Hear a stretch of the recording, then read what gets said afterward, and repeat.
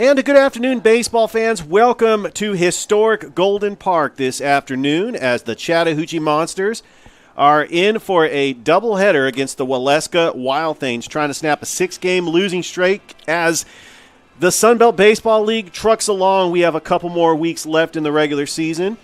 I am Richard Holdridge, Tom Callahan, as well as we are excited about this 7-inning doubleheader as the Chattahoochee Monsters come into this game 8-10, taking on the Waleska Wild Things, who are 3-15. I tell you, Tom, the Monsters, they had two very tough games against Columbus here at Golden Park. They were leading. In fact, one of the games they were up 5-0 in the first inning, but Columbus was able to come back. You know, the Monsters, one of the things that it's kind of funny to look at for a team with only 3 home runs, they've been finding a way to score runs. And this year, the Monsters just, for whatever reason, they started hot, and I think it was a combination of things going their way. They were getting timely hitting, able to score runs when they needed them. Plus, they were getting just enough from their pitching. But as you mentioned, Richard, on this recent streak, they just haven't gotten enough of those things. Now, mind you, you look at two very high-scoring affairs Monday and Wednesday against the Chattahoots, and at that point, you need your pitching to hold it for you. And the Hoots are a very talented team, don't get me wrong, but if you're the Monsters, you want to win those games, that's where your bullpen's got to really help you out, and unfortunately, they were unable to do it. And they do have a 6-game losing streak. They are currently in 5th place. Taking a look at the standings in the Sunbelt Baseball League, the Gainesville Gold Diggers in first place with a 17-3 record. Columbus dropped a 2-0 loss to Atlanta last night. They're 16-4. Brookhaven is in third place with a 10-9 record. Atlanta with the Atlanta Crackers with a 9-11 record, and Chattahoochee right now. These are 2 must-win games if they want to talk about seeding in the playoffs, as they currently stand at 8-10 with the Atlanta Blues behind them. Well, let's go ahead and look at the starting lineup, starting with your visiting Waleska Wild Things. Leading off and playing center field is Gianni Lombardo. Batting second and playing right field is Eli Watson. Batting third and the designated hitter is Brennan Hudson. The cleanup hitter and playing left field is Jake Streeter. Batting fifth and playing third base is Quinn Petty. Batting sixth and behind the plate, A.J. Demastre. Batting seventh and playing first base is Ryan Martin. Batting eighth and playing second base is Nicholas Hammond. Batting ninth, the extra hitter, Dylan Slayer. And batting 10th, the shortstop, Jonathan Smith. On the mound for Waleska is Ryan Taylor. And now looking at the Chattahoochee Monsters. Leading things off and playing second base is Brooks Parkerson. Batting second and playing center field is Jax Yoxtimer. Batting third and playing short is Caleb Johnson. The cleanup hitter and the designated hitter is Brody Capps. Batting fifth and playing first base is Chase Evans. Batting sixth and playing third base is Braden Pelkey. Batting seventh and playing right field is Justin Vilas. Batting eighth and playing left field, Jonathan Williams. Batting ninth and behind the plate, Luke Hasty. And batting 10th, the extra hitter, Nikolai Mezzanotte. And on the mound for your Chattahoochee Monsters is Ashton Falk. So we are looking forward to a great doubleheader action here at historic Golden Park. And I tell you, Tom, we do have some clouds in the sky, but hopefully it won't be too hot out there. It should be in the low 90s, but we're ready for some baseball. I'm not even going to bother pulling up my weather radar tab, Richard, because I just don't want to know, which generally when I'm doing the Hoots games, I've always got the weather tab active. But I'm just going to have faith that Mother Nature is going to provide us with minimal raindrops today, and we're going to be able to get both of these 7-inning games in. Here's an interesting thing, and I don't know if this is the Monsters trying to change it up, if Waleska got to the ballpark first and just naturally went to the third base side, but all season long, the Monsters have used the third base dugout as the home dugout for themselves.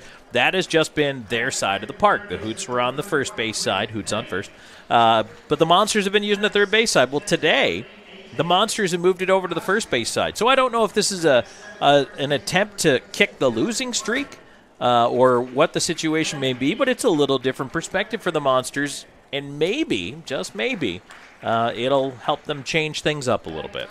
Well, they could use anything they could get to snap a 6-game losing streak, as they're taking on a Waleska team that has gotten kicked out of their home stadium at Reinhardt University because of field conditions. They're now going to be on the road for the rest of the season. They've had a tough season. Waleska coming in with a 3-15 record. I mean, this is a team that made the playoffs last year, and the Chattahoochee Monsters have a 2-0 series lead on Waleska, getting both those games up in Waleska.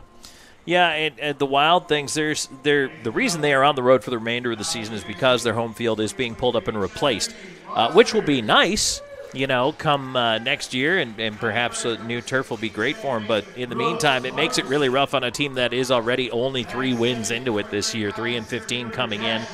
That's hard. It really is difficult to constantly be playing on the road, to constantly have to travel to all your games. I'm sure it's cutting into their practice time as well, Richard, which is another tough one for these guys. And not every park, let's face it, not every park is as nice as Golden Park is. I think that the Monsters and the Chattahoots are spoiled to have such a wonderful facility here. The field's always in good shape. It's always well taken care of. And, that is something that if you're a Monsters or a Hoots player, you recognize. And, this is a cut above what most other teams in this league offer. So I'm sure Waleska wouldn't mind playing here as often as possible. Of course. This is a nice place to come and play a road game. But it is. It's tough. You're always traveling. It's not the best way to have to do things. The Chattahoochee Monsters taking the field as we get ready to have the national anthem. But they're wearing their traditional home whites with the Monsters lettering. The Waleska Wild Things wearing their traditional green top with the orange pants. Tom, it kind of reminds me of the University of Miami. Yes, I could absolutely see the University of Miami Hurricanes for sure, that color combo.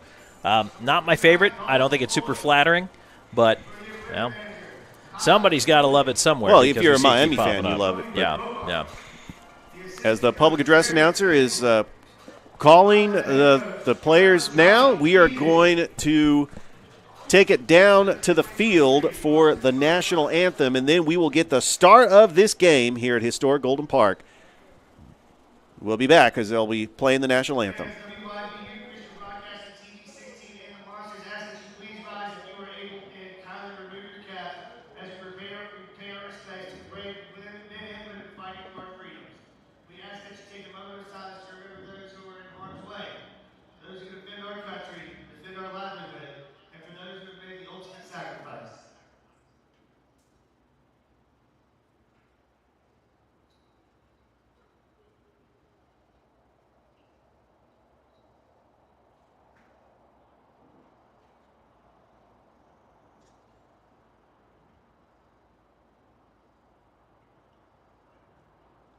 Monsters, thank you.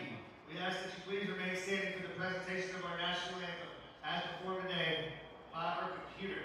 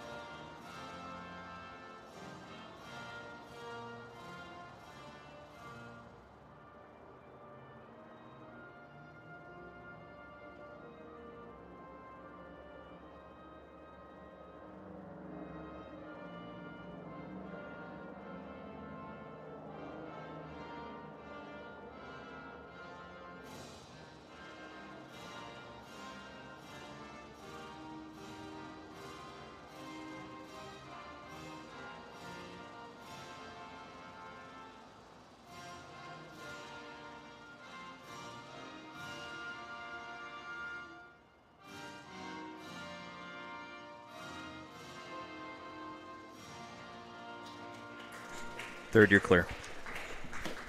Back at historic Golden Park, Tom Callahan, Richard Holdridge for the start of this game. Ashton Falk coming up on the mound. He has got 17 innings of work, is making his fourth start with a 7.41 earned run average. Taking on the visiting Waleska Wild Things in this Sun Belt match. And this is the only game this Sunday. I mean, we do have a slate of games for you tomorrow. including Chattahoochee on the road taking on the Alpharetta Aviators, and the Columbus Chattahoochees also on the road taking on the Atlanta Crackers. But really, as the season winds down, we got a couple more weeks left to go in the season, Tom. We start seeing teams that are looking like they're going to clinch a playoff berth, but the bottom of the Sun Belt is wide open. It is right now, and, really, the top two teams are the top two teams. It looks like it's going to be the Gold Diggers and the Hoots. After that, it's wide open, maybe with the exception of Waleska. Not that they're that far out of it, to be honest with you. There's enough baseball left where if Waleska was able to get back into it, they could probably make a run at this. But they're really going to have to find some wins here real fast. So at this point, kind of looking at this Waleska Wild Things team, I mean, every game matters for them. The Monsters, meanwhile, are on a bit of a mean skid here and are just trying to reverse that trend. And so this game means a lot to both these teams. Both these games do. The Chattahoochee Monsters, 2 weeks ago, we were up here where they swept the Atlanta Crackers. They had an 8-4 record. They were in third place. And they fell in some hard times. Very close games. They lost 11-10 to the Gainesville Gold Diggers. Those two games against Columbus, they had to come from behind. Last week against Brookhaven, a game that didn't finish because they called it because of rain. And that really the big what if, because they did have the bases loaded with nobody out, and they were down in that game. And the tying run, it did come up to the plate. Leading things off for Waleska is Gianni Lombardo. Is Ashton Falk. Straddles the rubber, and the first pitch to Lombardo is there's a blooper into center field, and that is going to fall for a base hit. Lombardo with a leadoff single to kick things off for Waleska. One pitch and one hit so far in this game. So Eli Watson stepping up to the plate for Waleska. Falk working from the stretch. A lead at first by Lombardo. A decent-sized lead. As Falk's first pitch, that is in there for a strike. Watson leading Waleska with a .310 batting average with 6 RBIs. Falk working from the stretch. And the 0-1 pitch is fouled back, and he's ahead of Watson 0-2.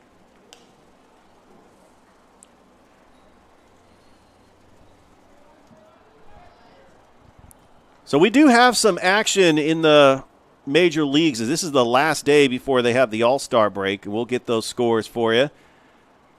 Here's the 0-2, and that is fouled back, and we'll do it again.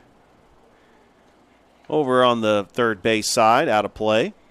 It's a beautiful day here at historic Golden Park, and there are some clouds in the sky, but not too hot, and you got the fans that are underneath the roof here at Golden Park. Falk's pitch, and there's a ground ball to Johnson. The throw to second for one, and that's all they're going to get. A fielder's choice for Watson, 6-4 on the putout. And that will bring up Brennan Hudson.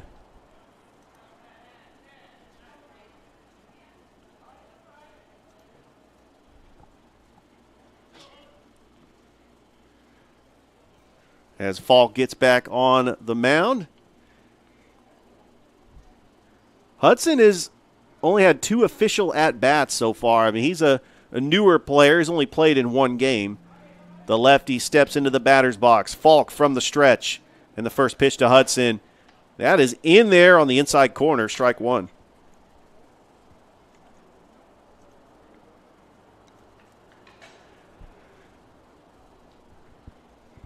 Watson at first. He's got a lead, a pretty decent-sized lead. Falk, the 0-1. And that is inside for a ball.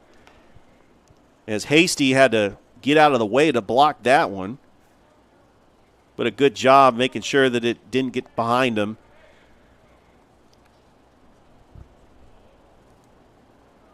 Falk working from the stretch. The 1-1 runner goes. There's a ground ball right to Parkerson, and he bobbles it, and it goes into the outfield.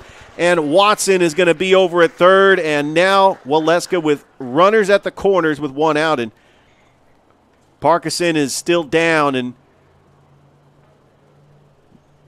Vilas is just trying to check up on him, and the first base coach, manager Johnny Eaton, comes out and just to check up on him. Hopefully he's going to be okay, as he went to dive for that, and it went into right field.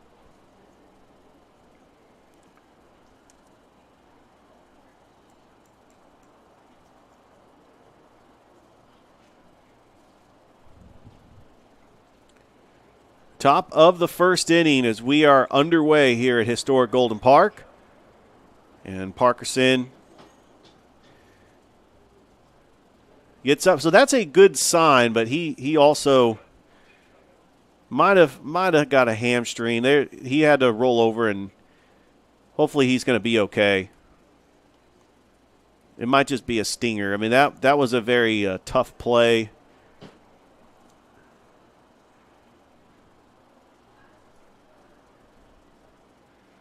So the action in the Sun Belt Baseball League tomorrow, Waleska will travel up to Oglethorpe University to take on the Brookhaven Bucks. You got the number one team in the SBL, the Gainesville Gold Diggers, traveling to Georgia State to take on the Atlanta Blues. The Chattahoochee Monsters going to Legion Field, taking on the Alpharetta Aviators. And the Columbus Chattahoots are taking on the Atlanta Crackers up at Fred Stillwell Stadium in Kennesaw, Georgia. As Waleska and the Chattahoochee Monsters, game one of a doubleheader. This will be a 7-inning contest. As manager Johnny Eaton and another coach get Parkinson off on his feet, and that's a good sign, but he is going to need some attending to. He might have tweaked something, but he hears it from the crowd, and they give him a round of applause, and looks like we are going to have a defensive replacement for Chattahoochee. Trying to figure out who it is, and it looks like we do have a number 17 as I try to get his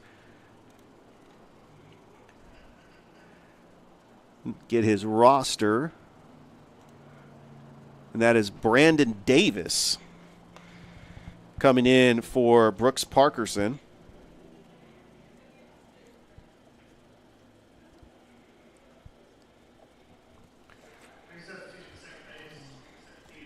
One out and runners at the corners for Waleska.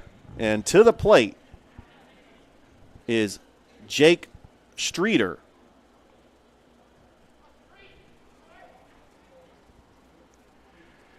They actually ruled that an error by Parkerson.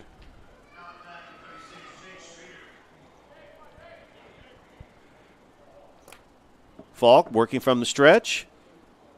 And the first pitch to Streeter, and that just missed outside for a ball. Streeter batting .226 on the year with 4 RBIs. As Waleska has a golden opportunity here in the top of the first inning to strike first. Here's the 1-0. He's showing bunt, and it's popped back up, out of play. Maybe Waleska trying to go for the squeeze play, especially with that runner at third.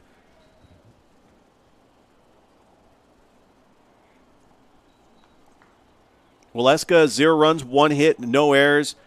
The Monsters, no runs, no hits, 1 error here in the top of the first. Ashton Falk working with the 1-1 count. The runner goes, swung on a miss. The throw down to short. He got him.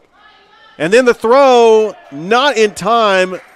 So the double steal did work for Waleska on the run scored, but tagged out is Hudson at second. So with 2 down, Waleska takes the 1-0 lead. And Jake Streeter has got a 1-2 count.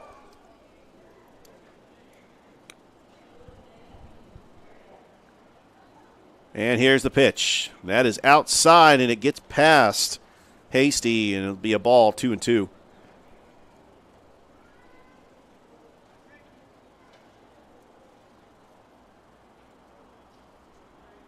Falk from the wind, the 2-2. That is low, and it runs the count full.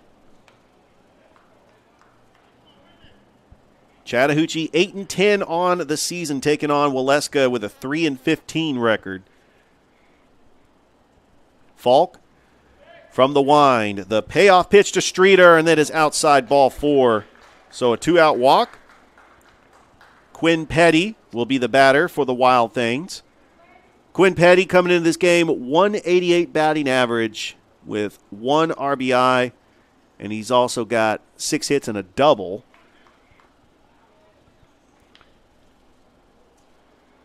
Falk working from the stretch.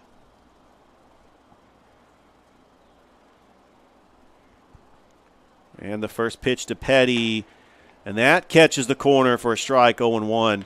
So we talked about how we had a theory on how the Wild Things got their name, and Tom and I were talking about how it probably referred back to the movie Major League in the late 80s because of the logo they have. Well, Richard, you can see, too, if you look at it, yeah, it's a peach.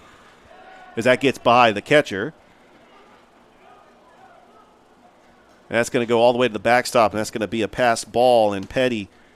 Streeter is over at second. Petty's got a runner in scoring position now. If you take a look at that logo, it's got the mohawk on it, the sunglasses, very reminiscent of the baseball with the mohawk and the sunglasses. Absolutely. In the Major League original marketing campaign. And so, yeah, and of course Ricky Vaughn's nickname is Wild Thing in the movie, so they did everything except copy the Indians' colors. They went a little wild with the color scheme. Well, there you go. There's the 1-1, and that is blooped into right field. That's going to go right at the right fielder Velos, and he makes the grab, but not before the damage is done. Waleska puts up a run on the board on the double steal. We go to the bottom half of the first inning. Waleska leading Chattahoochee 1-0. You're listening to Chattahoochee Monsters Baseball.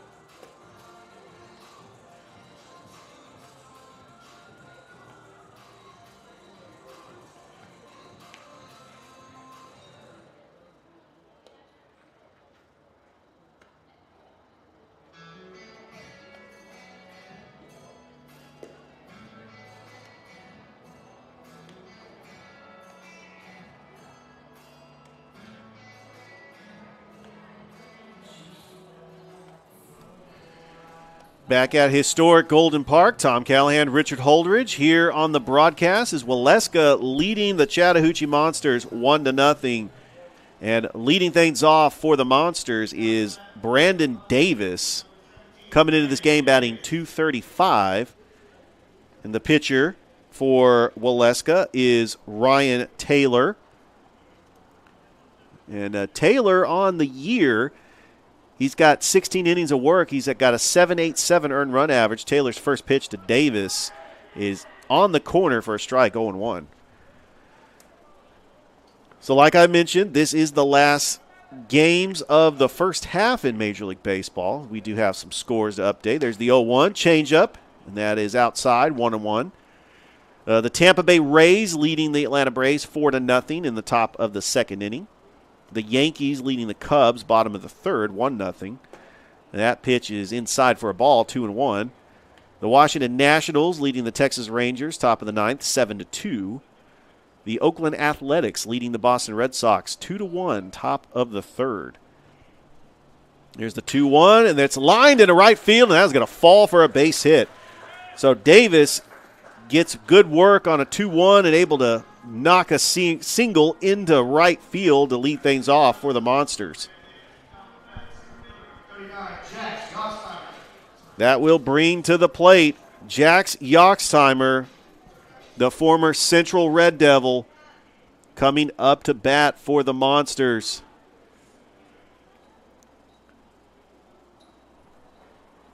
As Taylor works from the stretch. And the first pitch to Yoxtimer, and there's a ground ball right to Smith. Steps on the bag for one. Over to first.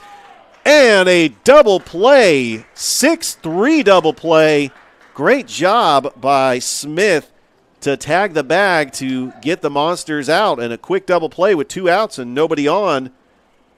And Caleb Johnson will be the batter.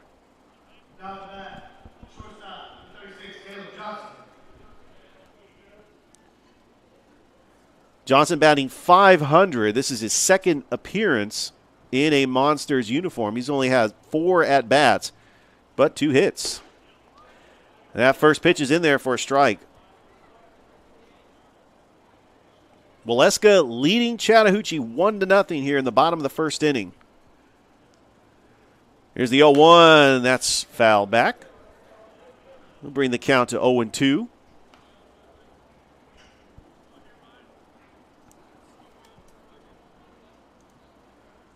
So Caleb Johnson, a sophomore out of Phoenix City, Alabama, played at Jacksonville State University. There's the 0-2, and that is high and outside for a ball, 1-2. A lot of players up and down this roster from Phoenix City, as the manager, Johnny Eaton, the assistant head baseball coach for the Central Red Devils, as that's lined into the gapper, and looks like it's going to be right at the left fielder, Streeter, and he makes the grab. And the Monsters cannot get anything across here in the first inning. We've played one so far at historic Golden Park, and Waleska leading the Chattahoochee Monsters 1-0. We go to the top of the second inning. You're listening to Monsters Baseball.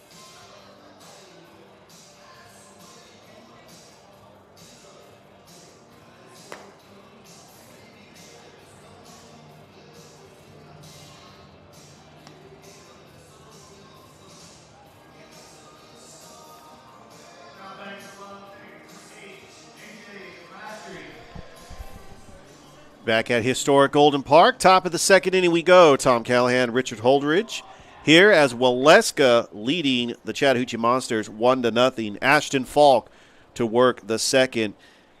A.J. DeMastre is the batter, and that first pitch is in there for a strike. DeMastre with a 158 batting average has got 6 RBIs on the year. And Falk's second pitch is outside for a ball, 1-1. Waleska coming into this game 3-15. The Chattahoochee Monsters 8-10, currently in 5th place in the SBL. There's the 1-1, and that reaches the corner for a strike, 1-2. Just a reminder that we are going to have a second game here. It'll be a 7-inning game, and there's the 1-2 pitch, and it is lined right to the second baseman. Bobbling it is Davis. He cannot come up with a play, and that's going to be an E4 on Davis, and DeMastre is aboard here in the second. It was just a tough play by Brandon Davis, and Waleska once again has the leadoff hitter aboard. And Ryan Martin will be the batter for the Wild Things. Falk's first pitch, that is lined into left field, a base hit. So Waleska has 2 men on and no outs as their second hit of the game. They've had 4 base runners so far, and they do rule that last hit an error on Brandon Davis. So with 2 runners on, Nicholas Hammond will be the batter. He's trying to get going. He is on the year 5 for 24. He's played in 12 games with an .083 batting average. And he's showing bunt. Falk's first pitch. He lays down a bunt right to the first baseman. He throws over to Davis for 1. They do get the out, but the runners will advance. And Waleska has runners in scoring position with 1 out. And Dylan Soller is going to be the batter for the Wild Things. Batting .217. He's got 1 home run and 2 runs batted in. Waleska as a team has hit 6 home runs. That's pretty impressive for a team that's 3-15. It's Falk's first pitch, and that's in there for a strike. So the Chattahoochee Monsters, they'll be on the road tomorrow at Legion Field taking on the Alpharetta Aviators. A very important game as far as seeding goes in the SBL. Falk's 0-1, swung on and fouled back, 0-2. And Falk is ahead in the count to Slayer with Jonathan Smith on deck, and then it will be the top of the order for Waleska.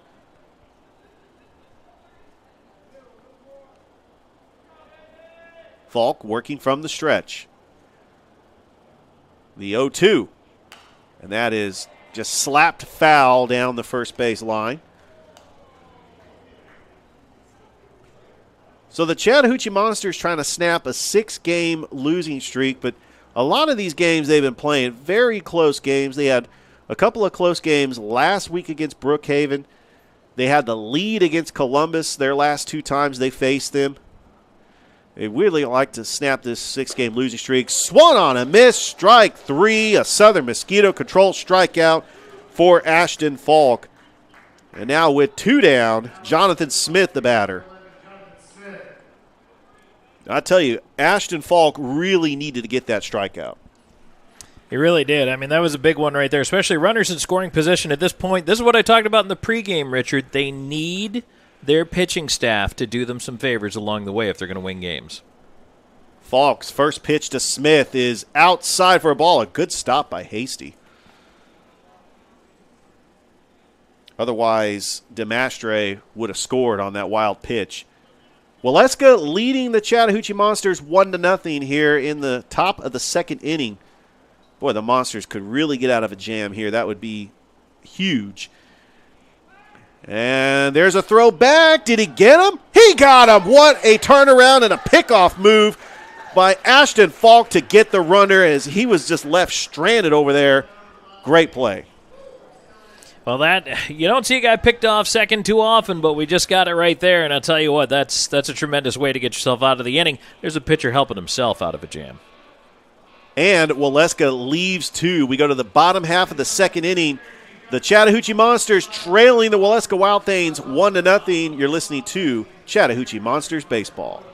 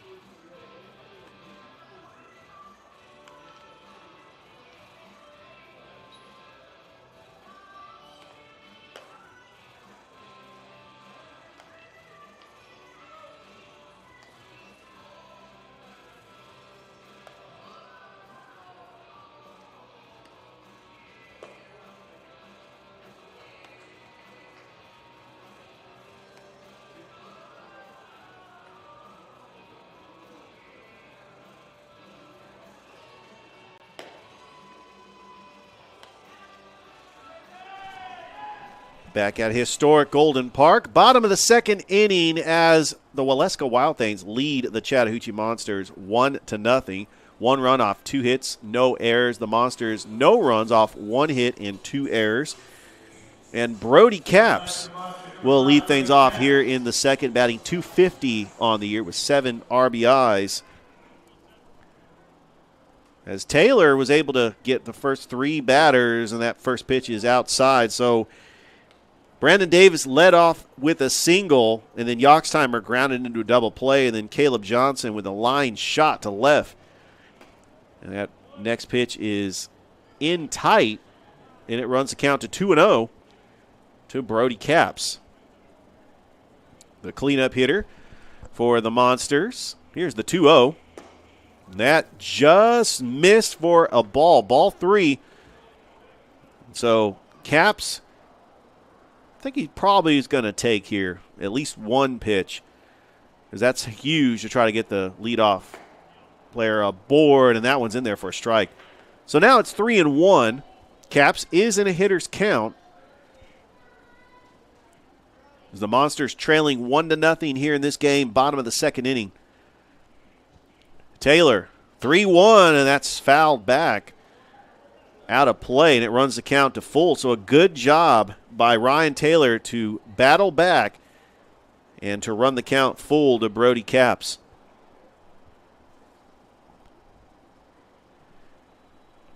Taylor works, payoff pitch. Swung on a miss, strike. Nope, it's a foul. Look like he stays alive in that, and if anything, he's running up the pitch count on Taylor. This is a good at bat. Taylor did a good job battling back to get the count to full.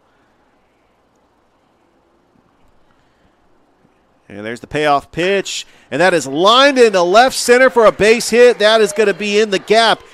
And Capps is rounding first. Here's the throw, and he's got a stand-up double.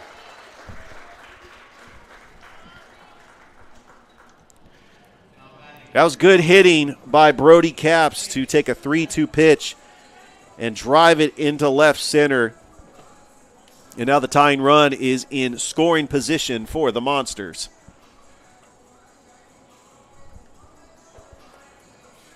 That will bring to the plate Chase Evans.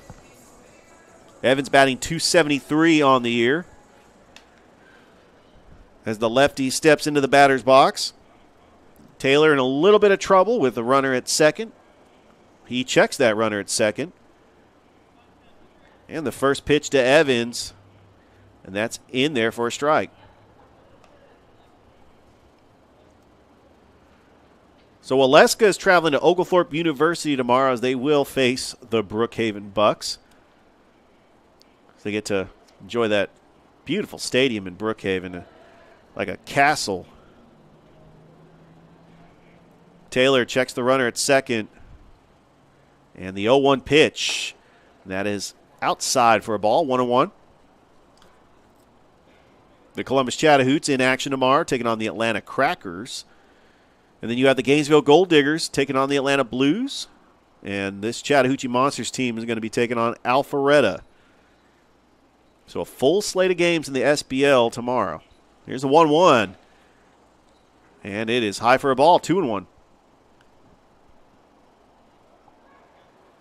An absolute beautiful day at historic Golden Park. And you could tell, I mean, there's a lot of stuff that's going on here in Columbus.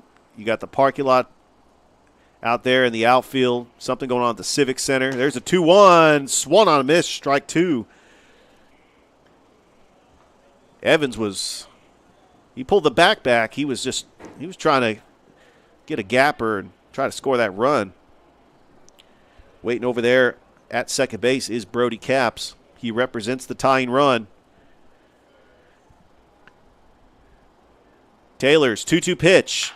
And there's a ground ball right to Hammond. The throw to first in time, but advancing over to third is Capps. So 4-3 on the putout. So Capps is at third base with one out, and Braden Pelkey will be the batter for the Monsters.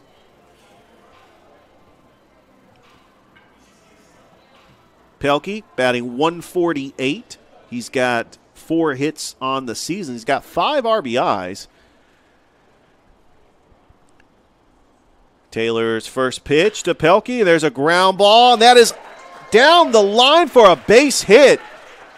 And that will score the first run for the Monsters. And Pelkey's into second with a stand-up double. And we are tied at 1 apiece. All right, there's some timely hitting for the Monsters, which is something they've needed here. And I'll tell you what, this is what the Monsters were doing, Richard, early in the year when they were winning games. They were getting the help from their pitching, which we saw. And, you pick a runner off, you help yourself out, get out of the inning. Now you're able to move a runner into scoring position. You get that hit. Cap scores after his double. Now another double here. So this is what the Monsters need to do, is keep manufacturing these runs. Taylor working from the stretch, checks the runner at second. Justin Vilas is now the batter, and he fouls that one back. Vilas batting .182. He's got 3 runs batted in, 8 walks. And Vilas is a very durable player. He plays right field, but he comes in and relieves pitching at times, and he has an opportunity to knock in another run here in the bottom of the second inning as we are tied at 1 apiece, as Chattahoochee got a golden opportunity to get some more here in the second with just 1 out. Taylor's pitch to Vilas, fouled back again, 0-2.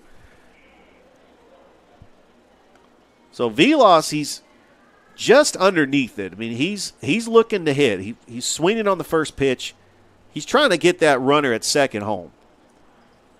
And that's really what the Chattahoochee Monsters got to do. They got to stay aggressive. Trying to snap a 6-game losing streak. As Taylor's 0-2, just miss. Oh, that was close. Took a lot of restraint to lay off that one. Yeah, and I thought that the catcher, Demastre, was sold it pretty good. But it's just outside, 1-2. Taylor checks the runner at second. And the 1-2 pitch. And that's like a check foul that goes to the net. It was one of those check swings, and Vilas, it hit the tip of the bat, and it goes out of play. So it'll be 1-2 once again.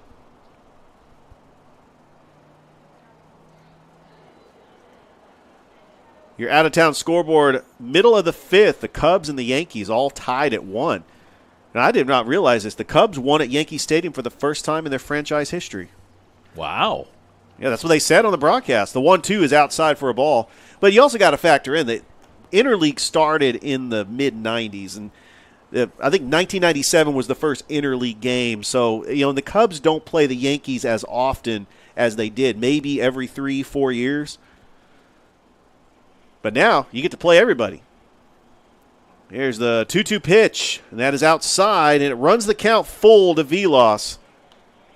So the new baseball schedule, you play your division opponents less, but you have an opportunity to play every single team in the major leagues. So you'll get your typical Blue Jays Giants matchup every year. I think that's better for the fans to be able to see all the teams come in. Absolutely. Payoff pitch coming, swung on a miss, strike 3, and Justin Vilas goes down for the second out here in the second inning. Good job by Ryan Taylor bouncing back to get the strikeout. And that was a huge strikeout for Waleska. So Jonathan Williams will be the batter for the Monsters. Williams batting .313. He's got a home run with 5 runs batted in. Slugging percentage of .500. Taylor, first pitch to Williams. That's in there for a strike. I tell you, Jonathan Williams, he has been a late addition to this Monsters roster who's really been a breath of fresh air. He's really done everything that manager Johnny Eaton needs him to do. There's the 0-1, and that's low, 1-1.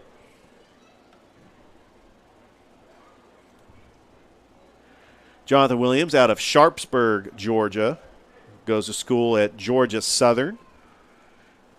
Is a junior.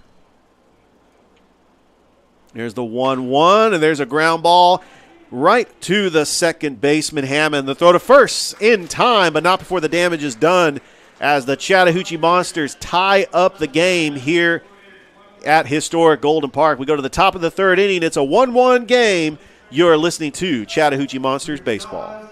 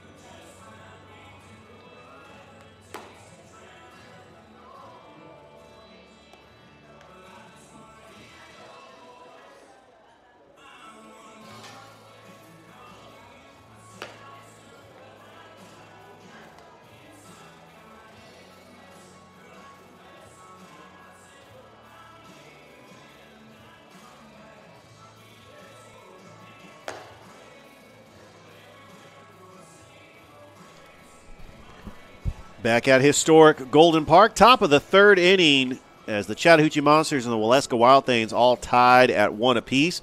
Tom Callahan, Richard Holdridge here on the broadcast. And back leading things off for Waleska is Jonathan Smith, as Hammond was thrown out to end the second. Ashton Falk going to work, and the first pitch to Smith. And there's a high fly ball in the left field. right at the left fielder, and he makes the grab right at the warning track. What a catch by Jonathan Williams for a loud first out. Well, I'll tell you what, Williams had to use all the ballpark out there into that left field alley. But you know what? It's a pretty big park here sometimes, especially when you get out towards center. You needed absolutely all of it. But that's another wipe-the-brow moment for the Monsters. But I like the way the game's lining up for them right now. Although we did mention the Waleska Wild Things have power in that lineup. Absolutely. 6 home runs on the season. Back to the leadoff spot for Waleska. Giovanni Lombardo. The first pitch by Falk is in there for a strike. Lombardo singled in the first inning and also scored a run as Waleska struck first in the first. There's the 0-1 to Lombardo. That's foul back. So Ashton Falk, he's doing a good job getting ahead of the hitters. And really for Chattahoochee, it's just mitigating the errors and just keeping the Waleska runners off the bags. There's the 0-2, and that is foul back again. Be an 0-2 count. So, Tom, we mentioned this is the final game of the first half of the Major League Baseball season. We go into the All-Star break. There's the 0-2. There's a pop-up in foul territory, and that's going to be out of play. But, Tom, are you a fan of, like, the Home Run Derby, the Futures game, the All-Star game? I do enjoy it, actually. I like to see the Home Run Derby. I think, I'm a guy who, it's good for the fans. I like it. 0-2 pitch. And that's on the outside corner. Strike 3, a Southern Mosquito Control strikeout. Second strikeout of the game for Ashton Falk.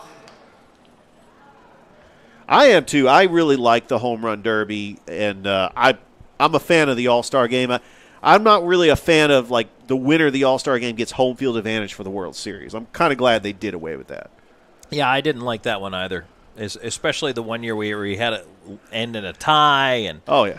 You know, it's the All-Star game should not – they were trying to make the All-Star game mean something. Well, you know what? It means something, but it's an entertainment event. It's not a game anymore. The 1-0 pitch, and that is low. Eli Watson, the batter. That is actually in there for a strike. Oh, is he checking? Yeah, it's actually a ball, so it's 2-0. There's a pitch, and that's in there for a strike, 2-1. To Eli Watson, who grounded out and a force out in the first inning. He's 0 for 1. Here's the 2-1 pitch. There's a ground ball right to Davis. What a dive. Gets off his feet, throws to first. In time for the out, and a 1-2-3 inning for the Chattahoochee Monsters. What a play by Brandon Davis. We go to the bottom half of the third, still tied at 1 apiece. You're listening to Chattahoochee Monsters Baseball.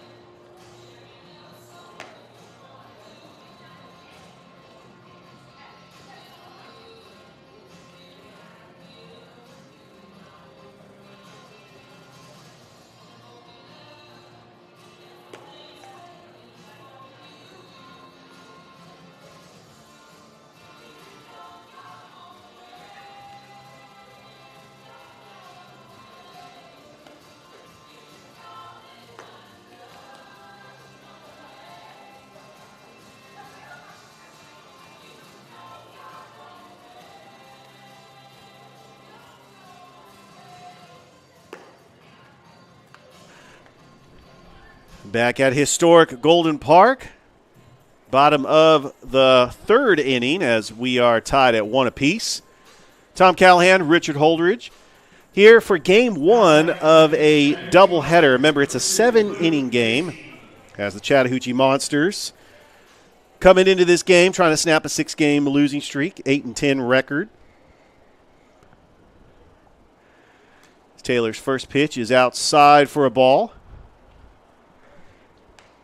to Luke Hasty, leading things off here in the third for the Monsters. Taylor, the 1-0 pitch, and that is very close to hitting Hasty, and it's inside for a ball, 2-0. He had to brush back and out of the way. Taylor, the wind, the deliver, the 2-0, and that is popped up to center. Right to Lombardo, and he makes a basket catch, a routine fly ball for the first out. With one down, that will bring Nikolai Mezzanotte to the plate for the Monsters.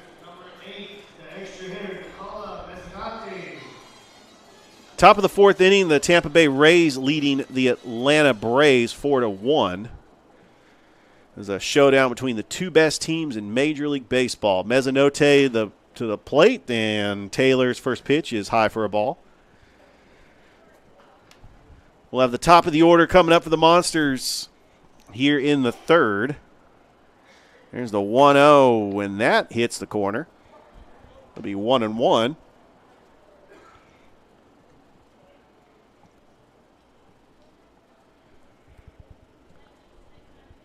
Ryan Taylor delivers the 1-1 and is outside, 2-1. Other scores, bottom of the fourth inning, the Oakland Athletics leading the Boston Red Sox 2-1. You got the Royals and Guardians tied at 1, end of the fifth as Taylor steps out. And we were talking about the movie Major League where they did get that logo from there's a 2-1, and that is popped up in foul territory, trying to make a play on it, and cannot is Petty as that goes into the dugout. It'll be 2-2. Just ran himself out of room over there. There is a lot of room in foul territory here at historic Golden Park, and you can see that in a lot of the wide shots here, but yeah, even that one, not quite enough room here. So hopefully you get a second chance here if you're at Mezzanotte, try to do something with this. Mezzanotte faced with a 2-2 count, 1 out here in the bottom of the third. Taylor's pitch swung on a miss, strike 3, and Mezzanotte goes down on strikes as Ryan Taylor's second strikeout of the game. So quickly with 2 down, and the top of the order will come up as Brandon Davis stepping in for the Monsters. He's 1 for 1. He has a single. Here's Taylor's first pitch to Davis, and that is in there for a strike. So the Atlanta Braves did get a run. They're now trailing the Rays 4-2 as the Braves trying to go for the sweep. There's the 0-1, and that is high for a ball. With Tom, we're in Georgia. I know we're not really Braves fans. I root for them because they're the local team in Georgia. What they're doing is incredible. Already 60 wins before the All-Star break, and they could sweep the Tampa Bay Rays. There's the 1-1, and that's outside 2-1. Doesn't hurt my feelings as a fan of an American League team not named the Tampa Bay Rays. Well, there you go. But that's a really good Rays baseball team, and you're right. What the Braves are doing, holy cow, if they can keep this up into the playoffs, that's going to be the important thing. 2-1, that's fouled back. It's so hard, Richard. You could be so good in the regular season in any sport and then just go in and flame out in the playoffs. And I think that's a lot of teams that have postseason success, the reason they do is because of their depth. Like the Dodgers last year. There's the 2-2, and that is inside, and it runs the count full. Dodgers won 111 games last year, and they lose to the Padres in the postseason. Sometimes, and at least in a series, even if you run into a hot pitcher, that's one game. And it's real tough for one hitter in 9 to control an entire playoff series. So it is a team sport. You need everybody contributing. Payoff pitch by Taylor, swung on a miss by Brandon Davis for the strikeout. 3 up and 3 down for the Waleska Wild Things. We played 3 so far here at historic Golden Park. To the top of the 4th inning we go, and it is Chattahoochee 1, Waleska 1. You're listening to Chattahoochee Monsters Baseball.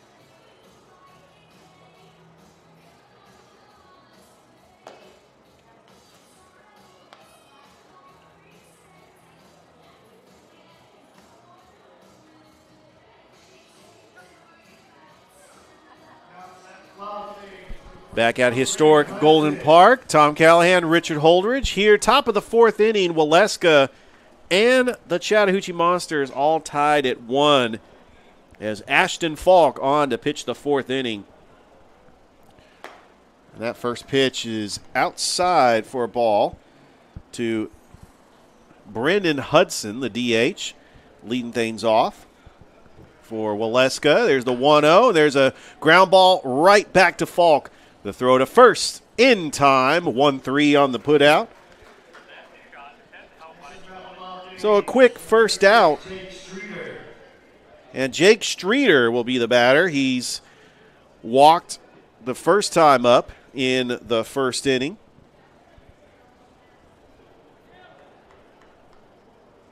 And he comes up for Waleska.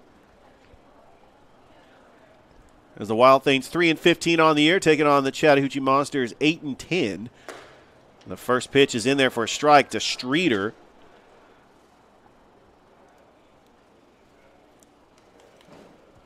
Streeter batting .226 on the year with 4 RBIs. There's the 0-1, and there's a ground ball right to Johnson, and it goes into left field for a base hit as Johnson could not get it. Streeter, the throw right there, and Streeter gets tagged out as 7-4 on the putout. And that was one of those plays where Streeter took a chance. And a bad one. It really was. That was a bad read. I mean, take your error and get on base. And unfortunately, for the Wild Things fans, trying to stretch that out. But good heads up, though. Nice defensive play on the recovery after that. Quinn Petty is the batter, and that was the 3rd error of the game for the Chattahoochee Monsters. But they were able to get the out of that, so that was good. There's the 1-0. Check swing. Did he go around? Yes, he did. 1-1. And what kills you there, Richard, is it takes a runner out of scoring position. If when you're out at second, you make that out at second. I understand why you're trying to push it. It's a tie game early here, but there's a check right to the second baseman, Davis. But he checked his swing there, and the ball was like hard enough thrown to where it just popped right to the second baseman. Yeah, and there you go. I mean, Waleska, a little bit of, if you want to call it bad luck or just, a little bit of misfortune there. But, boy, oh, boy, that's how you take yourself out of an inning. And a little symptomatic, I think, maybe a nutshell version of how the season's gone for Waleska. Well, that was a very quick 4th inning, 3 up, 3 down for Waleska. We go to the bottom half of the 4th inning, still 1-1 here at historic Golden Park, as you are listening to Chattahoochee Monsters Baseball.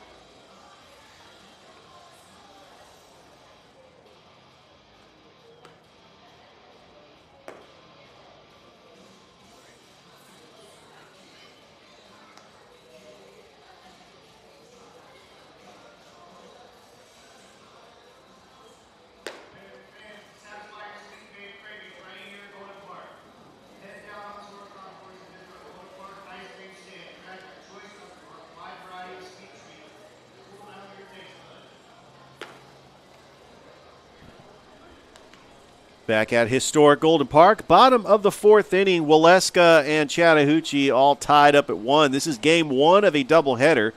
These are 7-inning games here on this beautiful Sunday afternoon. And Ryan Taylor on to pitch the fourth inning. He 6'2", sophomore from Gordon College out of Woodstock, Georgia. So Waleska, which is in Cherokee County, just above Canton, part of the North Metro Atlanta area. They play their home games at Reinhardt University, but this season they're redoing the field, so they'll be able to have an improved field for 2024. But Reinhardt University, an NAIA school that is in the same conference as Point University up the road. And as I'm very familiar with NAIA baseball, being the voice of Freed Hardman out of Henderson, Tennessee. And so Jax Yoxtimer comes up to the plate, leading things off for the Monsters. As Taylor's first pitch to Yoxtimer, a swung on and miss for a strike. Yoxtimer, part of that 2022 state champions from Central. He plays his collegiate ball at UAB, and there's the 0-1. There's a ground ball. That is going to be foul. It was like I was hugging the line, and then it finally took a turn going to the right. I wouldn't be surprised, Richard, if, and I'm sure everything is dead even here because I know that McClendon Hill is just very precise in how things go. But in certain ballparks back in the day, they try to give a home team, if they bunted a lot, they try to slope the lines a little bit for them. There's the 0-1, and that is outside for a ball, 1-1. Guys who used to drag out bunts, try to run for base hits, well, those lines would slope a little bit back towards fair territory so they could drop those bunts down the line and get the ball to roll back. It's a perfect opportunity for the hitters. The 1-1, that is outside for a ball, 2-1. Yoxtimer batting .500. He's leading the team with 14 hits and 6 RBIs. One of the top hitters for the Monsters. The 2-1, and that just missed inside, and it runs a hitter's count to Yoxtimer. Tell you, this is the one player that the Monsters could really get going.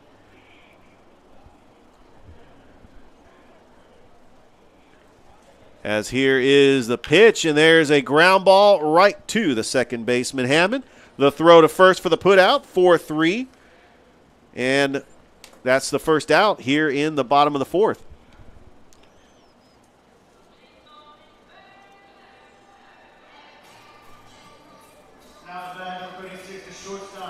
So Caleb Johnson would be the batter.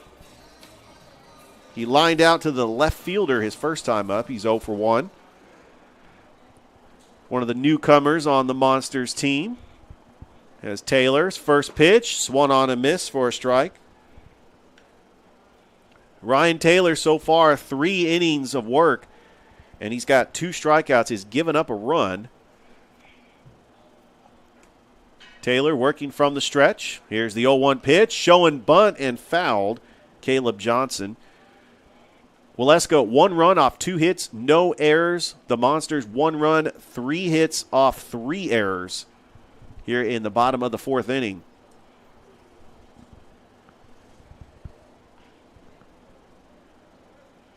One ball, 1 strike, 1 out. Taylor's pitch, and that is lined into right field for a base hit. So Caleb Johnson has got a 1-out single, and he represents the go-ahead run here in the fourth.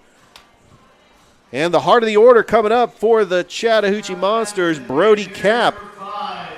He's got an opportunity to knock in a run. He doubled his first time up and scored a run. You got the 4, 5, and 6 hitters coming up for the Monsters. Taylor working from the stretch. Johnson, he's got a big lead over at first.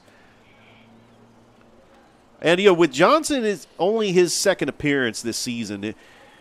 Looking at the type of player that Johnson is, it looks like he's going to be a great addition to this Monsters team. He's got a big lead over at first.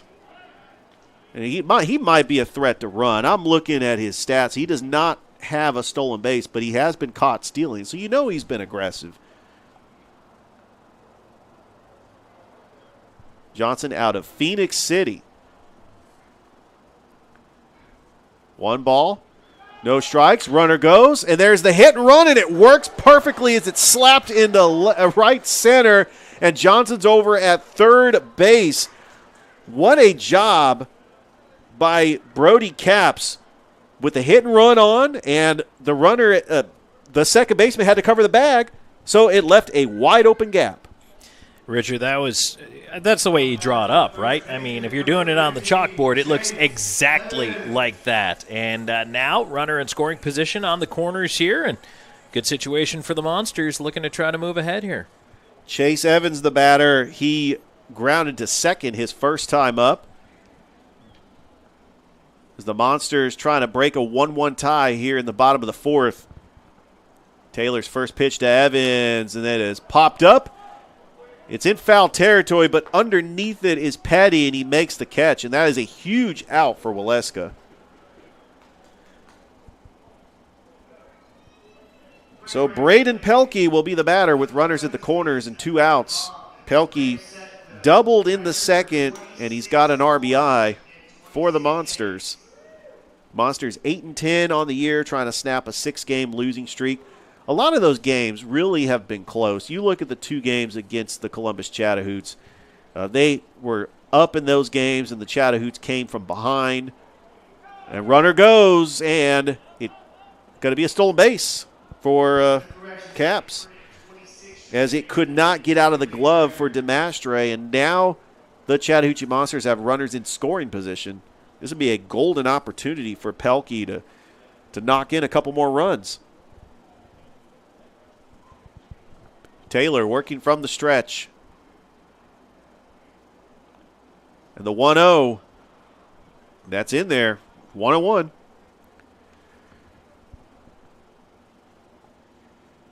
Braden Pelkey on the year, batting .148 with 5 runs batted in.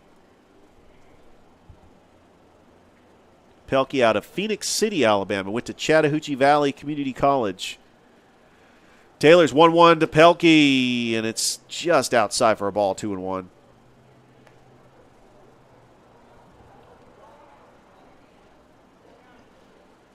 So looking up and down this Monsters roster, seeing a lot of players, their hometown is Phoenix City. As Taylor working from the stretch. And the 2-1 pitch, and that is lined into center. That is going to fall for a base hit. 1 run scores. Here comes the throw. 2-run score, and that is a 2 RBI single by Braden Pelkey, and the Chattahoochee Monsters now lead 3-1. Right there for the Monsters. Again, that's the timely hitting. That's delivering with the runners in scoring position, and 2 outs here. You gotta help yourself out. And that's exactly what they do. So nice job by the Monsters to play a couple. And well, now the lead looks pretty good on them. So Justin Velos will be the batter for the Monsters. Boy, the Monsters would love to get this 2-out rally continuing to go, as they got 6 hits in the game so far. Taylor's first pitch to Velos, and there's a high fly ball into right field. That is going to be a catch made by Hammond in shallow right to end the inning, but not before the damage is done.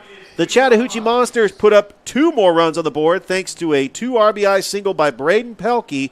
We've played 4 here at historic Golden Park. The Chattahoochee Monsters lead the Wild Things 3-1. You're listening to Monsters Baseball.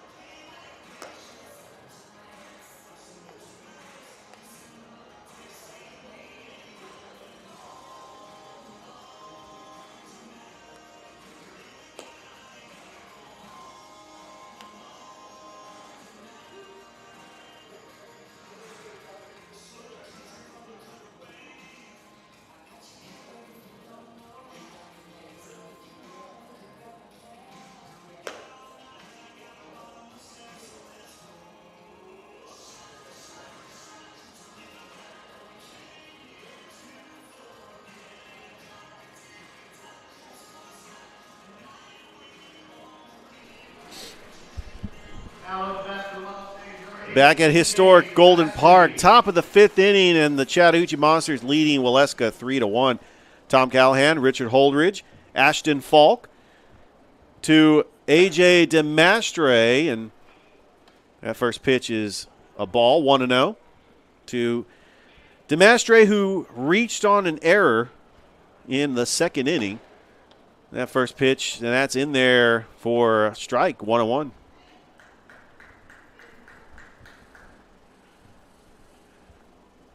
Falk, the 1-1 to the plate, just inside, 2-1. We talk about the losing streak that the Monsters have, a 6-game losing streak, and they're trying to snap that. Waleska has got a 4-game losing streak. They're 3-15 on the year as a 2-1 pitch is fouled back, and that evens the count at 2-2. And when you think of the Waleska Wild Things, they've been really on hard times. A lot of these games are a lot closer as the 2-2 is outside, running the count full to DeMastre. And very unfortunate that they do play their home games on the road for the rest of the season. But this was a playoff team last year. Falk's payoff pitch to DeMastre is outside, ball 4 for a leadoff walk.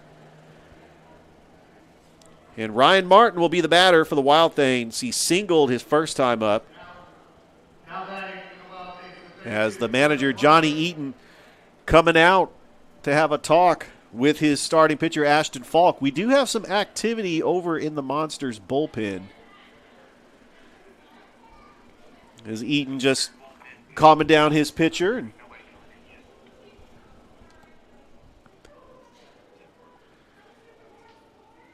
It looks like he's going to keep him in there.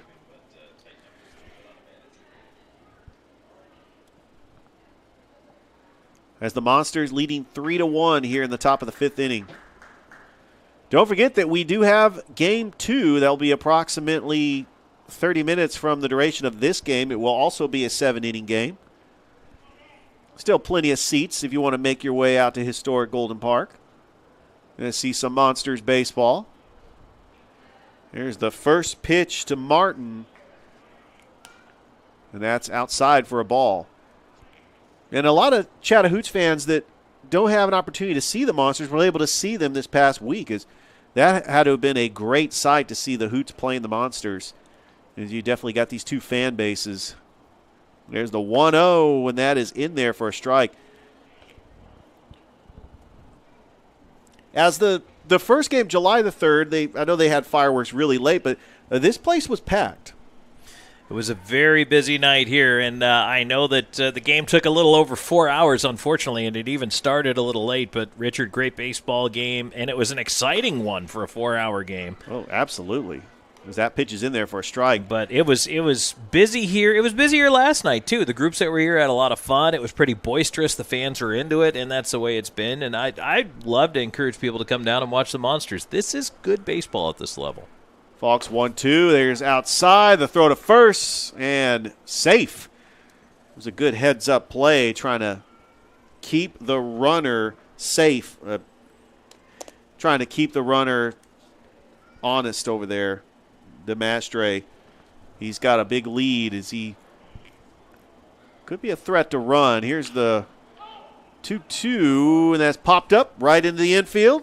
Underneath it is, and he drops it, but he throws to the second. Now, that is a very interesting play because it's not an infield fly rule because you did not have multiple runners on base, but that was an easy play for the shortstop, Johnson, just to tag the bag. Yeah, that I must have lost it in the sun. Must have. You rarely see that, but that was an out. That was one of those where an infield fly rule is not called in that situation. The next batter is Hammond. And I'm wondering if the scoreboard is going to give him an error on that for dropping that ball. He's able to throw it to the second baseman. 1 ball, no strikes to Hammond, and the pitch, and it's fouled back. It'll be 1-1. Right now, they haven't scored it either way, waiting to see if they give it a hit or an error.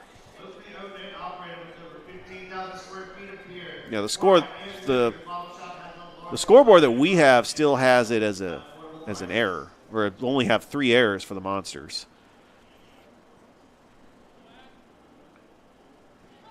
There's a throw back to first.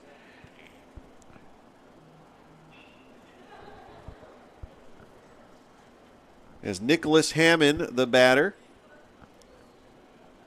There's a pitch, runner goes, and it's foul back, 1-2. Waleska trying for the hit and run as Hammond does represent the tying run here in the top of the 5th inning. Yeah, they haven't made a scoring decision on it yet, Richard. I keep checking. Oh, so have I. Definitely. There's a throw back to first. That was very close. That was a bang play, and I thought that Martin was going to get tagged out. Falk working from the stretch. The 1-2 pitch. That is outside in the dirt. Ball 2. Out-of-town scoreboard, middle of the 5th, the Tampa Bay Rays leading the Braves 7-2. Bottom of the 3rd, the Detroit Tigers leading the Blue Jays 3-0. There's the 2-2. Just miss, and it runs the count full.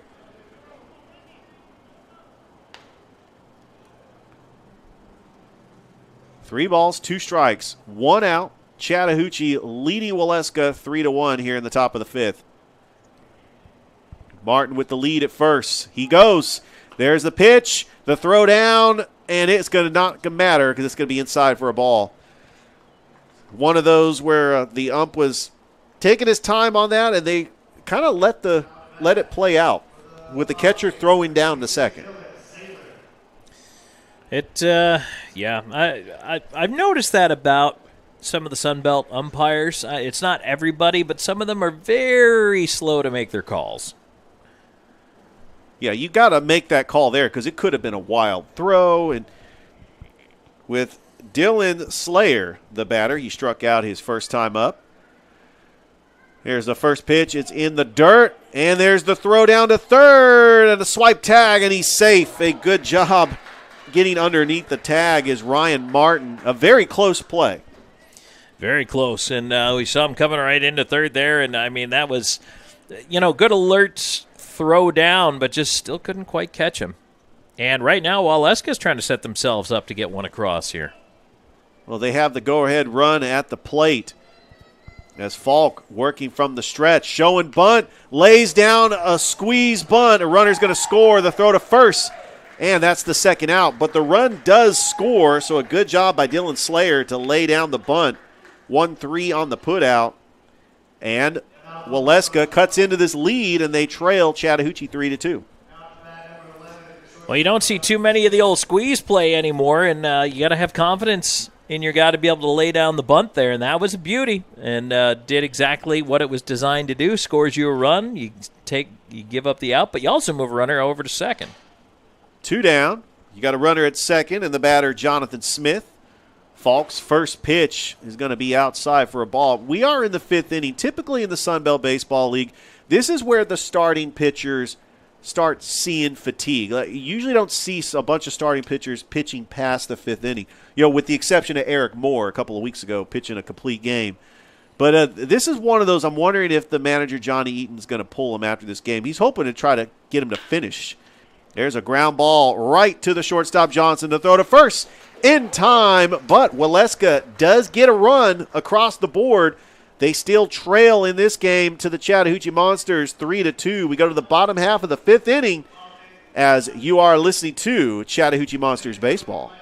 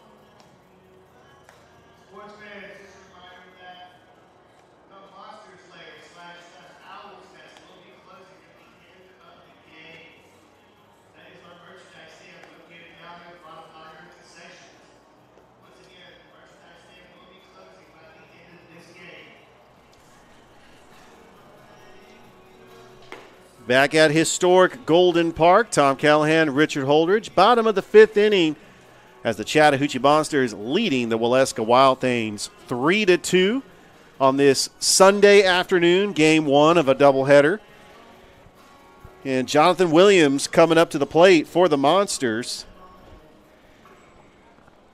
0 for 1 in this game. And Ryan Taylor out on the mound for the Wild Things, as there is activity in the Wild Things bullpen.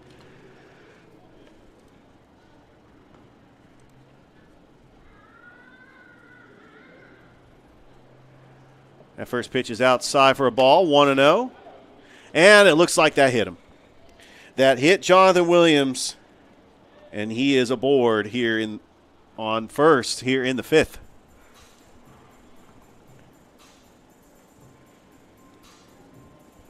So Luke Hasty will be the batter for the Monsters. Lined out to the center fielder his first time up.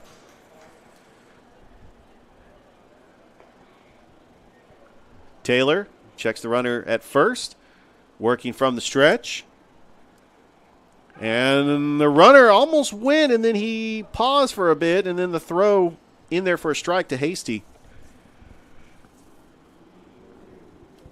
For a second there, I thought Williams was going to go, and he had the speed, and then he pumped the brakes, and then the throw back to first.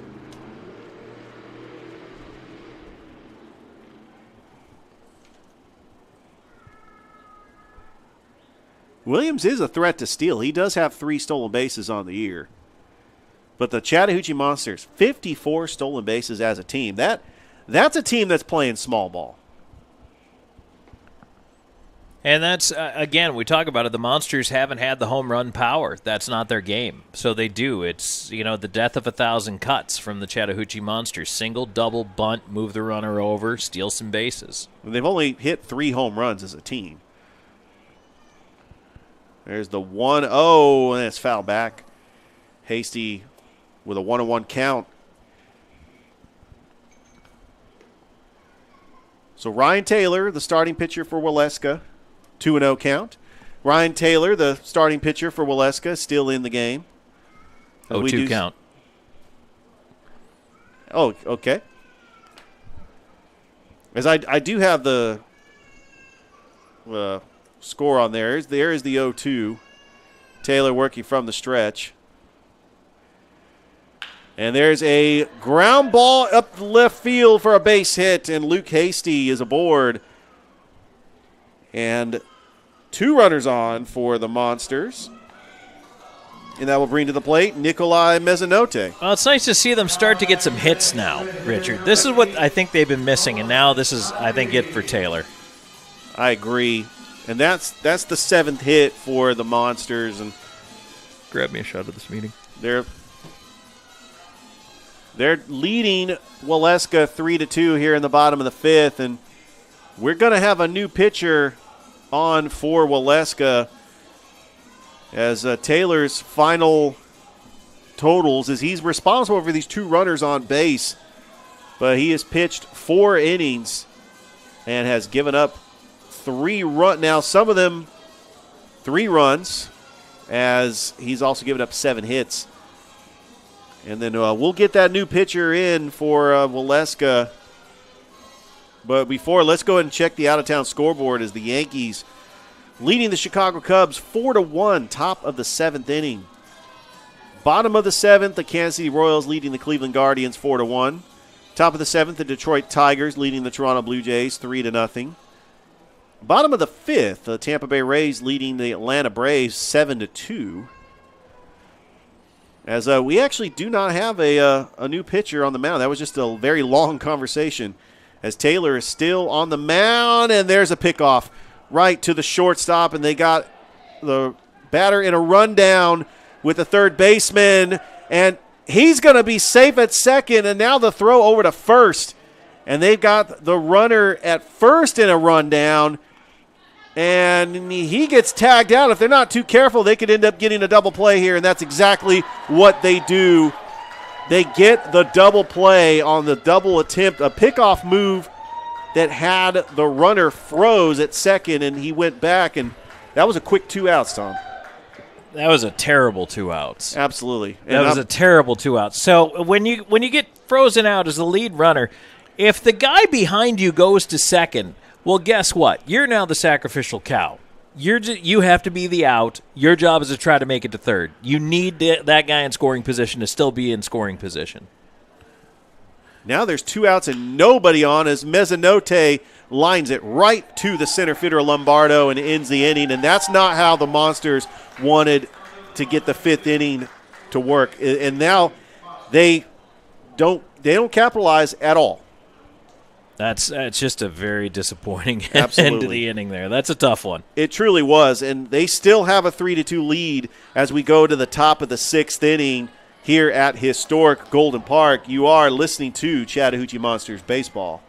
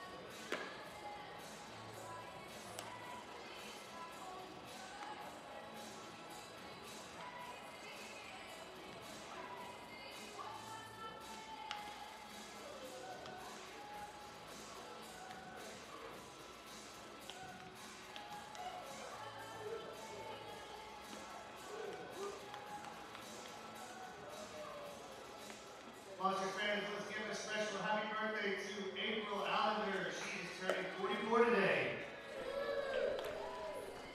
Back at historic Golden Park, top of the 6th inning, as Ashton Falk still on the mound for the Chattahoochee Monsters, working the 6th inning. As Chattahoochee had a golden opportunity to get some more runs across. They had runners at first and second with no outs. And they ended up getting into a double play. It was a pickoff move, and Waleska was able to get 2 outs, and then the next batter lined out to end the inning.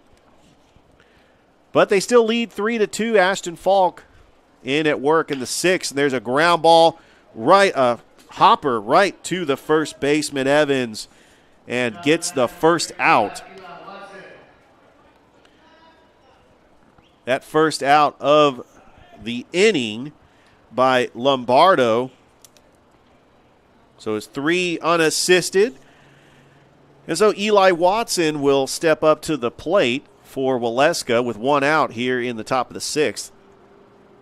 As Waleska, if they want to try to come back into this game, I mean, they did a good job chipping away and scoring a run in the 5th. They got 6 outs to do it.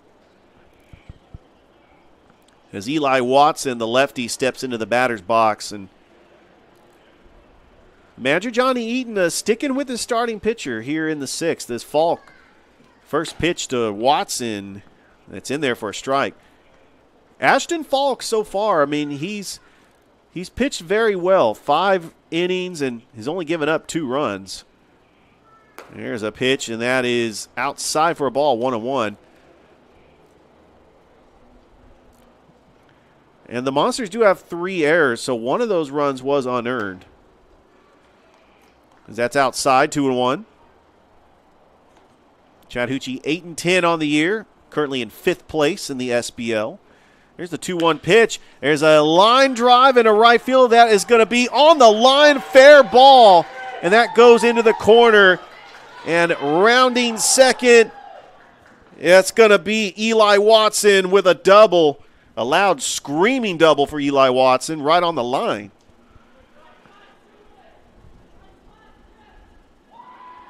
We do have some activity over in the Monsters bullpen. So Waleska with the tying run in scoring position here in the 6th. And Brendan Hudson will be the batter. That was only Waleska's third hit of the ball game.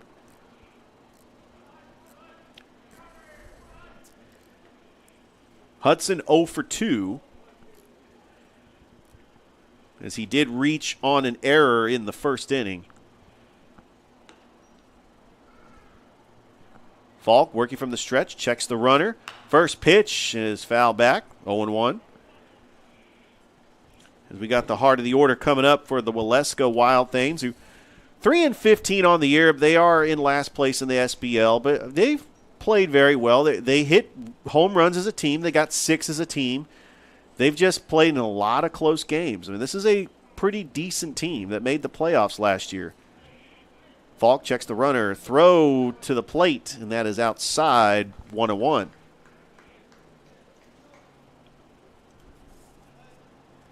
Waleska will travel up to Brookhaven for tomorrow's game, as the Chattahoochee Monsters will take on the Alpharetta Aviators. Got a full slate of games in the SBL for tomorrow.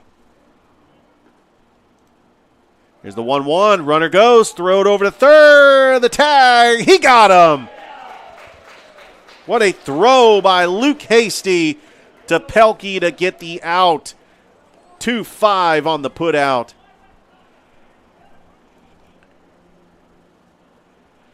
And that was huge because Waleska had the runner in scoring position.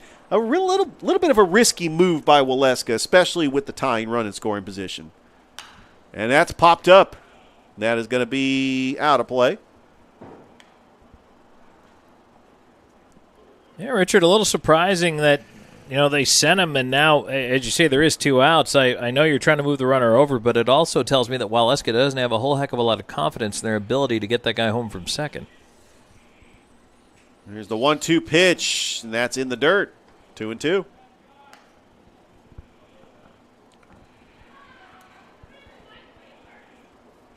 Brendan Hudson, the batter, with a 2-2 count. Quinn Petty on deck for the Wild Things. Here's the 2-2 pitch. That is, actually it's a 3-2 pitch, and then is outside ball 4.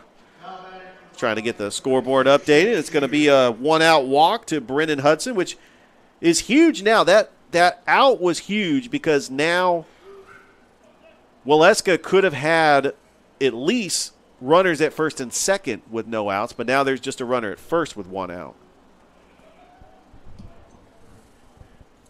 Quinn Petty, Jake Streeter, the batter, first swing and a miss, first strike.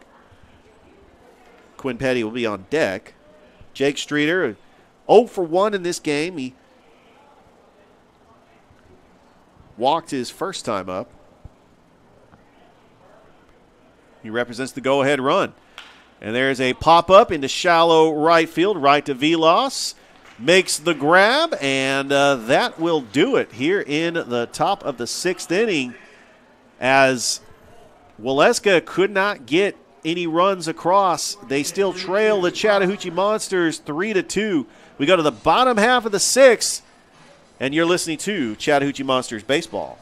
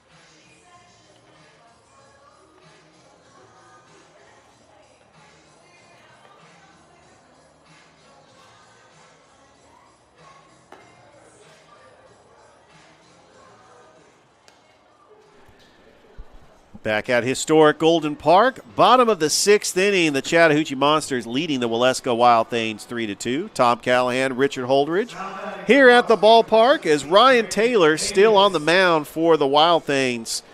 So far, he has pitched 6 innings and he's given up 3 runs. A pretty good job by both pitchers so far here in this contest, game 1 of a doubleheader. And Taylor's first pitch to the leadoff hitter, Brendan Davis, is swung on a miss for a strike, 0-1. Davis 1 for 2 in this game. As Taylor's next pitch is swung on a miss, 0-2.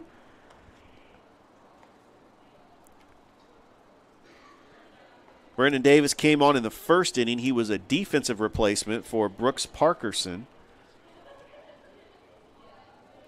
There's the 0-2 to Davis. Swung on a miss, but is dropped by the catcher. The throw down to first. 2-3 on the putout. It'll be a strikeout and a pass ball, but Waleska is able to get the out.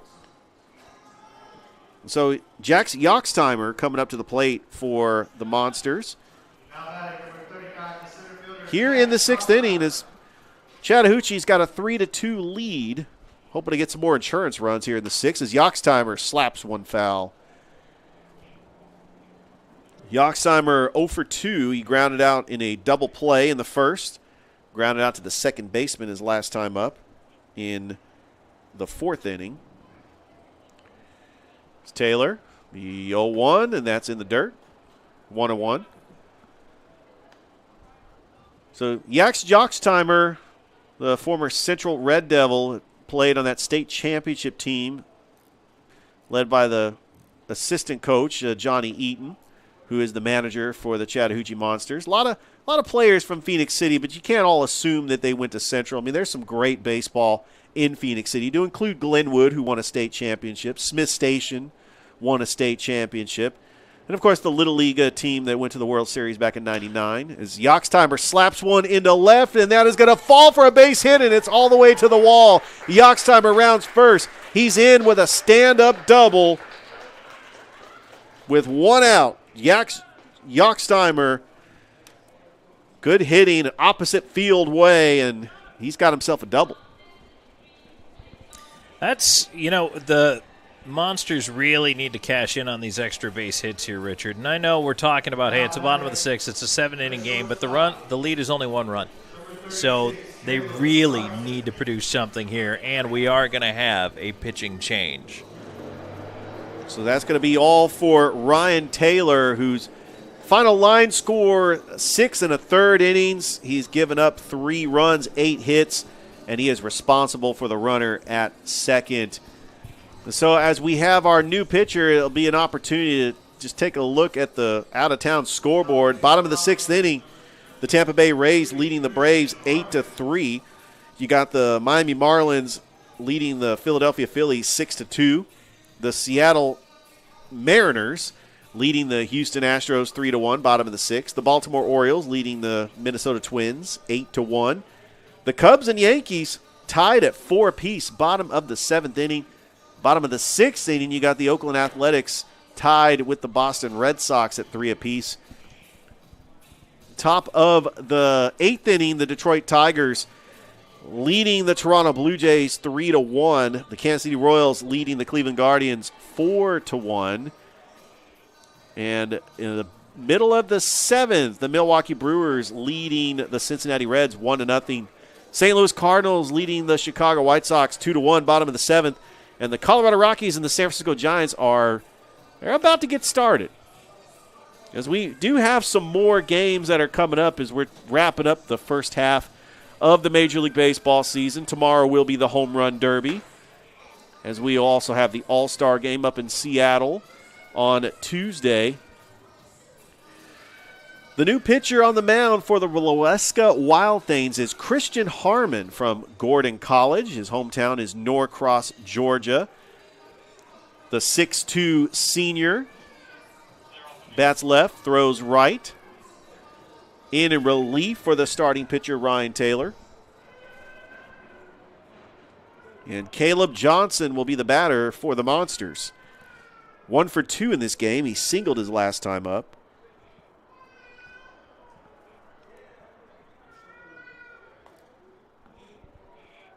Harmon from the stretch checks the runner. And the first pitch, and that is popped up in the left. It's going to be right at the left fielder. Streeter makes the grab for the second out. Back to the bag is Yoxtimer. And so Brody Capps will come up to the plate. He's 2 for 2. He doubled in the second, and he singled and scored a run. Braden Pelkey has got all the runs batted in the game for the Chattahoochee Monsters. He had the 2 RBI single that broke open this game, and they were able to take the 3-1 lead. That first pitch is high and outside to Brody Capps.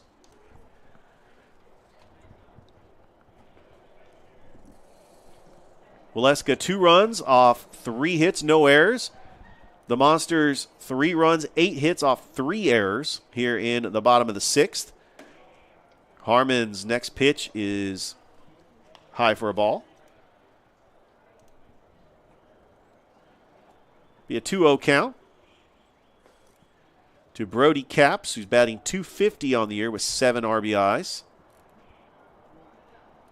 Harmon checks the runner at second. Here's the 2-0 pitch, and there's a high fly ball into center field. That is going to be right at the center fielder, Lombardo, and he makes the grab. And Waleska stranded that runner at second, and they're down to their final 3 outs. We'll go to the top of the 7th inning. The Chattahoochee Monsters leading the Waleska Wild Things 3-2. You're listening to Chattahoochee Monsters Baseball.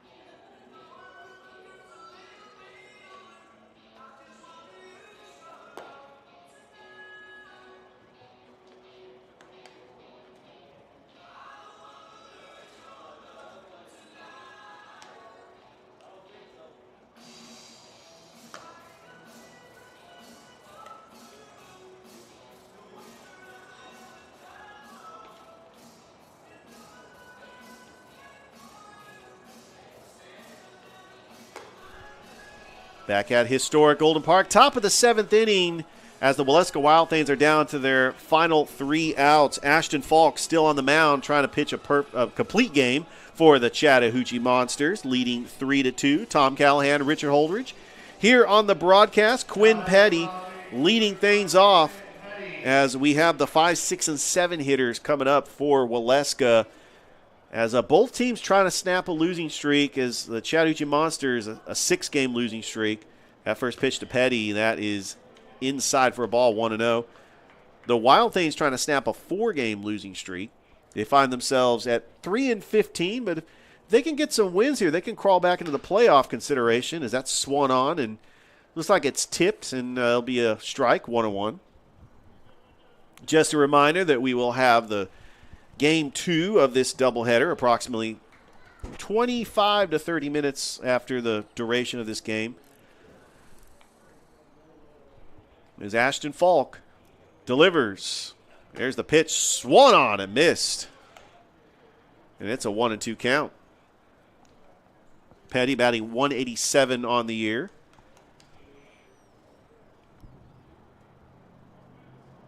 Falk delivers the 1-2 and breaking ball, and that's inside and evens the count at 2-2. Waleska 2 runs off 3 hits, no errors. The Monsters 3 runs, 8 hits, 3 errors here in the top of the 7th. There's the 2-2 outside, and it runs the count full. Got to be careful in this inning here in the top of the 7th. Even though the Monsters are the home team, they will get final at-bats. It's still a 1-run game. Here's the payoff pitch, and there's a pop-up in foul ground.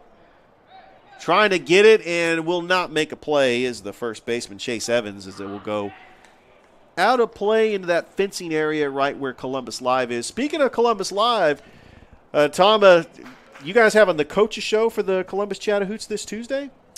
We are, and actually we did the last one from up here in the booth. We don't have that open to the public for the coaches show these days, but we are on from 6 to 7 on Tuesday night. Steve Smith is back in town, and we are now past the July 4th holiday, so please join us. Absolutely. As there is a leadoff walk, Quinn Petty, and the manager, Johnny Eaton, coming out. I think this could be all for Ashton Falk, but he's pitched a fantastic game. I mean, he really has. He's only given up 3 hits. Yeah, he's a little upset with himself, kicking the dirt there. I understand. But, yeah, we're going to get a new pitcher in here for the Monsters. Well, typically, if this wasn't a 1-run game, manager Johnny Eaton would let him finish it out. But this is a very tight game, and this is a very important game, especially for the Chattahoochee Monsters.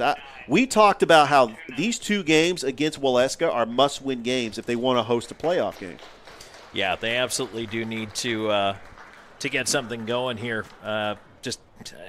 This is where you're at. You need to finish third, and you want home advantage for that. The new pitcher for the Chattahoochee Monsters is Dawson Fuller, the lefty. He's coming on, and the final totals for Ashton Falk, as he has pitched 6 innings, he's given up 2 runs. He is responsible for that runner at first, but he's in line to pick up the win if Dawson Fuller can come in. And he's in a save situation, the sophomore from Southern Union State College out of Wetumpka, Alabama. Wetumpka just outside of Montgomery. And a very good pitching performance by Ashton Falk. He wanted to get the complete game, and I can understand. But the Chattahoochee Monsters have an opportunity to close out this game and pick up the victory and snap the 6-game losing streak. Richard, do my eyes deceive me? But we have a lot of sunshine here. We just did, yeah. It must have just creeped over the clouds. It's nice to see. It has kept the temperature down a little bit here. It really has. Yeah. Oh, yeah. Falk working from the stretch. A.J. DeMastri, the batter for Waleska. He shows bunt, lays off, and it's going to be – looks like it's going to be a ball. Like the scoreboard is not really working. It is a ball. As we're relying on the game live on the computer. I mean, plus with the sun out, it's really hard to see the scoreboard now. It's all blurry there. Showing bunt, that's in there for a strike, 1-1.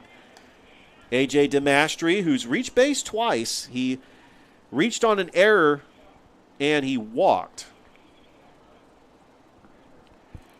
Petty represents the tying run here in the top of the 7th. As the Monsters leading Waleska 3-2. There's the pitch showing bunt. Lays down a beauty right to the third baseman to throw to first in time. Nobody covering the bag, and as the runner, Petty, looked like he was going to round third, but they were able to get back there in time. 5-3 on the putout. And that does move the tying run into scoring position. And Ryan Martin, the batter for Waleska. He has also reached base twice as he singled in the 2nd inning and reached on an error his last at bat.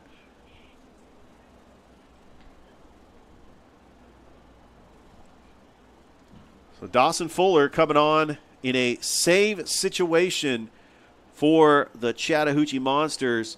Fuller on the year, he has pitched 8 1/3 inning. He's got a 5.40 earned run average. This is his 8th appearance on the season. He has 6 strikeouts. Here's the pitch, and that pops out of the glove of the catcher. And you have a pass ball, and Petty is now 90 feet away from tying this game. That was a huge steal by Petty because now with one out, a sack fly could tie it. Martin, the batter. Here's a 1-0. Swung on and missed. Strike one. Right now, Dawson Fuller has got to focus on the batter. Not worry about the runner at third, but he's got to be very careful on his pitch selection. There's the 1-1, and it gets away from the catcher, and there comes the tying run, and we are tied up at 3.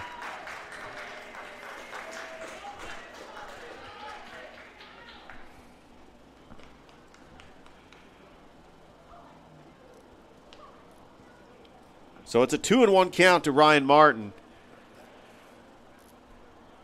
That's exactly what the Chattahoochee Monsters did not want to have happen. Here's the 2-1 pitch, and it's popped up into shallow right field. Velos underneath it makes the grab for the second out.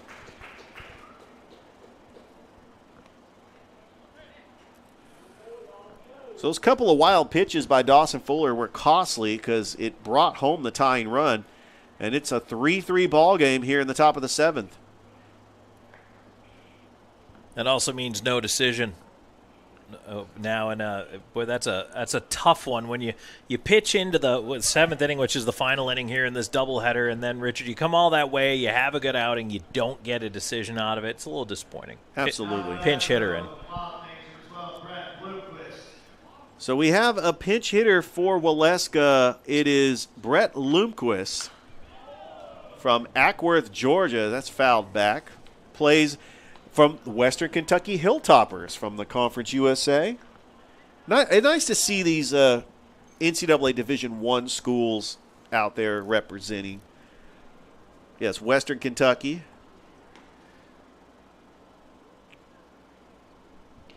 From Ackworth, Georgia. The hometown of Monsters pitcher Eric Moore. A lot of baseball talent here.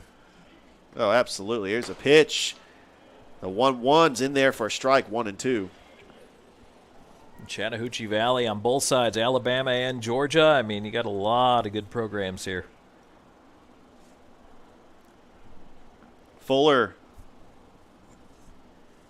He's taking his time on the mound. Delivers. The 1-2. Strike 3 call on the outside corner. A Southern Mosquito control strikeout for Dawson Fuller, but not before the damage is done.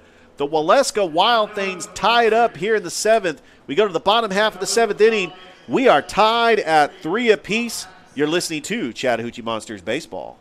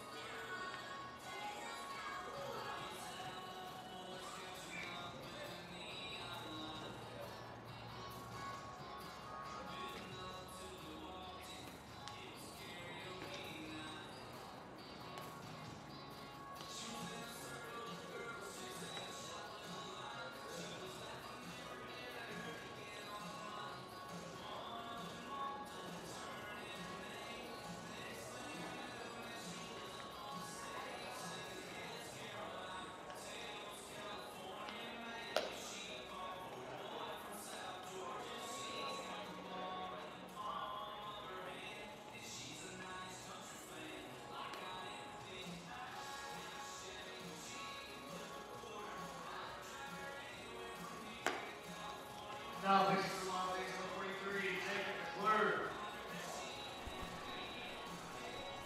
Back at historic Golden Park, Tom Callahan, Richard Holdridge here in the bottom of the 7th inning. Waleska able to put up a run on the board to keep this game going. We're tied at 3, and on the mound for the Waleska Wild Things is Jacob McClure. He is a 6'1 senior out of Marietta, Georgia. From Georgia Southwestern University out of Americus, Georgia. They are in the Sun Belt, or in the Peach Belt Conference with Columbus State, one of their biggest rivals. So, yeah, we do see a lot of talent in the Peach Belt Conference. And very familiar with those Columbus State players as he's coming in to pitch. So McClure on the year. He is a third appearance. He's pitched 3 1/3 innings, and he has not given up a run. He is 1-0 on the season with 7 strikeouts. But if the Chattahoochee Monsters want to snap a 6-game losing streak, they got to do it in walk-off fashion here in the bottom of the 7th, as they are the home team.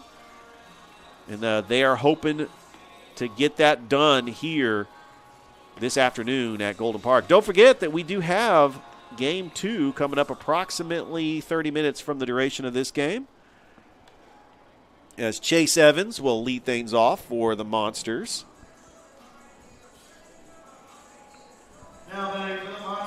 We do have a full slate of games in the Sun Belt starting tomorrow. Waleska is going to be up at Oglethorpe University taking on the Brookhaven Bucks, and the Chattahoochee Monsters up in Alpharetta taking on the Aviators.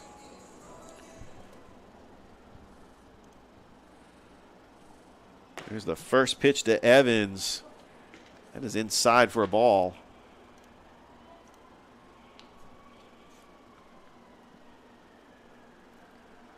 McClure working from the stretch. That's in there. So 1-1 count to Chase Evans, batting .272 on the year. McClure's 1-1 pitch, swung on a miss, strike 2. It's a 3-3 ball game here in the bottom of the 7th inning. Game 1 of a doubleheader, and they only play 7 innings in these doubleheaders. McClure working from the stretch. The 1-2, it's outside for a ball, 2-2. Boy, DeMastre tried to sell that one, but it was very close. Chase Evans, the batter. McClure. There's a high fly ball into right field. Going back, way back. It is gone! The Chattahoochee Monsters win the game on a walk-off home run by Chase Evans. Wow. That is how we end the first game here. Unbelievable. And the Chattahoochee Monsters snap a 6-game losing streak. They are now 9-10 as they get ready for Game 2 of this doubleheader between the Waleska Wild Things. And that is how, Tom. I'm speechless. That's how the game ends. Richard, you're getting all the good calls here for the Monsters. Oh, boy. You got the no-hitter 2 weeks ago. You got the walk-off homer here. I mean, yeah, man, that's an incredible way to win it. But I will say this, and I was thinking about it when you said that coming up here. Well, they're going to have to walk it off. This kind of win, this is different from a shutdown win where, okay, you get the outs you need and then you don't have to play the bottom of the 7th. No, this is a, hey, we actually physically had to do something to win this baseball game, and they did. They got a clutch home run, just their 4th home run as a team on the entire season. And you know what? That is a shot in the arm kind of win. So now they've got Game 2 coming up in just a little bit, and hopefully they carry that momentum into it. McClure gets the loss for the Wild Things, and the winning pitcher is Dawson Fuller. As once again, the Chattahoochee Monsters walk it off. Your final score, the Chattahoochee Monsters 4, the Waleska Wild Things 3, as they win Game 1 of this doubleheader. Stay tuned because we're going to have a debut. Myself and Noah Shelton are going to be calling a baseball game together. I'm really excited about it. Noah's actually up in the booth with us, and I know that he's eager to get on, and we're going to be really excited about that game. So stay tuned. In about 30 minutes, we're going to have Game 2 here on this doubleheader between the Chattahoochee Monsters and the Waleska Wild Things. You're listening to Chattahoochee Monsters Baseball.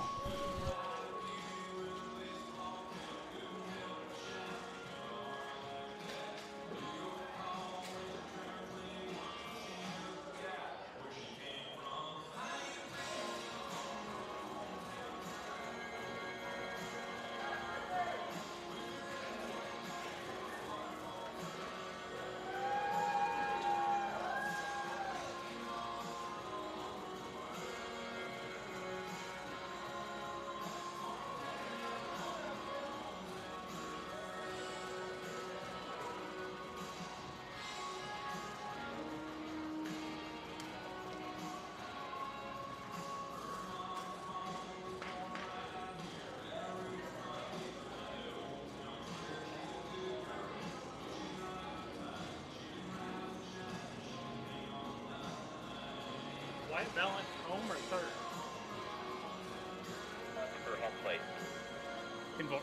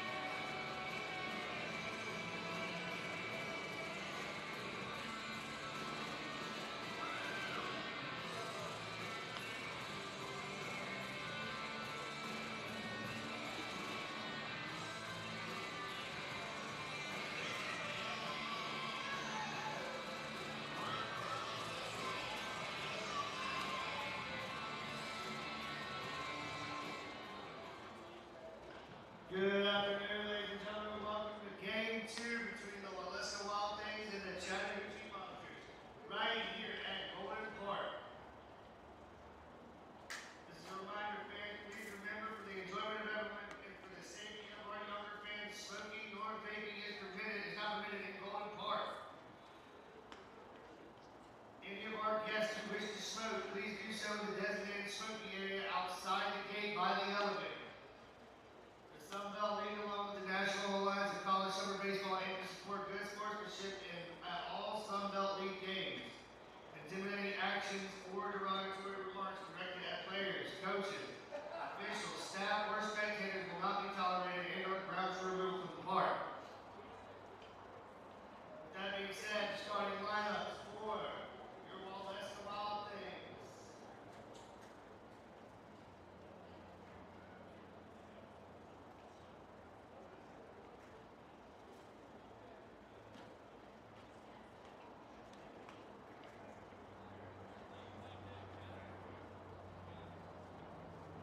Batting first for the Waleska Wild Things. Number 12, the left fielder, Blomqvist. Number 3, the center fielder, Lombardo. Number 44, the catcher, Hudson. Number 36, the left fielder, Streeter. Number 11, the shortstop, Smith. Number 25, the third baseman, Doyle. Number 35, the extra hitter, Watson. Number 16, the second baseman, Perez. Number 27, the first baseman, Alexander. Number 32, the designated hitter, Martin. And number 24, the pitcher, Mangum. And now for your starting lineups for the Chattahoochee Monsters. Batting first, number 5, playing first, Brody Capps. Batting second, the center fielder, number 39, Jack Scottsteiner. Batting third, the designated hitter, number 36. Welcome back into the broadcast booth. I'm Noah Sheldon along with Richard Holdridge now. First game that we're going to combine and call here. A tremendous walk-off winner for the Monsters last game. You had the call, Richard. How was it? Oh, it was absolutely fantastic. Tom and I were joking. He's saying I've been getting all the good calls. I mean, I called the no-hitter by Eric Moore a couple weeks ago, and then I called the walk-off shot by Chase Evans. But this is a very important game, Noah, because the Chattahoochee Monsters, right now, they are currently in 5th place in the Sun Belt. And we know how the playoff format's going to be. And if they want to make the playoffs and possibly host a playoff game, they got to get this win against Waleska, a team that's 3-16. And they also are getting ready to go on the road to take on the Alpharetta Aviators, also in the bottom of the league. And this is where they solidify themselves as one of the top teams in the SBL. I mean, they've had a pretty tough stretch, a 6-game losing streak. Noah, you called some of those games. They played the Columbus Chattahoochees very tough. Oh, yeah, they definitely did. Two absolute classics. Lost by 1 on Monday and then lost in extra innings on Wednesday. So this team, they've proven they can be competitive with the best in the Sun Belt League. And, of course, you talked about how important these two games are for their playoff push. And if they really, the third seed in the Sun Belt League is really wide open right now, which is a home game in the playoffs. So it is very important for them to follow up the win in Game 1, which I'm sure they want Game 2 to be a little bit more relaxing for a finish. But, yeah, absolutely huge game for Chattahoochee. Well, there's no question about that. And they lost to the Gainesville Gold Diggers 11-10. And last week they lost to the Brookhaven Bucks in both games. Both games were very close. And it was one of those what-if situations. It was the bottom of the seventh inning, and the game was called because of lightning and some rain. Yeah. And they had the tying run coming up to the plate. And it was just one of those games where, the Chattahoochee Monsters have really been a very talented team. They've been doing it with small ball. I mean, they only have hit 4 home runs as a team. I mean, one of them was the shot by Chase Evans to walk it off in that first game. And you look at this team, I mean, this is very impressive. They've got 54 stolen bases. They know how to play small ball. And their manager, Johnny Eaton, he comes over from Central, a winning school that has won a state title last year. We're getting ready to start things off. First pitch to leadoff hitter for the Wild Things, Brett Blomqvist, swung on a miss for strike 1.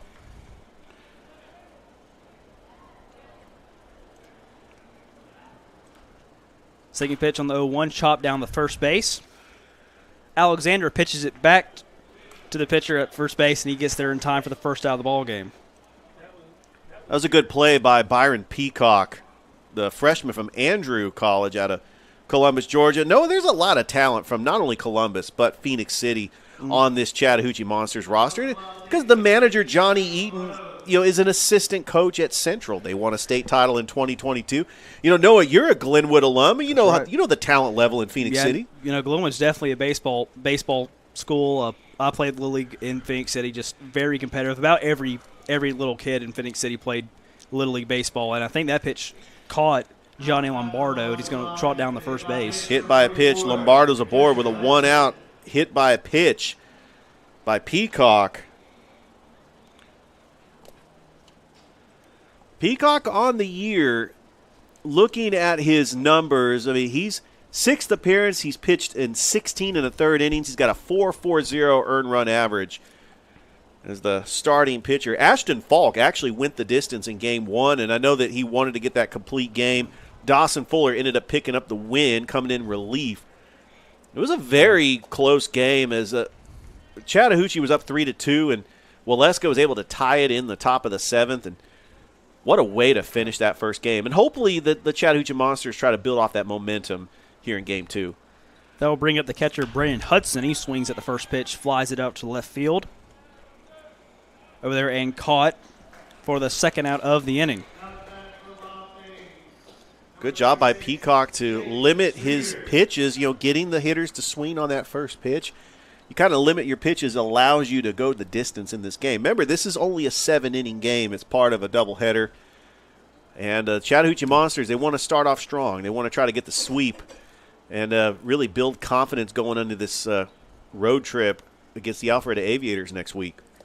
That'll bring up the cleanup hitter, Jake Streeter. A quick pickoff move, the first by Peacock. Back in safely is Lombardo. Streeter went 0 for 2 in the first game with a walk. Has a runner on first with 2 down here in the top of the first. Again, the Monsters won Game 1, 4-3, and a walk-off home run in the bottom of the 7th by Chase Evans. And now a throw down the second on the steal attempt. The tag is applied, and he is out at second base. And just like that, that'll end the top of the first. Very quick first inning. Probably one of the quickest that we've witnessed. We're underway here in Game 2 from historic Golden Park.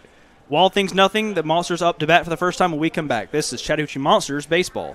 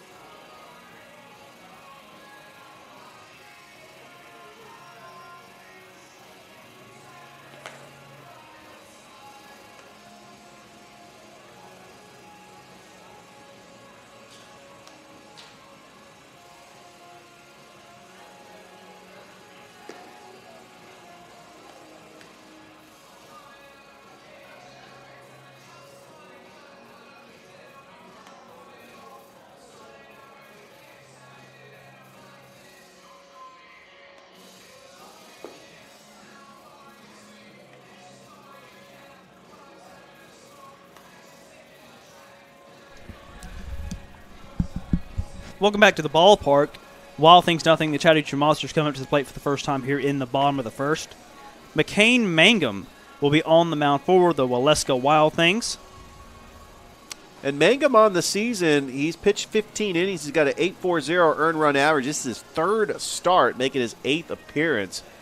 as the Waleska Wild Things. Noah, I know you've talked about on the broadcast before that Waleska is a pretty good team. They just have had some unfortunate mistakes, and they've had a lot of close games. 3-16, but their record does not dictate what type of team this is. You were able to call the Waleska this year, and they're one of the teams that can be competitive. I mean, they hit 6 home runs as a team. Yeah, no, they definitely have a lot of talent up and down the lineup and up down the roster as a whole, really. Obviously playing away from home for the whole basically second half of the season isn't ideal. That's got to be tough. Got to be tough, Yeah. Not having really a home ballpark. But the leadoff hitter for the Monsters, Brody Capps, will step up to the plate to begin the bottom of the first for the Monsters. I tell you what, Brody Capps had a pretty good first game. He doubled and singled. Yeah, Brody Capps, really, it's good to see him come on for the Chattahoochee Monsters. Batting .250 on the year with 7 RBIs.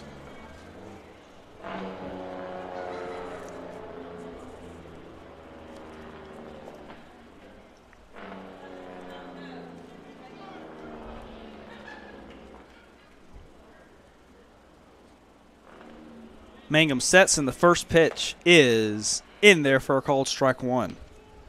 One thing about this Chattahoochee Monsters team is that they're able to manufacture runs because of their small ball, and that's really what the manager, Johnny Eaton, has really preached to this team. Second pitch low for ball one. And it's really important to get that runner on base because they don't hit a whole lot of home runs as a team. Get the runners on base, move them over, and that's why they're able to manufacture runs, and that's why they're off to that hot start. They were 8-4, but then they lost 6 straight games. That's why we were so surprised with the walk-off last game. Obviously these Monsters not known particularly for their power, but a home run's what won it for them, as this is slapped over to the second baseman and past Sebastian Lopez Perez at second base into the outfield. I tell you, Brody Capps is aboard. I think that is going to be a hit. I mean, I think that was too much for Lopez to get. Yeah. Would have been a tough play, even if you got in front of it. Here comes one of the hottest hitters for the Chattahoochee Monster and also a champion, a member of the 2022 Central Red Devils baseball team. It's too bad that when you were at Glenwood, they didn't get to play Central baseball. I don't know if I really wanted to see that as a Glenwood student. Oh, yeah. But, they have these rules with the AISA and the AHSAA. They can't play teams, and I would have loved to have seen that matchup, just as a casual baseball fan. Yeah, just as an exhibition would have been nice. Yeah. First pitch to Yoxnheimer outside for ball one. But I tell you what, I actually was in attendance at that Smith Station Central playoff game. Incredible. It was such an incredible atmosphere. The Backyard Brawl Baseball Edition.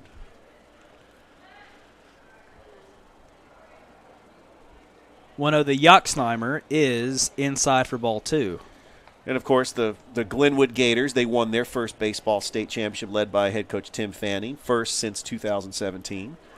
And that was a great sight to see. Yeah, no, the Glenwood's baseball team this year was very talented.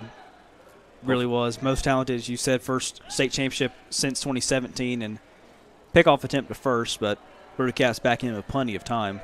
I actually think guys like Jackson Milam, Mason McCrane, Jacob Pay, I think they could be put on a Monsters or a Hooch uniform.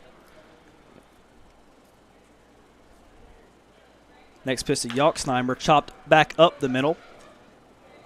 Forced out at second, throw over the first, not in time, but Brody Capps is eliminated by the shortstop unassisted, Jonathan Smith.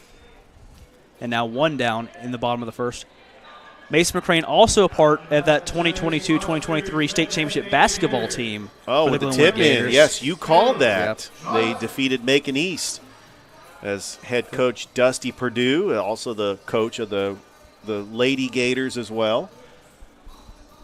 Now, that had to have been an experience, you being a Glenwood alum, able to call that. I know Thrift Behringer, as a Glenwood alum, got to call the baseball championship. If you heard the call, you could hear the passion in my voice, that's for sure. Yeah, there's no doubt about that. I listened to the call. It was great. Caleb Johnson swings on the first pitch and grounds it through the hole for a base hit.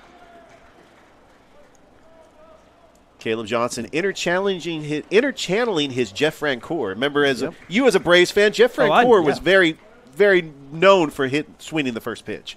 Oh, yeah. Now part of the broadcast crew. By the way, great broadcast team, the four of them. Oh, yes. That was the incredible broadcasting by John Smoltz, Jeff Francoeur, Oh, yeah. Chipper Jones. Yeah. And Glavin, I believe, was the other one? I think Glavin was the other Yeah. one, but Yeah. warm up the bus. Cleanup hitter Braden Pelkey now steps into the right-handed batter's box at third baseman. Runnels on first and second, swings at the first pitch, pops it straight up in the air towards center field. Battling the sun a little bit and coming over to make the catch is the right fielder, Brett Blomquist, to make it 2 away now in the bottom of the first. That was a huge out by Waleska. I mean, and really, Lundqvist was battling the sun. I thought it was going to drop. Yeah. They were trying to call each other off, but they get the out. Perez, Lombardo, and Blomquist, all three of them were finding the sun on that one, but Blomquist makes the catch. And they'll bring up Gloomwood alum Colton Dempsey to the plate. This is the first appearance for Colton Dempsey in this game. He did not play in the first game. He also pitched against the Hoots on Monday night in the 9-8 loss. The comeback victory for the Chattahoochees. First pitch low in the dirt for ball one. That was a very exciting game. I listened to that game and the Wednesday game with you and Tom Callahan. You guys did a great job. And just to see the Chattahoochees come from behind in both games. And I talked to Tom. This place was nearly packed on Monday night. Yeah, definitely. I mean, almost completely full. It was a tremendous sight to see. A lot of fans. Really electric atmosphere. Next pitch to Dempsey. He's in there for a called strike one. Evens up the count at 1-1. Now, Dempsey, he's only got one hit so far. You know, he's only had 7 games, 12 at-bats. He's batting .083. He'd like to get going here. In that Hoots Monsters extra inning game in the bottom of the ninth, the Monsters were the home team that night. Dempsey came at the pinch hit and hit one out to the warning track with 2 down the bottom of the ninth. That was caught, which, if it had gone another 10 feet, would have won that game for the Monsters. Incredible. That next pitch was outside and low for ball 2. Yeah, this Monsters team is a very talented team. I mean, I would not be fooled by the 6-game losing streak. I mean, they played some very good teams. Brookhaven, one of the hottest teams in the SBL last week, they lost both those games. I mean, took Gainesville to the wire, losing 11-10. Next pitch to Dempsey. He fouls it out of play down the third base line. And so, Noah, but this is the final day for the first half of Major League Baseball. Are you a home run derby guy? You like watching the home run derby? Absolutely. Now, I'm maybe a little old-fashioned in that I like the old format with the outs, 10 outs. I do too. Per at bat as opposed to the clock. But, yeah, I absolutely love the home run derby. Now, I heard you and Tom talking about earlier. I do like how it's no longer determines home field advantage. Absolutely. I think that was a little too far out there, but it's just an entertainment product, as Tom says, and I think it does a great job at that. Well, I do remember that All-Star game where the commissioner, Bud Selig, decided to end it in a tie. And that was just – it was awful. It's like we cannot keep this in a tie. This has got to mean something. But I do like the fact that it's not going to determine home field advantage. It's really pride for the leagues. I mean, I'm a National League guy myself. I know you are because you're a Braves fan. I'm a Giants fan, so I root for the National League. The 2-2 pitch to Dempsey is swung on and missed for strike 3. And the Monsters leave runners at first and second. We head to the second inning. It's Waleska Wild Things nothing, Chattahoochee Monsters nothing. This is Chattahoochee Monsters baseball.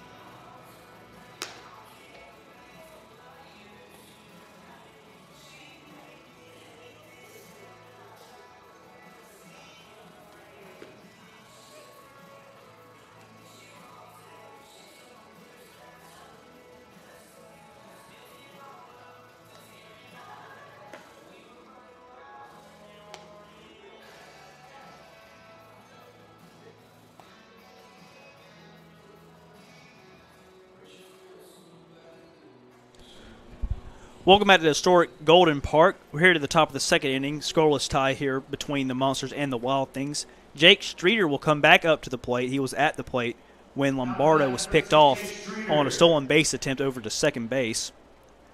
So he gets the fresh count, and the first pitch to him is called strike outside corner.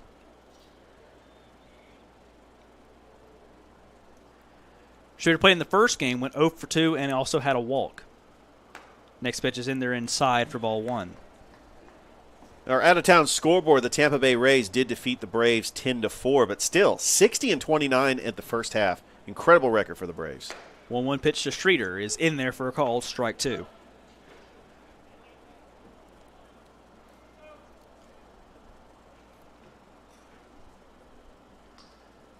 Peacock working quickly.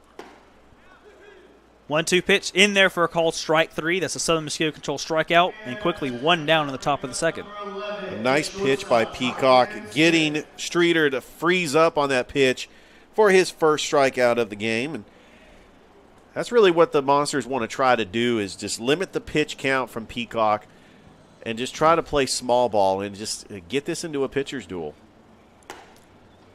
First pitch to Jonathan Smith is in there for a called strike 1, the shortstop. Although, Noah, it doesn't hurt that if the Monsters could put up some runs on the board, but that's really not their game. They play small ball. They manufacture runs that way.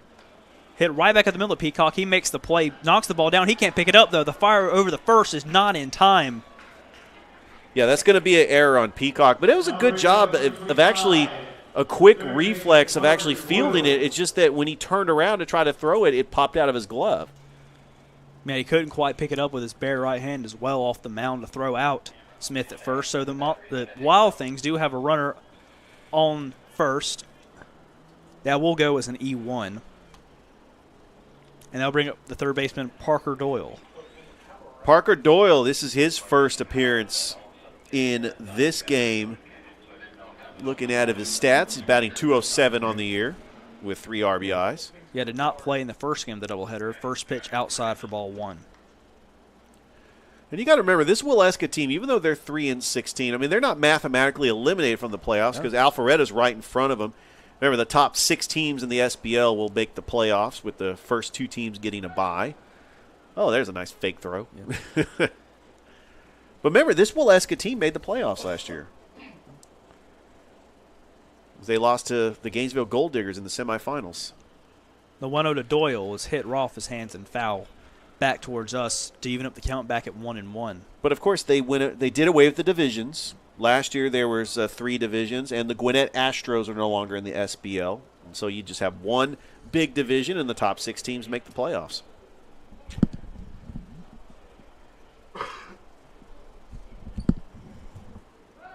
Pickoff move over to first, but back in safely is Jonathan Smith. Some score updates in the major leagues. The Chicago White Sox, they fall to the Cardinals in 10 innings, 4-3. Brewers beat the Reds 1-0. 1-1 pitch to Doyle was outside for ball 2. And this should make Tom Callahan happy. The Toronto Blue Jays are able to come back and defeat the Detroit Tigers in 10 innings, 4-3. Good for Tom. And my San Francisco Giants leading the Colorado Rockies 1-0 in the bottom of the 4th. So pretty much all of our baseball teams doing well so far. Peacock with another pickoff attempt to first, and back in safely is Smith. And get this, would you believe that the Cubs leading the Yankees 7-4 top of the 9th? Wow. Hit towards second base and popped up and throwing over to first in time. Noah Jones bobbled it initially. He was going over to cover the bag because Smith was going, but cut back and got the out at first. So now 2 down here.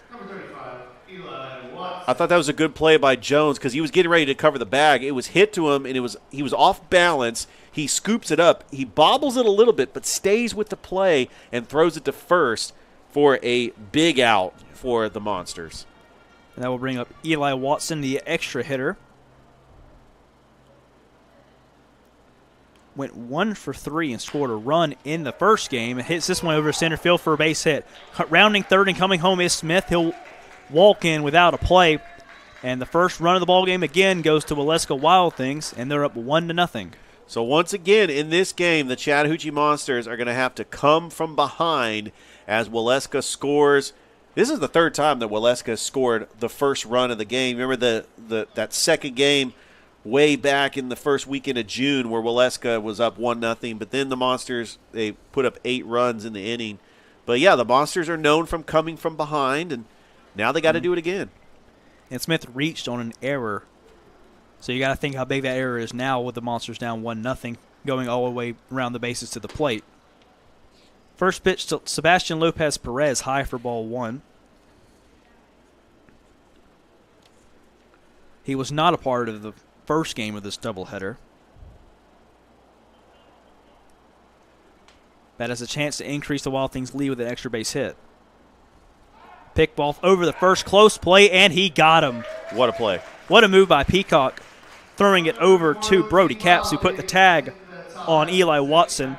So Sebastian Perez will come back up when we begin the top of the third. But as it is, it's Wild Things 1, Monsters nothing. This is Chattahoochee Monsters baseball.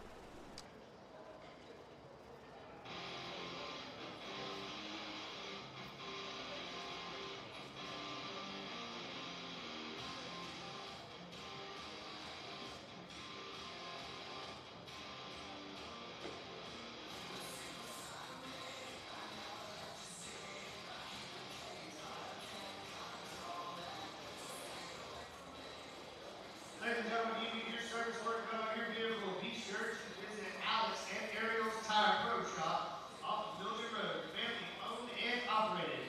Tire Pro is a full-service automotive repair shop with ASE certified technicians to help you with any of your vehicle needs. Are y'all feeling thirsty today? Grab the ice cold Pepsi products on our concourse brought to you by Buffalo Rock. Buffalo Rock Pepsi is the premier beverage partner of all Golden Park concourses and wants to make sure that you quench your thirst for every inning of our home games.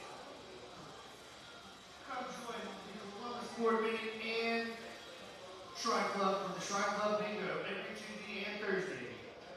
$1,500 awarded every night with guaranteed $1,000 jackpot. Doors open at 5 o'clock. First ball call at 6:30 p.m. Proceeds benefit Shriners Hospital for Children. Shrine Club Bingo. Bingo with a heart.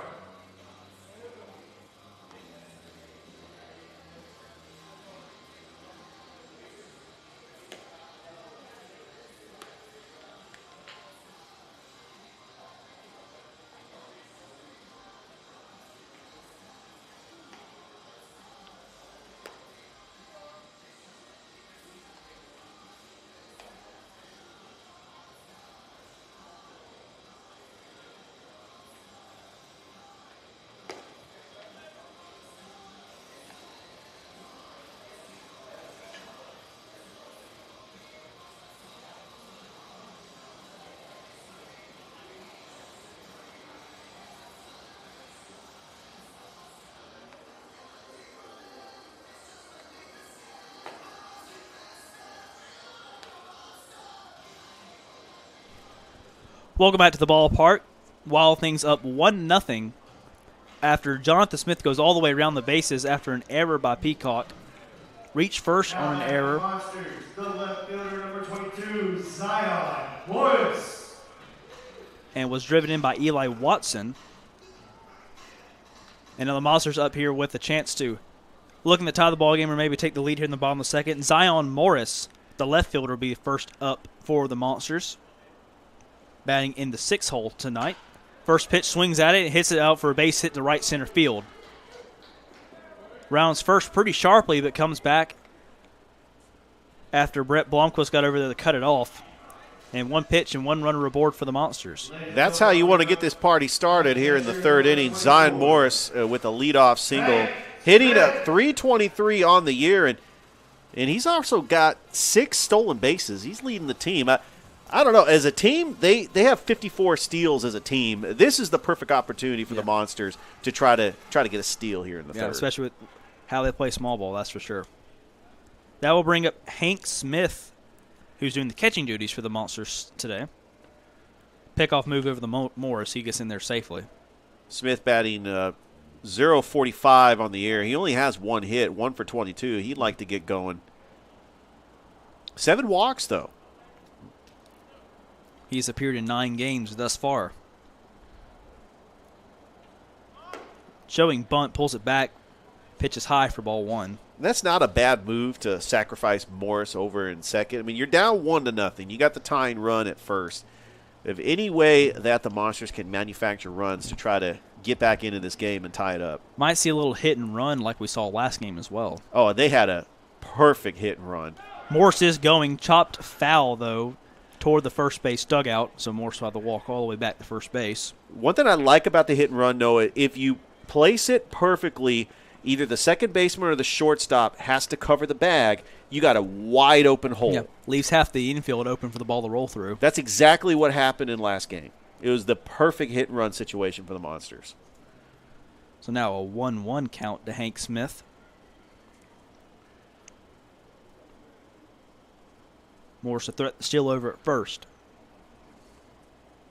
And the pitch is on the outside corner for a called strike 2.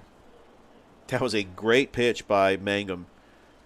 And really, the catcher's selling it, and really these umpires are really hesitant about calling these strikes right away. Yeah, you mentioned you and Tom talking about how some of the Sunbelt League umpires, at least, take their time when it comes to calling balls and strikes, and a quick pickoff move over to first by Mangum. Morris back in time. I believe that's hardest on us up here, trying to tell you if it's a ball or a strike. Yeah, because we're the ones broadcasting the game, and we want to know exactly what it is. Yeah, we can't hear what they say as well from up here, so we go by the hand signal. The 1-2, Morris is going, pitches inside for a ball. The throw down the second is not in time, and Morris still second base. Smith takes it for ball 2, and the Monsters with a runner in scoring position with nobody out. Great jump by Zion Morris. It gives him his 7th stolen base of the year, and now the tying run is in scoring position for the Monsters. That is a Monster special right there. Oh, yeah. I tell you. Absolutely. Well, you talk about umpires taking their time. I'm reminded of a classic. It is a baseball movie, The Naked Gun, with Enrico Palazzo. Leslie Nielsen, of course, playing the famous opera singer Enrico Palazzo, also an umpire. And say what you want, The Naked Gun is a baseball movie.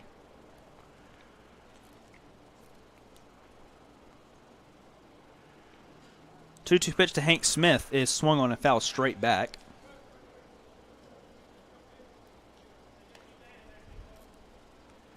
So Smith remains alive with Morris stealing second. First of all, I do want to congratulate the Phoenix City 12 and under All-Star team for making it to the World Series. I mean, you played Little League Baseball in Phoenix City, right? Yes, I did. I wouldn't say I was particularly good, but I was a part of. I mean, the parent support out there is second to none. You know, I mean, those bleachers are completely packed, especially on the weekends, and that ball is chopped foul. Absolutely. And you know how rowdy Little League parents can get. Oh yeah. That is the spot. If you want to hear there. if you want to hear some good old Little League parent jargon. And Harris County, they're playing in the state championship this weekend, taking on Franklin Little League in the first round up in Smyrna, Georgia. Smith swings at this one and pops it up to center field. This should tag the runner. Lombardo gets underneath. Oh, he lost it in the sun and he lost it. Wow. Zion Morris is running the third. He'll hold up there. Sliding into second safely is Hank Smith. The sun came out, and he completely lost it in the sun. The ball landed. He dropped 5 feet in front of him. Yeah. And so that has to be an error and a huge one for Waleska at that. And with nobody out, the Monsters have runners at second and third. For the Chattahoochee Monsters, the right fielder number 23, Tanner Martin. Yeah, that's definitely going to be an error on the center fielder. They actually gave him a hit? Gave him a double. No. Wow. Well, maybe because technically he did not touch the ball. Yeah. So they can't give him an error. Either way, Monsters with 2 runners in scoring position with Tanner Martin now coming up to the plate at the right fielder. He's in the 8 hole. First pitch, outside corner called, strike 1.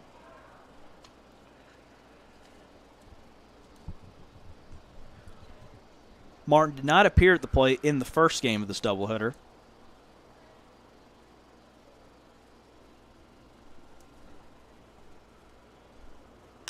Slaps this one over to right field, looping, and is going to drop in for a base hit, and we got a tie ball game. Morris comes home to score. Over to third goes Hank Smith. And now with runners at the corners, nobody out, we got a tie ball game at 1 apiece. Well, the Monsters have an opportunity for a big inning here in the third. Good hitting by Tanner Martin to get the score tied. 3 straight hits now for the Monsters. And no outs. And now Noah Jones comes to the plate, the second baseman. Jones batting 167 on the season. He's played in 15 games. Has an opportunity to give the Monsters the lead right here. Megamai home and fires. The first pitch to Noah Jones is outside for ball 1. And the Chattahoochee Monsters were able to win Game 1 in walk-off fashion thanks to Chase Evans' home run. And it snaps a 6-game losing streak, and they're now 9-10 on the season. I mean, this is a very important game, especially since they actually have overtaken the Atlanta Crackers in the standings just briefly. Crackers are 9-11. Runner going, fouled back by Noah Jones over the first base dugout. And this is how important this game is, Noah. You got the Brookhaven Bucks in third place with a 10-9 record. Atlanta right now 9-11, and Chattahoochee is 9-10, and the Atlanta Blues are 8-12. You don't think that Really Columbus Chattahoochee game against the Crackers is a big game? You know the Monsters are probably rooting for the Chattahoochees in that game, because I think the number 1 and number 2 seeds are solidified already. 1-1 pitch to Noah Jones is swung on, and the bat flies out of his hand, and it's chopped foul, and it'll make it 1-2. Because, Noah, I think it's safe to say that Gainesville or Columbus are going to get the number 1 and number 2 seed. And Correct. They both play each other here at Golden Park. Next weekend. Yes. Oh. It's going to be absolutely huge weekend. Huge series.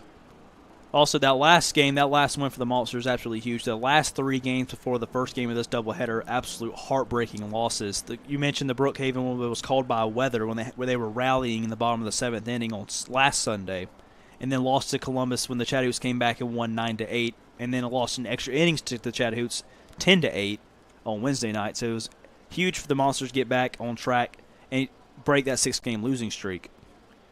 Absolutely, because I feel that they had the tying run to the plate. There was no outs. All the momentum was going in the Monsters' favor last week. I think that they could have won that game, especially since them being the home team and they get last at bats. So now Noah Jones resets after losing his bat for a 1-2 count with the runners on the corners. Runners going. Pitch is taken for a called strike, and sliding in safely to second base, no throw, goes Tanner Martin. Good stolen base by Tanner Martin, and with no outs and both runners in scoring position, this is the inning where the Monsters have got to get a big inning. And now, you know, when you get a big inning like this, really, Samuel Barrett just threw somebody out. There's some chirping between home plate umpire Samuel Barrett and somebody in the Waleska Wild Things dugout. And now we got a little bit of a did he throw meeting. Out the manager? I'm not sure. Here comes the manager out of the dugout to talk to him. Heard a lot of yelling between the two as Barrett was walking. I think he was going to go talk to the third base umpire about something, but while he was walking, the Waleska Wild Things dugout was chirping at him. Barrett chirped back and then threw somebody out. And now the umpires are discussing some things. But no, this gives us a time to look at the upcoming schedule for the Monsters. They're going to be on the road Monday and Wednesday, taking on the Alpharetta Aviators. And then next week, back at home, taking on the Atlanta Blues. First pitch, 2:05. Mm-hmm. And you and Tom will have the call, as I will be going on vacation. So I'm looking forward to actually pulling that up on my phone and watching it on YouTube. And Waleska Wild Things manager still trying to talk to Samuel Barrett. He's the one that has been thrown out. Oh, and he was very colorful on his throwing out move. And that was a really good toss there by Samuel Barrett. I'll give it to him. Now, he's mentioned that they've had a couple players or coaches that they've gotten chippy with. That's the first one I've seen him eject so far this season. Well, now he's got to leave the stadium. I mean, he can't pull a Bobby Valentine and put a disguise on. Yep, just hang out in the back of the dugout. Just hanging out in the back of the dugout. We actually had that in the Lions game a couple weeks ago, where the Kaposi Cyclones manager got tossed. He's still standing at the gate, and now some confusion by the Wild Things. The count is 1-2. I think he's supposed to leave the ballpark. I mean, he could go chill up in Columbus Live if he wants to. No one really noticed. It's air conditioned. You can watch it on TV. He can listen to the broadcast. So he's standing just outside the gate. 1-2 pitch to Jones is swung on and missed for strike 3. First out of the inning finally now if you're a Wild Things fan. Yeah, Mangum, that was a big strikeout because now with just one out, still the Monsters are in a pretty good situation to get more runs here, but you want to try to chip away and just get one out at a time. And that's the way to do it, is get a strikeout. It doesn't advance the runners. The Monsters put it in play, and then they possibly could score some runs. That'll bring up the 10-hole hitter Corey Berry, playing the shortstop position in this ball game. Did not appear in the first game of the doubleheader. First pitch to him, he hits it down the first base line. Yeah, that's gonna be just foul. rolls foul. I believe it hit off his foot before it went out to the infield, as he was hopping around. And he's still walking rather gingerly in the grass toward the Monsters' first base dugout. Corey Berry batting 195 on the season, but he's got 5 stolen bases. One of those stolen bases was one of the most exciting plays that I've seen. He stole home. Oh, yeah.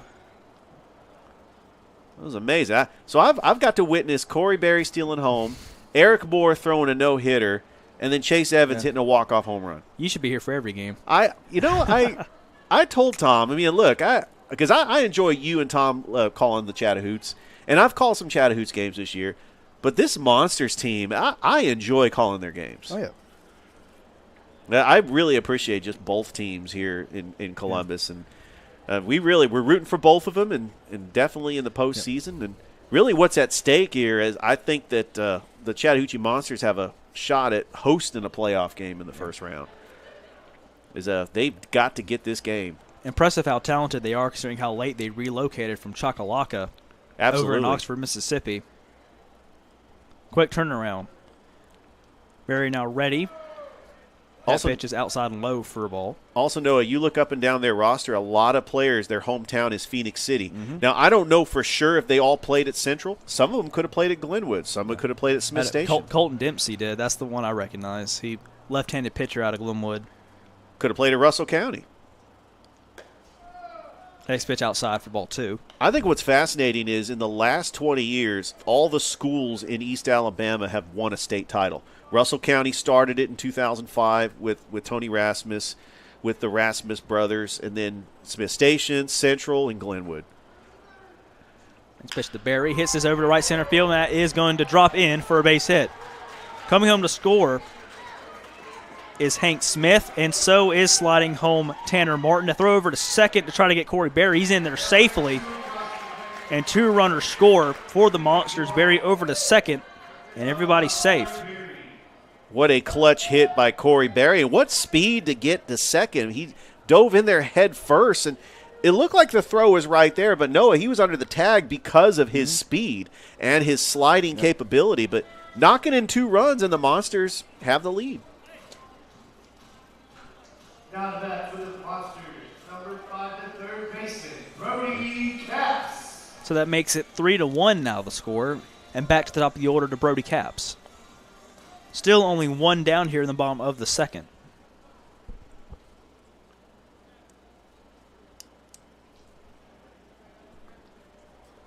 Mega Minds Berry back at second base. No ice home plate. Now back to Berry and the pitch. Low for ball 1. Caps is 0 for 1. He reached on an error in the first inning. We actually thought it was a base hit, but it got past the second baseman, and they ruled it an error. 1 error on each team defensively so far. Pitch slap back up the middle. Throw over to first is in time for out number 2. Good throw over there by Jonathan Smith. And 2 down, but the runner does go to third. Berry does advance 90 feet.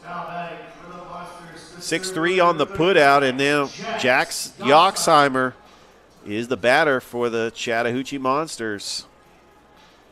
The tall lefty will step in with another insurance run 90 feet away. First pitch to Yoxheimer in there for a call, strike 1. And I'm excited to see him on this team. You know, Johnny Eaton, the manager, he was an assistant coach for the Central Red Devils. He was one of their top players on their state championship last year, playing collegiate baseball at UAB. Next pitch is inside for ball 1. Exciting inning, Richard. I've gotten to call my first ejection so far this season. Well, there you go. Yeah. He's pulling a little Bobby Valentine, though. He's still standing out there right outside the gate watching us. Yeah, I don't think he's allowed to do that. This pitch is swung on a slap to the second baseman, throw to the first, and is in time. And the Wild Things finally get out of the bottom of the second, but not before your Chattahoochee Monsters take a 3-1 lead. So after 2, it's Waleska 1, Chattahoochee 3. This is Chattahoochee Monsters baseball.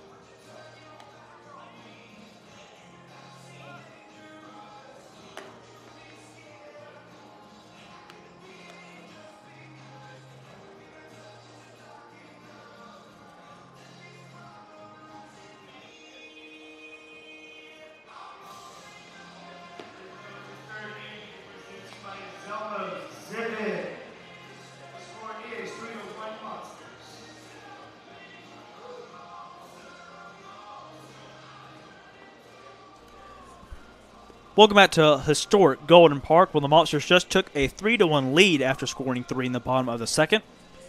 And now we begin the top of the third. Sebastian Lopez Perez coming back up to the plate after Eli Watson, who was at first, was picked off. So he'll get a fresh count, and the first pitch to him is in there for a called strike 1.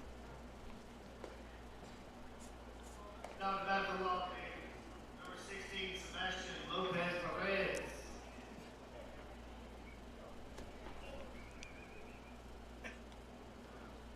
0-1 count to Perez and the pitch.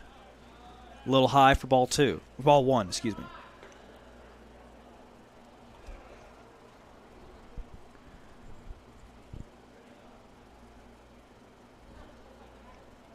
One pitch to Perez. Takes it outside for ball 2.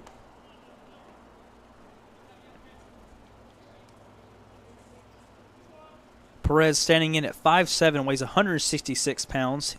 Currently at Georgia Gwinnett College. He's a freshman commit. Originally from Woodstock, Georgia.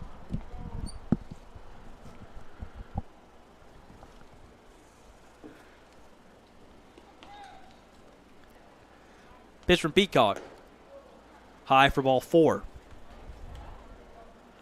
And a leadoff walk for the Wild Things. They have a runner on first. Now bat number 27, the first baseman, Trace Alexander. That'll bring up 6'1", 220-pound Trace Alexander to the plate for his first plate appearance of this game. You know, we got a full slate of Sunbelt games starting tomorrow. Waleska taking on Brookhaven, Chattahoochee taking on Alpharetta. And then you got the Columbus Chattahoochee taking on the Atlanta Crackers up at Kennesaw State. That game you can catch on the Hoots Radio Broadcast Network. And then Gainesville taking on the Atlanta Blues. So a lot of games there for playoff implications coming up. Yeah. We said the same thing last week. First pitch to Alexander. Swung on and missed for strike 1. But typically when you get close to the end of the season, I mean, all these games are very important, especially if you're fighting for position to try to get the best seed possible so you can host a playoff game. Perez digging his feet in the dirt a little bit over there at first. And now Peacock looked to throw back, but Perez got back so quickly that he just held the ball in his hand. So just a little history on the Waleska Wild Things. They came in as an expansion team in the year 2021 along with the Columbus Chattahoochee. Second pitch in there, Alexander for called strike 2. They do play their home games at Reinhardt University in Waleska, but because of the field conditions, they're redoing the field. They got to play all their games on the road for the rest of the season. Pickoff move again over the first, but back in safely is Perez.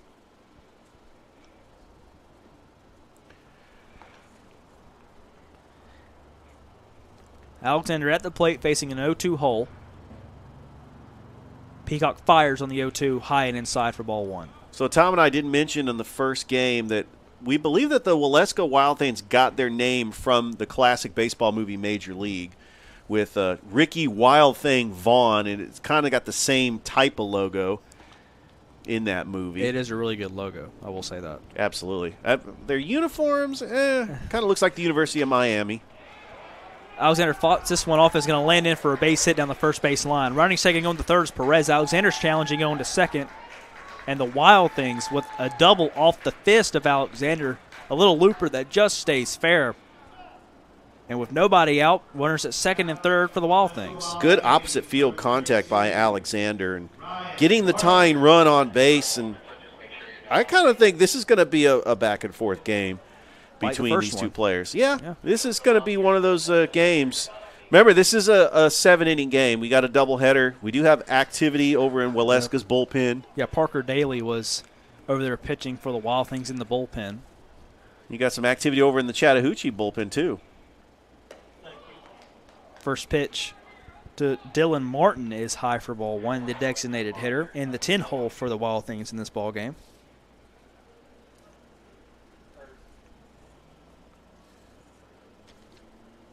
Runners at second and third. Next pitch is outside for ball 2.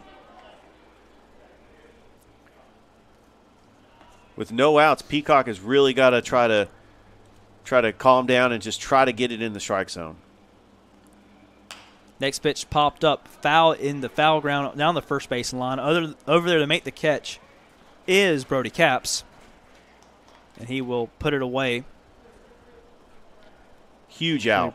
Braden Pelkey over there at first base. Excuse me. Capps is at third base. That is a huge out, Noah, because the runners stay put. I mean, that's about as good as a strikeout to having a pop out. So back now, the top of the order to Brett Blomquist. First pitch is in there for a call, strike 1. Lopez Perez cheating down the third base line pretty far there on that pitch, maybe looking for another squeeze bunt. It's just an intimidation, like just running down the line. I mean, he's able to get back quickly. Blomquist chops this one to third. Capps fires over the first. The run will score. And getting under the tag, did he get him? He got him. He got out of the baseline. He got him. You hear some chirping from the Waleska dugout, but that clearly was an out. He was not happy about that. But a good play by Sebastian Perez to go down the line and easily score the run. There was not a wise play by Brody Capps right there. He would have had no chance to get the Perez sure at out the plate. So I would just worry about the outs right here. I mean, you're up 3-2. Yes, the tying run is 90 feet away, but just try to focus on getting the outs. So that will bring up Gianni Lombardo, who was hit by a pitch in his first plate appearance.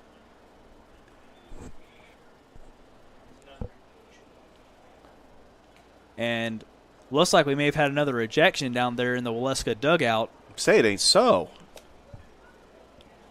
Another ejection? They were chirping at him pretty hard after they called him out at first base.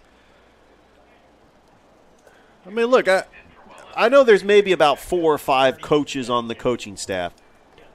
But you can't have all these ejections. Who's going to coach the team? According to Tom Callahan, our third base cameraman down there for this ball game, number 32 for Waleska has been thrown out of the ball game.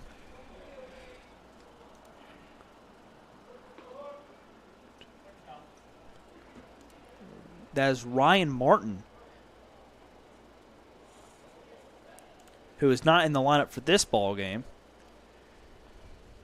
But he is walking out of the gate right now as we speak over there by the third base dugout. And he'll get to hang with the manager for the rest of this one. Yeah, that could be huge, especially if they're trying to go to their bench. You know, they're not going to be able to have him in the game because he's been tossed. And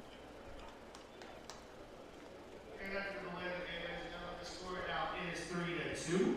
3-2 Monsters. And Ryan Martin did play in that first game. He did have a single, and he reached on an error.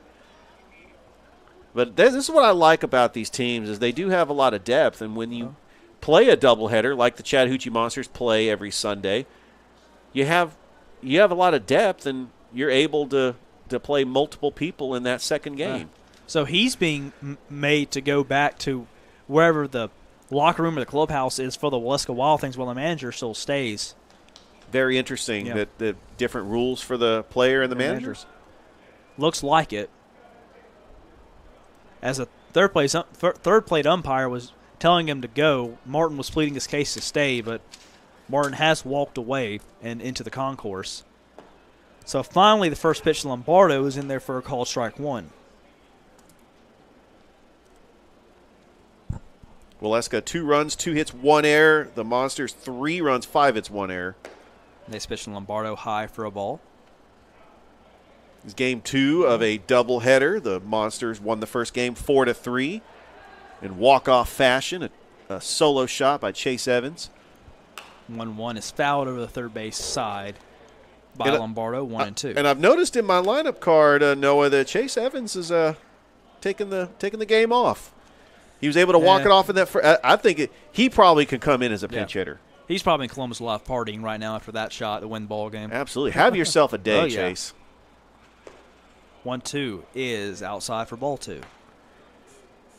And Chattahoochee knows they've got to go on the road to take on Alpharetta on Monday. I mean, and then they play them on Wednesday. Well, we know how tough that road trip is, having to do that. 2-2 hit down the third base line and foul out of play. Because we've been there. No, I've heard you call that game against Gainesville. Oh, yeah. That's a long trip. They have 3 hours. It's about 2.5, yeah. 2.5, yeah. Well, if Tom driving, it's 2.5. Having to hit that Atlanta traffic and Drew knows what I'm talking about. First pitch chop down to first base, throw over to Peacock is in time for the third out of the top of the third. So the Monsters will remain in the lead, 3-2. So after a couple ejections, well, we got a tight ball game here. Monsters 3, Wild Things 2. We head to the home half of the third. This is Chattahoochee Monsters baseball.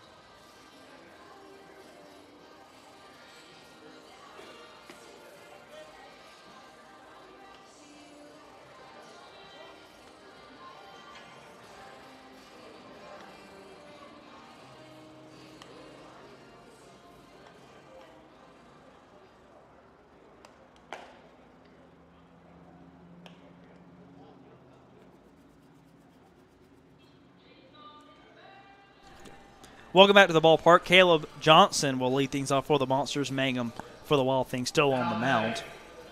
Number 36 is designated hitter. Caleb Johnson singled his first time up, and he must be a new addition to this Monsters team. And sometimes the managers will sign players mid-season, and he's only been in 3 games so far this season. First pitch to Johnson is taken for a called strike one. But this is very common, like especially when you have D1 players, like with the College World Series just wrapping up a couple weeks ago. Sometimes they don't report to their team till later. 0-1 pitch outside for ball one. We saw that last year with Ashton Shackelford, the closer for the Chattahoochee. He played on that LaGrange College team that went to the D3 College World Series. So he didn't join the team till later in the season. 1-1 pitch to Johnson. Check swing. He holds back for ball two. Also with the Hoots, adding Bryce Valero about a week ago. Former Glenwood School quarterback back in the day. Very interesting. Now a 2-1 to Johnson. Call a strike two. Speaking of Glenwood, I'm excited to see Glenwood play football. They play St. Anne Pacelli on the opener at the Swamp, August the 18th. Played at St. Anne in the opener last year, and that was a great game. Vikings were on the winning end of that one, and that one's fouled back to remain a 2-2 count by Johnson. But I love the fact that Dallas Crow's coming back at quarterback. I talked to Coach Nelson.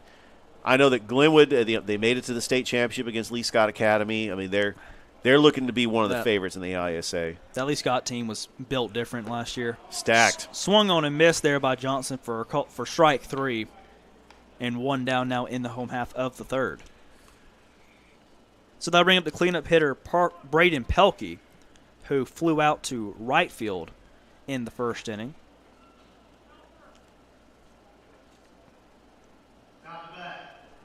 Braden Pelkey, number 7. Braden Pelkey had a pretty good game. He had 3 RBIs in game 1.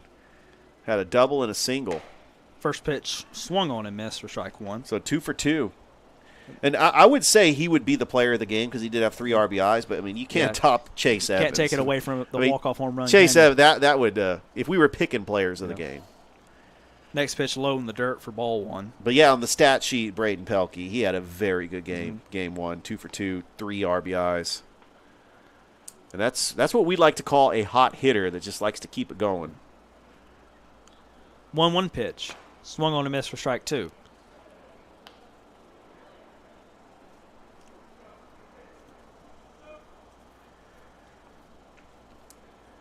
So now Pelkey in a 1-2 hole.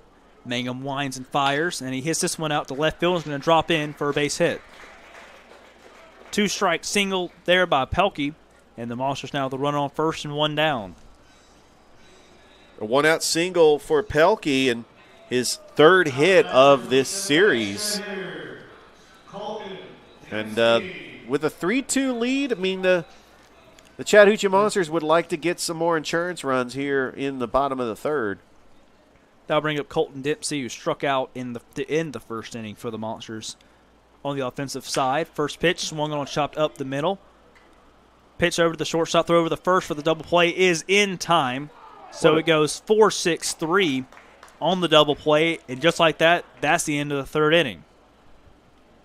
Great play there by the Waleska defense. It still remains a 3-2 lead for the Monsters as we head to the 4th. This is Chattahoochee Monsters baseball.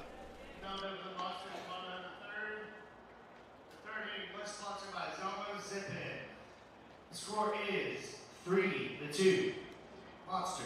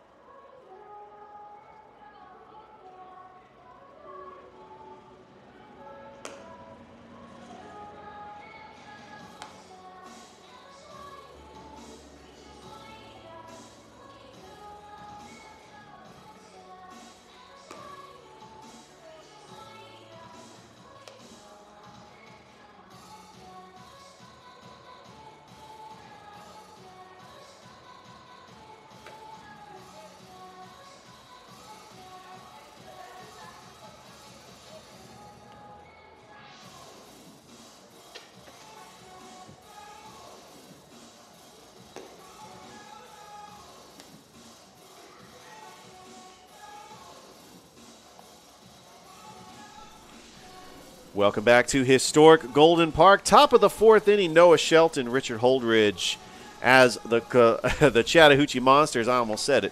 The Chattahoochee Monsters leading the Waleska Wild Things here in this game.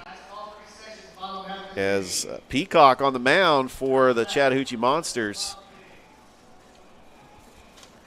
Brandon Hudson, Jake Streeter, and Jonathan Smith will be the three due-up for the Wild Things. Brandon Hudson is 0 for 1. He lined out to the left fielder in the first inning. Peacock's first pitch to Hudson. That is foul back, out of play.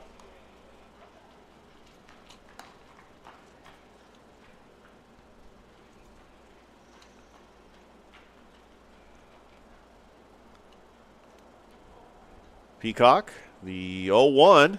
That's in the dirt, ball one. Peacock likes to work quickly. I wouldn't say he's as quick as Brian Trepanier or anything from last night's Hoots game, but definitely when he's in a rhythm, he likes to go quickly. The 1-1 is a high fly ball into right field, going back at the wall, and that's off the wall and is going to be at least a double, and he tries to pull the brakes and slips and gets back to the bag. But we got a double for Brandon Hudson to start off the fourth.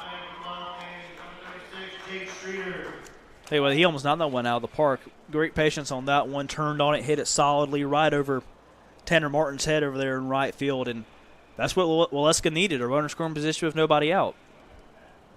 And the tying run is in scoring position. As Peacock going to work. Drake Streeter now up, struck out looking to begin the second inning, his only other plate appearance today. And that is a foul back. It'll be 0-1.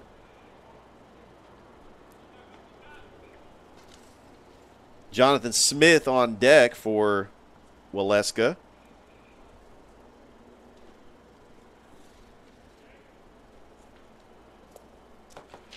Peacock checks the runner at second. There's a pitch, and that is outside for a ball, 1-1. Top of the fourth inning, the Chattahoochee Monsters leading the Waleska Wild Things 3-2, but Waleska does have a runner in scoring position and no outs. Peacock working from the stretch, checks the runner. The 1-1. That's in there. Strike two, 1-2. Great pitch there by Peacock.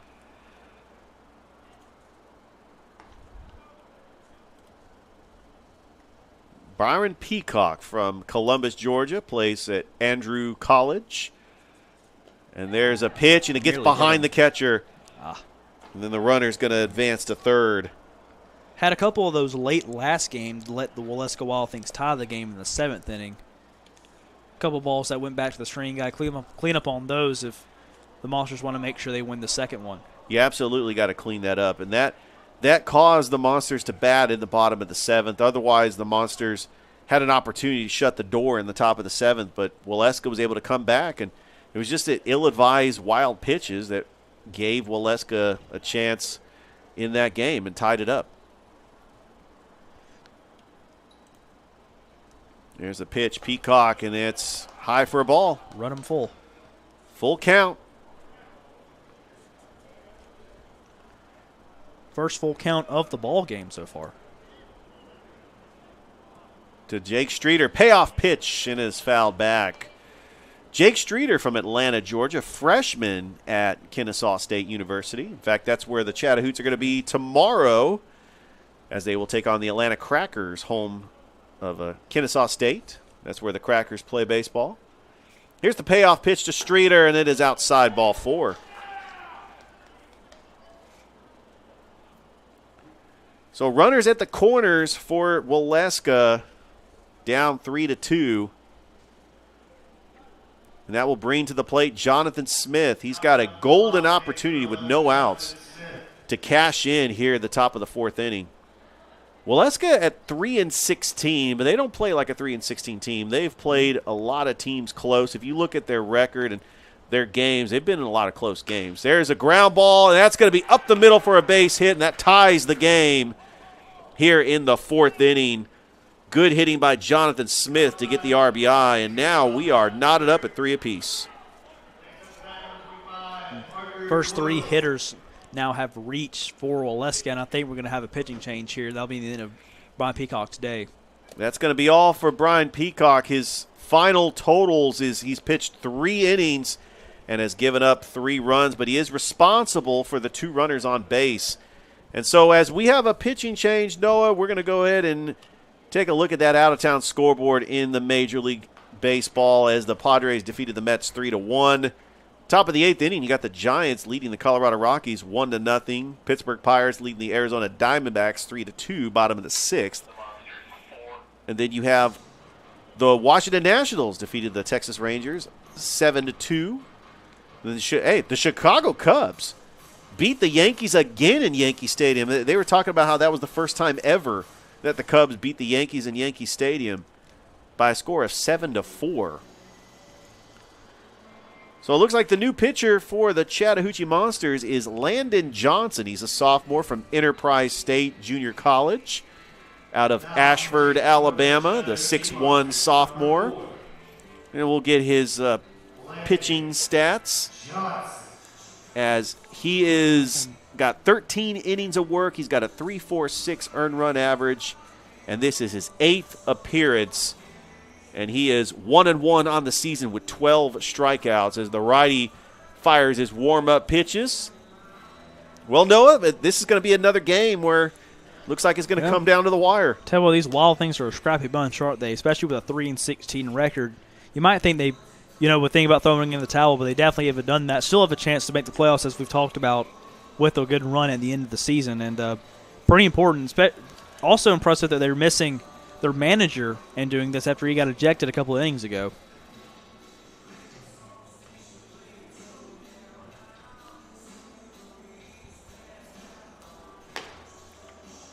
So Landon Johnson pitched against the Wild Things back on June the 7th. Got the win in 4 innings of work, allowed no runs, only 1 hit, walked nobody, and struck out 3. The Monsters won that game 10-2.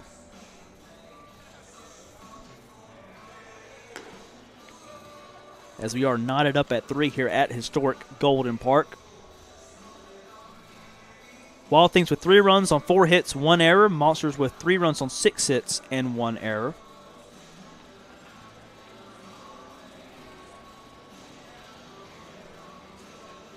Parker Doyle will now come up to the plate with runners on first and second. Doyle grounded out to second base back in the 2nd inning.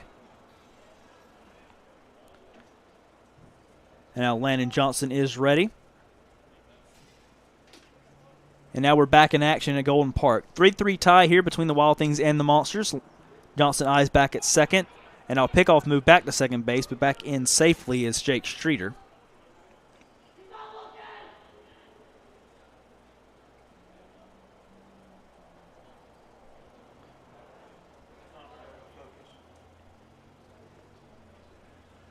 Now the first pitch by Landon Johnson. Showing bunt was Doyle. It was in there for a strike. 0-1.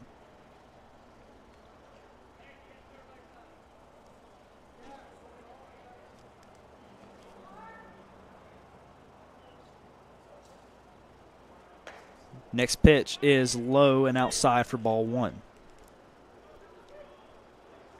Rolled away for a minute from Hank Smith, the catcher. Now we have a little mound visit between him and Landon Johnson.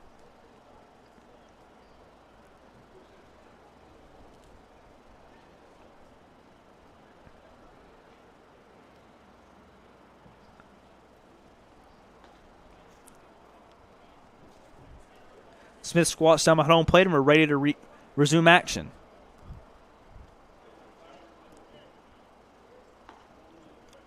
Johnson fires bunt attempt, gets the bunt down the third base line. A beautiful bunt. Going to be a tough play at first, and Landon Johnson has to eat it. And now the Wild Things have the bases loaded. Now batting number 35, Eli Watson. And that will bring up Eli Watson, who singled back in the second but was then picked off to end the 2nd inning. Into Barker Doyle's infield single. His first hit of the ball game.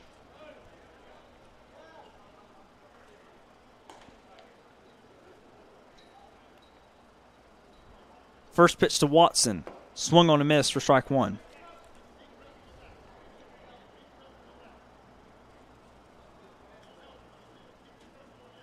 Watson in the extra hitter role in this one for the Wild Things. 0-1 pitch, foul down the third base line, quickly 0-2. Very important sequence here by Landon Johnson. See if he can somehow get himself out of this big jam.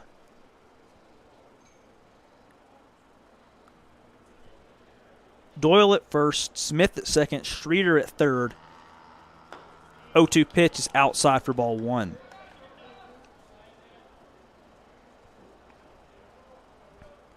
Still no outs. The first four hitters for the Wild Things reached a double, a walk, and then two singles. And the 1-2 is high and outside for ball two.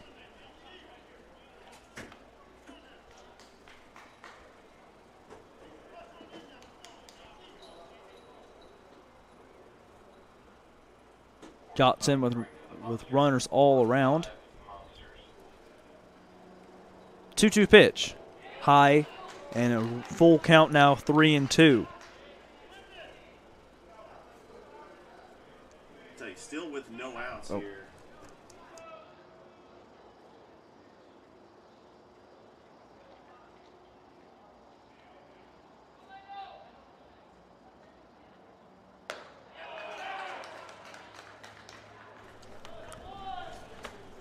Looks like it was a walk. Yep. And that will bring home the leading run now for the Wild Things. There's an RBI for Watson, his second RBI of the game, and Waleska leads the Chattahoochee Monsters 4-3. Still nobody down. Well, this is the big inning that the Waleska Wild Things were hoping for. And Chattahoochee's got to just try to get something, get a double play. Sebastian Lopez Perez now at the plate. Scored back in the third inning after being walked to lead off the third inning.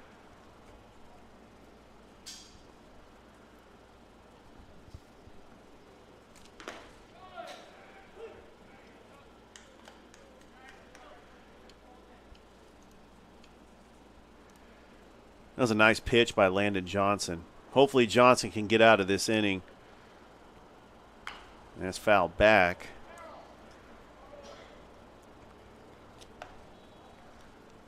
So right now, currently, the Chattahoochee Monsters are in fourth place. They are percentage points ahead of the Atlanta Crackers, but the result of this game can determine whether they jump the Crackers in the standings or if the Crackers retake fourth place. There's a breaking ball, strike three call, a Southern Mosquito Control strikeout for the first out of the inning. Big pitch there by Landon, needed that one. Absolutely. Now batting number 27, Trace Alexander. That will bring up Trace Alexander to the plate for Waleska, as the Waleska Wild Things leading the Chattahoochee Monsters 4-3 here in the top of the fourth inning. As that first pitch is outside for a ball. Landon Johnson coming in relief to the starter Peacock for the Chattahoochee Monsters. Johnson working from the stretch. And the 0-1, that's in there, strike two. Actually was a strike, and the first pitch was a ball, so it's 1-1. Yeah, we got to make sure that we got the scoreboard on our computers here, because that one on the outfield, that scoreboard, oh man. That one missed high for ball two. So it's 2-1. Bases are still loaded for Waleska, but with one out, there's a force in any bag, so they're hoping for a double play, the Monsters. There's a ground ball right to the third base, and it's going to be foul. Man. We could tell. And, the chalk is, this is the second game. I mean, it's hard to see the chalk. I know that they do a – you played baseball. I played baseball. Been run down a little bit. They always do the fresh chalk after every game, but it looks like a lot of players stepped on it, which is a superstition, by the way. Swung on and missed, strike three, a Southern Mosquito Control strikeout. 2 down. Back-to-back strikeouts now for Landon Johnson. I tell you, Landon Johnson pulling a Tyler Matzik, the 2021 NLCS where he came in and struck out the side. You remember that. You being a Braves fan, know that's an iconic moment in the Braves championship year. And now Andrew Walton will come in the pinch hit for Dylan Martin.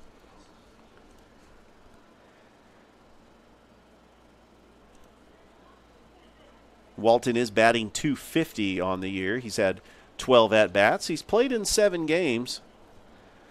Johnson working from the stretch. Base is still loaded for Waleska. That first pitch is in the dirt for a ball.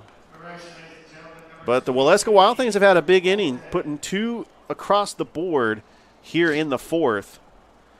The Monsters' runs all came in the 3rd inning, in the 2nd inning.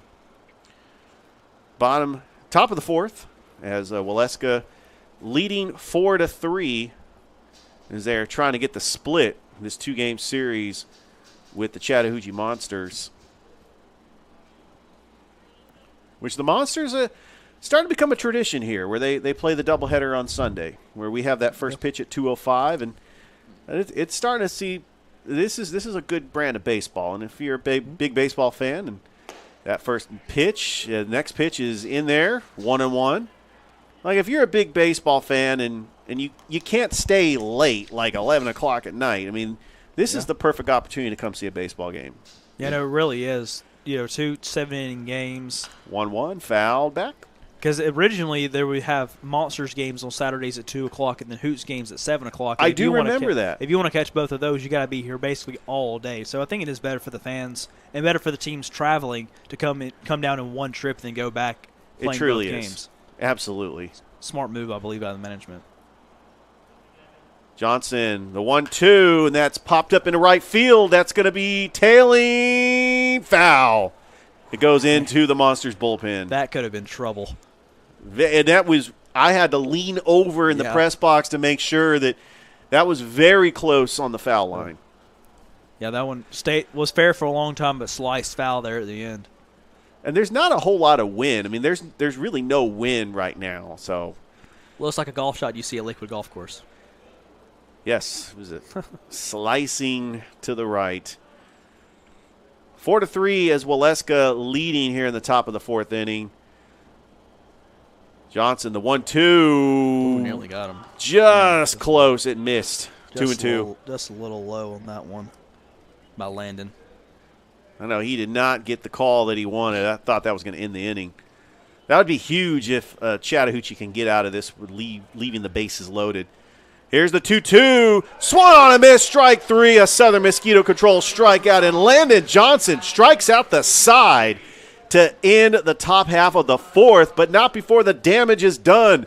The Waleska Wild Things put 2 runs on the board, and they now lead the Chattahoochee Monsters 4-3. We go to the bottom half of the 4th inning, and you're listening to Chattahoochee Monsters Baseball. Ladies and gentlemen, concessions are officially closed.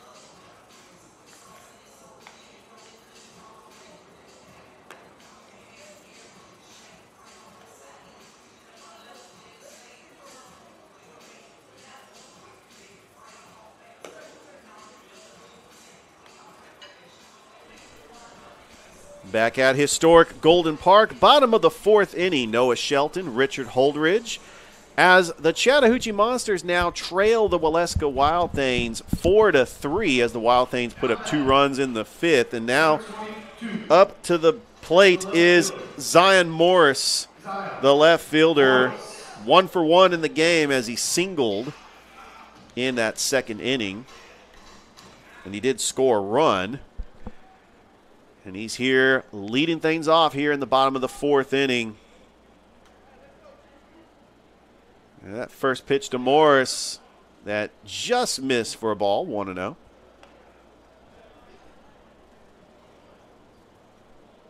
So Mangum still out on the mound. He's pitched 3 innings so far. Delivers. The 0-1, there's a high fly ball that's tailing foul, and it hits the Columbus Live clubhouse. Well, speaking of which, Columbus Live, I mean, that's in heat like this, that's a perfect place to go into the AC and actually watch a broadcast of this game in there. And there's the 0-2, and that's one on a miss. Now and it's actually, now it's 1-2. Yeah. Okay. It's funny how the scoreboard not catching up on the live, but now we got it. 1-2 pitch. It's coming on the way. And that hits Morris right on the arm, and he's aboard for the 2nd time this game. And that's really unfortunate for the pitcher. You're ahead of the count on the batter, and you're trying to strike him out, and you end up hitting him. It's costly for the pitcher. Yeah, that's a big miss. Yeah, that's a big miss there by McCain. So with Morris on at first base, and Noah, I'm guessing that he's going to try to steal here. I mean, that's pretty much what he does when he leads off. He also did it in the 2nd inning. Absolutely. Stole 2nd and then came around to score. That's pretty much what he does. That's the call right here if manager Johnny Eaton gives him the signal. Hank Smith, the batter, the lefty in, and Morris with a big lead at first, and he's just jumping on the first side of the pitch. He's the type of player, not only does he have a big lead, but he's got a great jump. You know, definitely does. Really good anticipation and good reaction time and quickness over there on the base paths. Mangum working from the stretch. And the throw back to first. And Mangum knows that he's got to keep Morris in check on that bag because Morris does have the capability of stealing. He's one of the top stolen base leaders on this team. Mangum working from the stretch. The 0-1 pitch showing bunt, and Smith lays down a beauty right to the pitcher, Mangum. The throw to first for the out. It advances Morris over to 2nd. So Hank Smith out on a sacrifice. And Martin will be the batter now with a runner in scoring position for the Monsters. As Zion Morris represents the tying run. Now batting number 23, the right fielder, Tanner Martin. Tanner Martin coming up to the plate. Singled his last time up. Mangum checks the runner at 2nd. Working from the stretch. And he steps off the rubber. And I still think that Morris, with his speed and his ability to get off the bag quick, I mean, I would not be shocked if he tried to steal 3rd, as that ball is in the dirt. But he also has very good awareness, Noah. Like, if the ball gets away from the catcher just a little bit, he's got a great jump where he can easily get 3rd. Yeah, no, he definitely does. I think I'll still trust my heading in a small ball play at the plate, maybe with a hit and run or with Martin getting a single to the outfield. But Morris could definitely steal 3rd if he wanted to. 1-0 pitch, and swung on a miss for strike 1. To Tanner Martin coming into this game with a 171 batting average with 3 RBIs. Mangum working from the stretch. Checks the runner at 2nd. And the 1-1, there's a high fly ball into center field. Will this be deep enough to tag the runner? In to make the catch is Lombardo. Oh, yeah, wait. And the runner tagging, and he gets 3rd with 2 outs.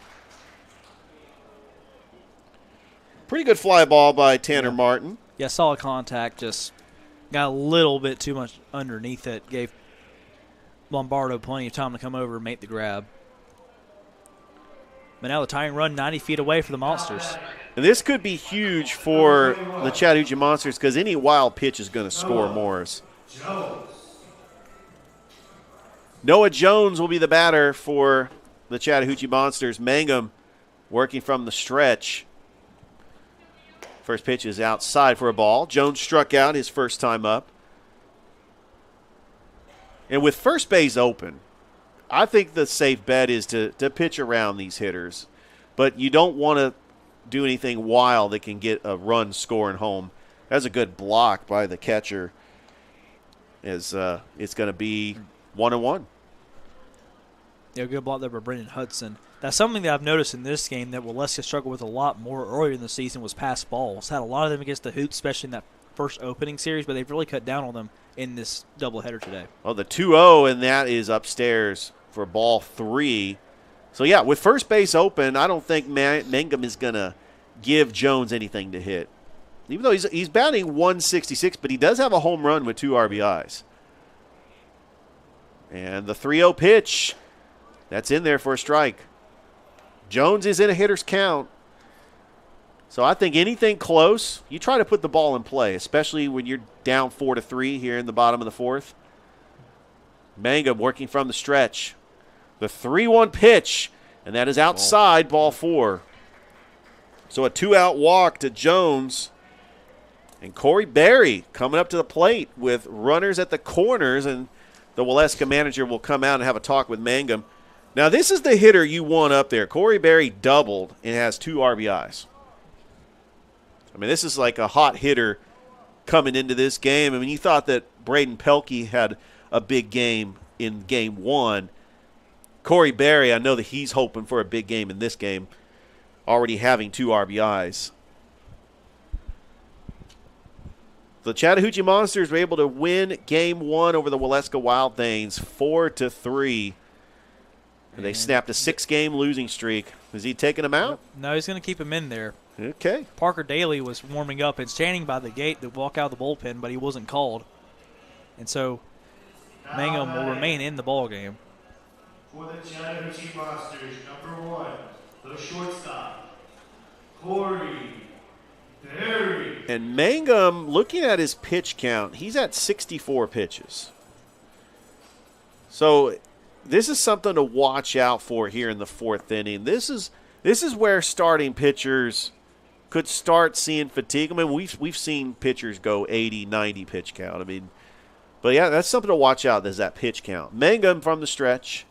Berry the batter. Runner goes. That's in the dirt and a fake throw down there. Now we have runners in scoring position. So a base hit in the gap could give the Monsters the lead. That was a great jump there by Noah Jones. Not really any reason to risk a throw down the second if you're Waleska, because if you throw down the second and it's not cut off, Zion Morris could easily make it home without a play. And I didn't think Hudson was going to throw down there, especially with a jump like that. And Mangum's got to watch out here with runners in scoring position, but first base is open. Here's the 1-0 pitch. There's a high fly ball into center field, going back right at it is Lombardo and makes the grab. And the Chattahoochee Monsters leave 2 on, and Waleska able to come across without giving up a run. We played 4 here at historic Golden Park. Waleska leading the Chattahoochee Monsters 4-3. You're listening to Chattahoochee Monsters Baseball.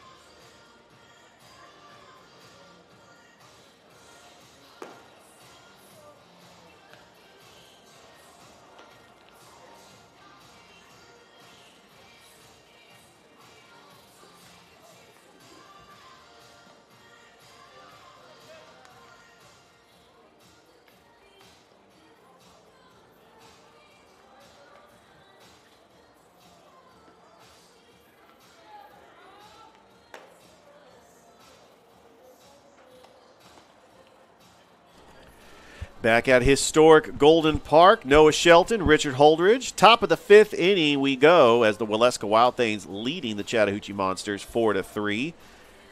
And Johnson on the mound for the Monsters in relief. Number 12, Brett As Bloomquist. Bloomquist, the leadoff hitter, coming up to the plate for Waleska. Showing bunt, pulls back. It's going to be a strike anyway. Blomquist is 0 for 2 in the game. Grounded out to the pitcher and the third baseman. Batting 186 on the year. There's a pitch, and it's fouled back. Strike 2.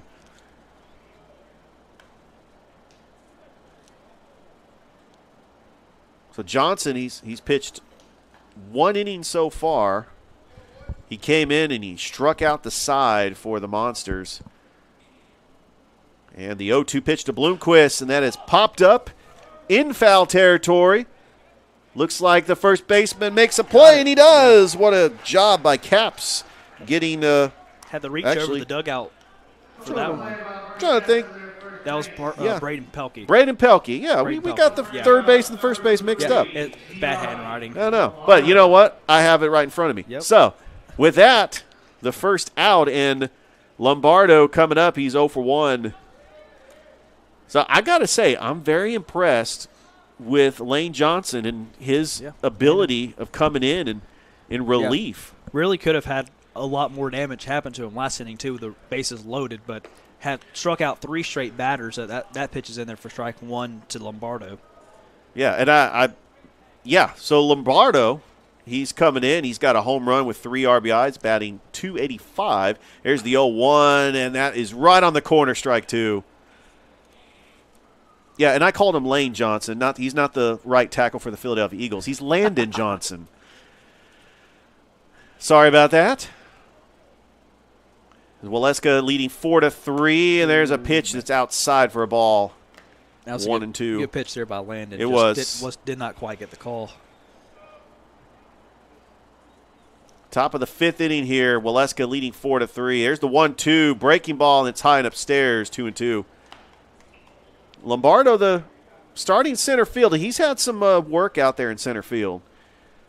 But he's one of the top hitters for Waleska with 1 home run and 3 RBIs. There's the 2-2, and that is lined into center for a base hit. So that's his first hit of the game. He did have a single in that first game, but he's been on base twice so far. And coming up to the plate is Brandon Hudson, and he doubled to start the inning last at Looks like we're bat. going to have a pitching change here. And we will have a pitching change. So it will be all for Landon Johnson. Lefty. And Noah, that we have an opportunity here just to talk about these upcoming games coming up in the Sun Belt Baseball League, because tomorrow the Columbus Chattahoochee are on the road. They're going to be taking on the Atlanta Crackers. I mean, that's a big game for both teams, as the Crackers currently are in 4th place. The Chattahoochee Monsters taking on the Alpharetta Aviators up at Legion Field on the road. The Waleska Wild Things up at Oglethorpe University taking on the Brookhaven Bucks. And then the Gainesville Gold Diggers, they're taking on the Atlanta Blues. Gainesville has the best record in the SBL. And, you know, Noah, I'm hoping that the Blues pitcher that shut the door on Columbus 2-0 yesterday is going to face Gainesville in one of these games, because, you know, it was one of those tip your cap to the pitcher. Yes, Columbus did lose the game 2-0, but it was just a great pitching performance. You know, it really was by the bullpen and the starting pitching. I mean, I don't know.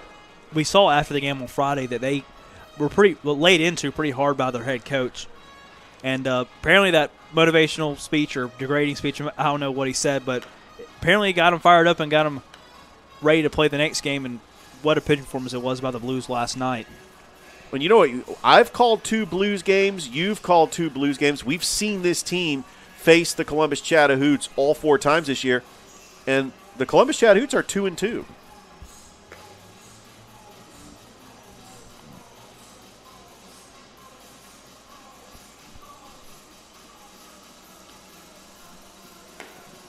As we're trying to get the new pitcher. 45. The new pitcher on the mound for the Chattahoochee Monsters is number 45, which I don't see number 45 on my roster. I don't either. This might be one of those situations where we had somebody added to the roster late. I've seen it happen before. But we'll try to get, as we are going to try to get his number. We'd like to welcome all of you here at historic Golden Park, Game 2 of this doubleheader as the Chattahoochee Monsters won Game 1, 4-3. Noah Shelton, Richard Holdridge. And I got to say, this is Willis is the pitcher. Okay. Yes, at least we got a last name. Willis is the pitcher coming on the mound for the Chattahoochee Monsters. As Brandon Hudson, the batter, he doubled his last time up. The lefty in there as Lombardo at first. Willis checks the runner at first. The first pitch to Hudson is in there for a strike. So Willis coming on in relief for Johnson here in the top of the 5th inning. Willis from the stretch. And the pitch to Hudson is outside, ball 1. Waleska leading Chattahoochee 4-3. Willis working from the stretch. I think this is his first appearance. We don't have any stats on him. Here's the 1-1, and that just missed outside, 2-1. The latest stat line on here is that this is his first appearance.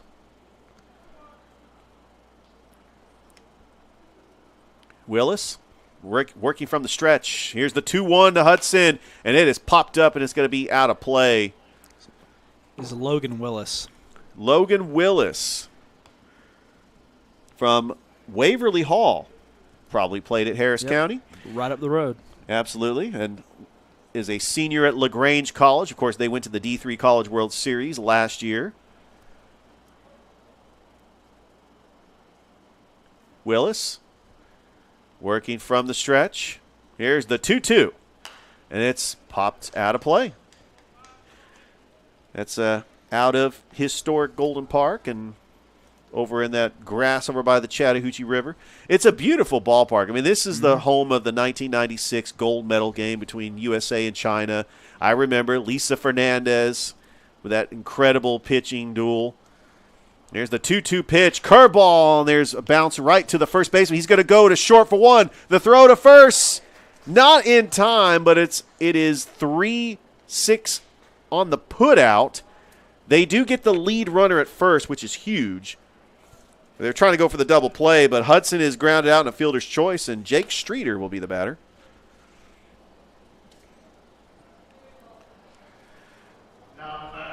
Yeah, good play over there on the first base side by Pelkey. And pretty smart there by Barry. You know, to make sure he tagged second base to make sure he got the lead runner before firing back over to first. Willis to the plate. There's a ground ball right to the third baseman to 1. The throw to first. Not in time. Did he get it? No. There's 3 outs. There's 3 outs. There's 2 outs. There was 3 outs. Okay. So it was 3 outs. So Waleska goes down. Yeah, Noah Jones threw us off there for a minute. He forgot really how many did. outs there were, too. He really did, because we were up thinking there was 2 outs. We pulled a Benny Agbayani. All right, we'll go to the bottom half of the 5th inning. And Waleska still leading the Chattahoochee Monsters 4-3. You're listening to Chattahoochee Monsters Baseball.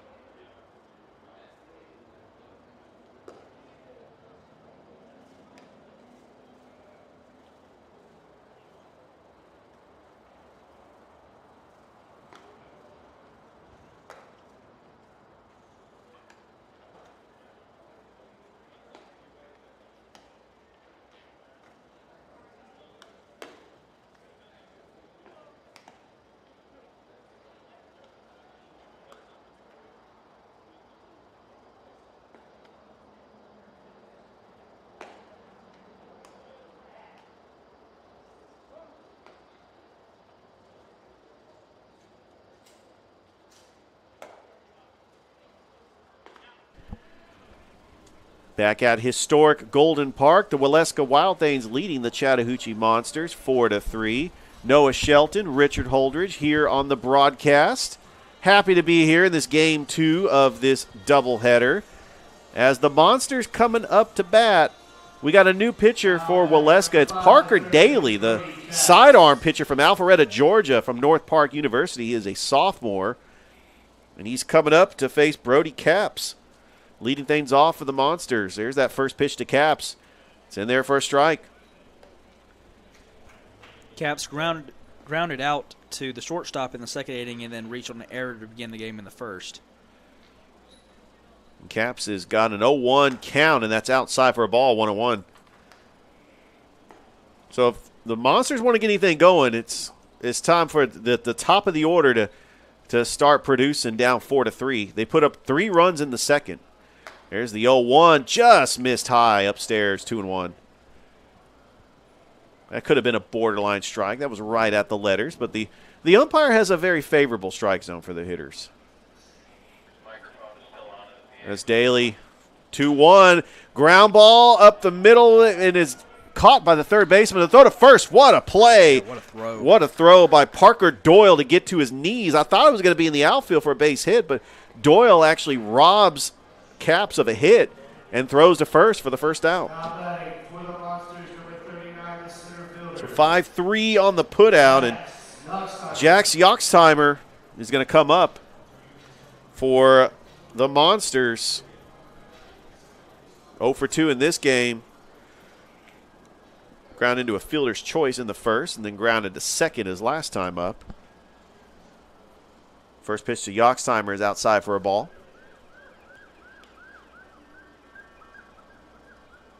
We've got activity over in the Waleska bullpen. Got some activity over in the Monsters bullpen as well. This is starting to become a bullpen game. Usually in the second game it is. There's the 1-0. And that's right on the corner for a strike, 1-1. So historic Golden Park, built here in 1926, home of many major league, minor league teams. Major league players played here. Here's the 1-1, and it's outside for a ball. The last minor league baseball team to play here was the Columbus Catfish, played here in 2003 to 2008. They defeated the West Virginia Power in 2007 to win the Sally League Baseball Championship. One of many championships in the Fountain City. There's a 2-1, and that is just missed, 3-1. You know your Columbus sports history, don't you? Oh, yeah. I moved here in Columbus in 2015. Good. Saw the Lions win championships in 15 and 16. The River Dragons won the Ignite Cup in 2021. And the Chattahoochee or the Monsters hoping to get an SBL title this year. Here's the 3-1 to Yoxtimer. That catches the corner, runs the count full.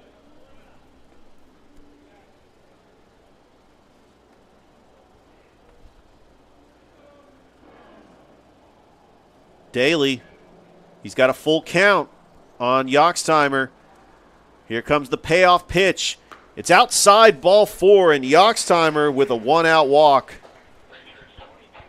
And he represents the tying run for the Monsters. Josh Green is throwing in the bullpen for the Waleska Wild Things currently. And with that, we've got Caleb Johnson coming up to the plate. 1 for 2. He singled his first time up. Yoxtimer with the lead at first. Wonder if Yoxtimer is a threat to steal. Yoxtimer looks like one of those 5-tool players. I mean, we have that for the Chattahoochee. I don't know. He goes by the name Connor O'Neill. You pretty much know. You pretty much know who that is. Yep. Calling Chattahoochee games. I think Yoxtimer is that player for the Monsters. That 5-tool player. That one that can do a little bit of everything. And he goes. And there's a hit and run. A good job to advance the runner to second. The throw to first in time. 4-3 on the putout. That does advance Yoxtimer over to second. But a good hit and run by Caleb Johnson. That's all you can really do on a hit and run is ask for the hitter to put the ball in play. And sometimes it works in your favor when the fielder out is trying to guard the bag and you just hit it into the hole. But really, the second baseman, Perez, was right there to field it. So Pelkey is the batter. Braden Pelkey is 1 for 2. He singled his last time up. Daly, first pitch to Pelkey, and that's in there for a strike. 0-1 count to Braden Pelkey, the first baseman for the Chattahoochee Monsters, trailing 4-3 here in the bottom of the 5th. Here's the pitch to Pelkey, and that is popped up out of play. And Daly is ahead in the count, 0-2 to Josh Pelkey. Braden Pelkey. Yeah, Braden Pelkey. Now, Braden Pelkey had that big game in Game 1 with 3 runs batted in, 2 for 2. Looks like manager John Eaton moved him to the cleanup spot in the lineup. That's usually what managers do. They'll reward their hitters. When they're hot hitters, they'll move them into the cleanup spot. Checking the runner, Daly, the 0-2, sidearm, and that's slapped into right field for a base hit. That's going to fall down. Here comes Yoxtimer to the plate. The throw, not in time, and we're tied at 4 apiece. As Braden Pelkey does it again with a 2-out single to tie it up. And Yoxtimer, that 5-tool player that we talked about with the speed on the base paths to tie the run. That's why you chuck him on that bat and just make contact with anything with 2 strikes. Just poke that one over the first baseman's head into right field, and it was enough for Yoxtimer to come around third and make it home just in time to tie the ball game up at 4. That's what he did. And Dempsey, the batter, 0 for 2 in this game. As it's a 4-4 ball game here in the bottom of the 5th inning. And then Dempsey's going to slap one foul behind the net. Dempsey, 1 for 12 on the season with a 0.83 batting average. We'd like to get things going.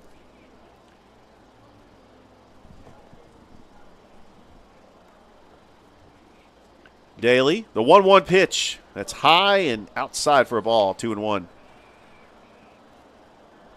Waleska, 4 runs, 6 hits, 1 error. The Monsters, 4 runs, 7 hits, 1 error. Here in Game 2 of this doubleheader. The 1-2, that gets away from the catcher, and here comes Pelkey, and he's got a stolen base. I tell you, that's very common for the Chattahoochee Monsters is the stealing of the bases, whether it's on pass balls or just strategy to steal. But that's just the aggressiveness of their manager, Johnny Eaton. You know, Pelkey, it wasn't really a given that he was going to make it as the ball just barely rolled away from it trickled away. It could have been a play for him. Here's the 2-2 pitch to Dempsey, and it's inside. Runs the count full. So with first base open, I'm wondering if Parker Daly's not going to give him anything close, try to make him chase after a pitch. There is 2 outs.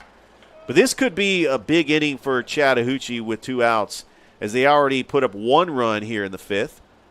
3 balls, 2 strikes, 2 outs. Pelkey, the runner at second. Daly, the payoff pitch. Strike 3 call, and inning over. Great job by Parker Daly, but not before the damage is already done, as the Chattahoochee Monsters tie the ball game thanks to an RBI single by Braden Pelkey. We go to the top of the 6th inning. We are knotted up at 4 apiece, and you are listening to Chattahoochee Monsters Baseball.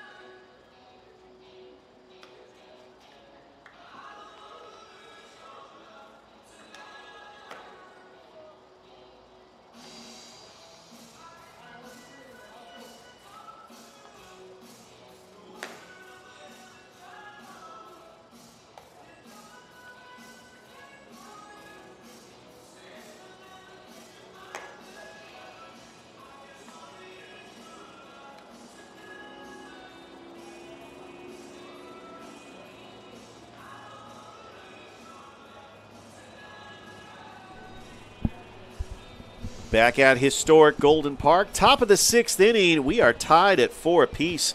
Noah Shelton, Richard Holdridge, as the Waleska Wild Things come to bat.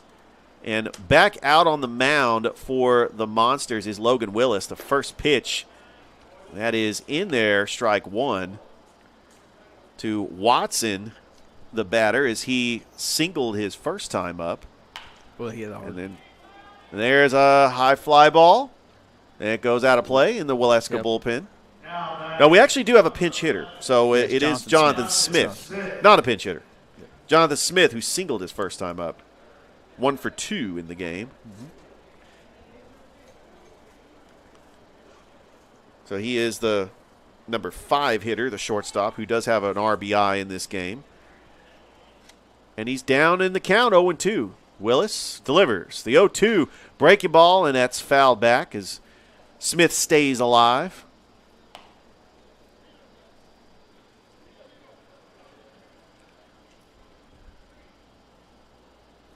Logan Willis in relief. 10th pitch. Here's the 11th pitch, and that's outside for a ball, 1-2.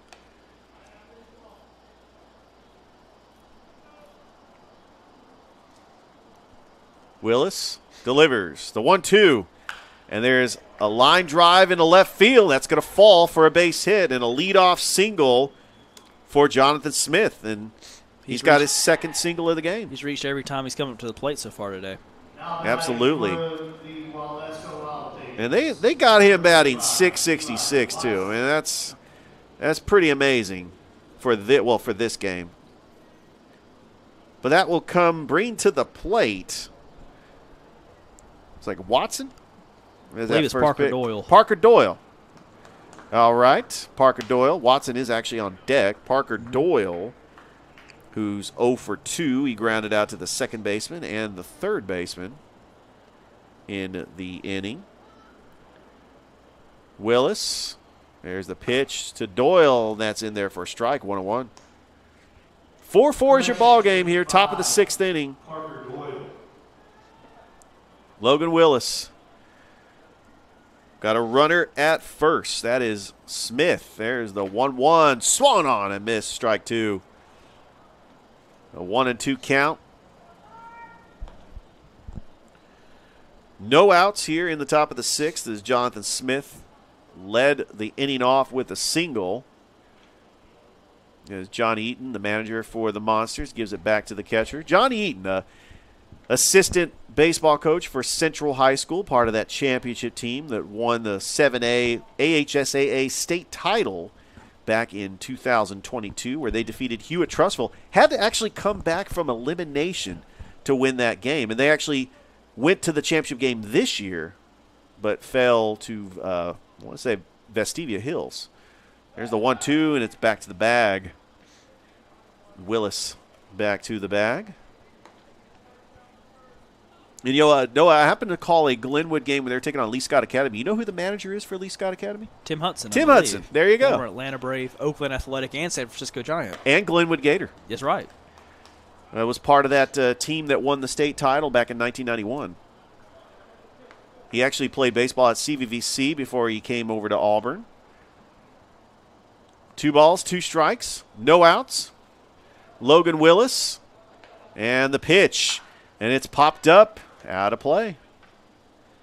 We'll reset it again, 2-2. With no outs, this is could be a big inning for Waleska, but this is one of those innings where Chattahoochee wants to try to get a double play. Want to try to get to the bottom of the 6th, tied at 4. Willis, the 2-2, swung on a miss, strike 3, a Southern Mosquito Control strikeout for the first out of the inning. And that was a huge strikeout by Willis. A big pitch there by Willis. Eli Watson coming up to the plate. He's 1 for 1 here in the game, batting .312 on the year with 6 RBIs. The lefty on lefty, a classic matchup. Willis to Watson inside for a ball, 1-1, 1-0. We're live here at historic Golden Park. Noah Shelton, Richard Holdridge, happy to be here for this second game of a doubleheader. Remember, they play 7 innings. in this doubleheader. There's the 1-0, and there's a ground ball down the line. Foul.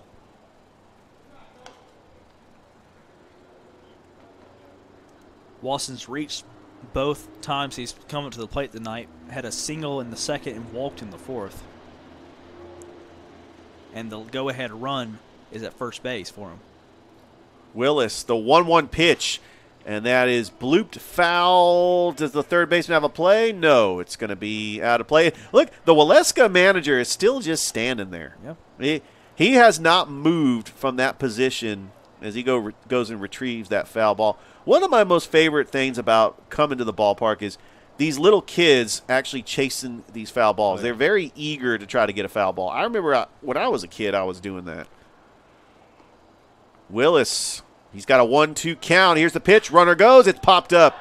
That's exactly what Chattahoochee needed to do as the runner tries to get back right to Barry to make the second out. So anytime you have a hit-and-run situation, that is the best-case scenario for Chattahoochee is to get a pop-up. Yeah, I bet you it scared Jonathan Smith there for a minute once he saw that ball go straight up and knew he was already 90 feet away from home base. Smith started trucking back to the bag.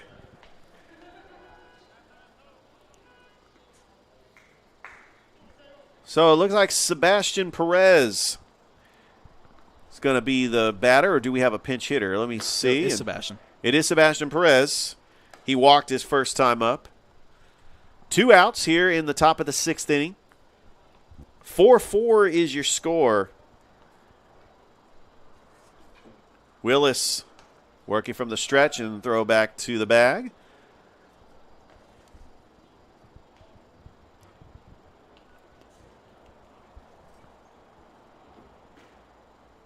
It's a 1-0 count to Sebastian Lopez Perez, who's 0 for 1 in this game. There's a pitch, and that's in there for a strike, 1-1. Waleska, 4 runs, 7 hits, 1 error. The Monsters, 4 runs, 8 hits, 1 error. It's been a pretty even game so far, but we're tied at 4. Monsters won the first game 4-3. Here's the 1-1, swung on and missed, strike 2. Perez really swung hard at that one. Well, the Waleska, they've hit 6 home runs as a team. I mean, they swing for the fences. I could tell that these players, that's the type of players they are. 2 balls, 1 strikes, 2 outs. Willis to the plate, and it's in the dirt. Ball 2.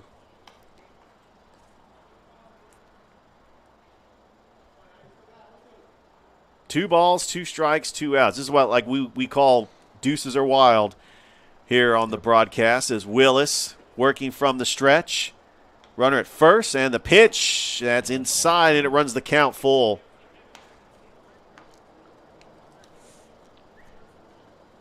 So the runner more than likely is going to go on this pitch. And that's usually the strategy with a 3-2 count with 2 outs. Willis working from the stretch, and the payoff pitch is outside, ball 4. So a 2-out walk issued to Perez, second walk of the game. And that is going to bring to the plate Alexander. Now at the bat, number 27, Trace Alexander. Trace Alexander, he doubled his first time up. Would like to get something going here, especially with 2 outs. And the go-ahead run in scoring position for Waleska. Willis works from the stretch. And the first pitch to Alexander is a curve that's upstairs for a ball, 1-0. Willis currently at 29 pitches. Willis from the stretch checks the runner. The 1-0 pitch, and that's foul back, 1-1. Alexander 1 for 2 in this game. He's on the season only batting .058. He's got 17 at-bats. He's 1 for 17. And he's got a 1-1 count. Willis from the stretch. Here's the pitch, and that is popped up in shallow right field, and the second baseman, Jones, is underneath it to make the catch.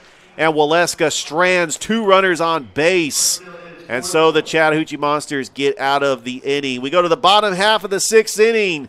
The Monsters and the Wild Things knotted up at 4. You're listening to Chattahoochee Monsters Baseball.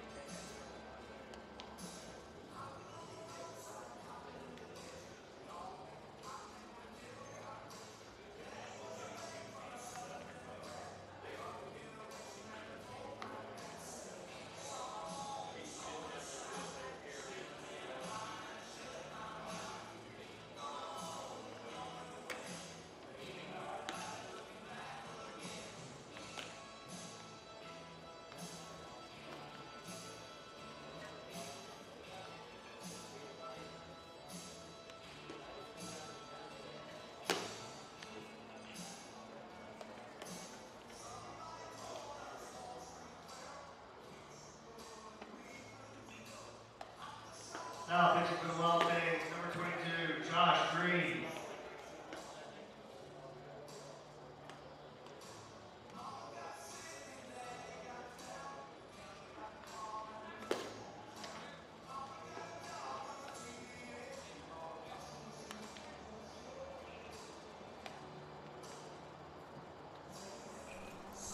Back at historic Golden Park, bottom of the 6th inning. We are tied at 4 apiece. Noah Shelton, Richard Holdridge here on the broadcast. Game 2 of a doubleheader today at the ballpark. And on the mound for the Waleska Wild Things is Josh Green from Gordon College. He's a senior out of Cumming, Georgia.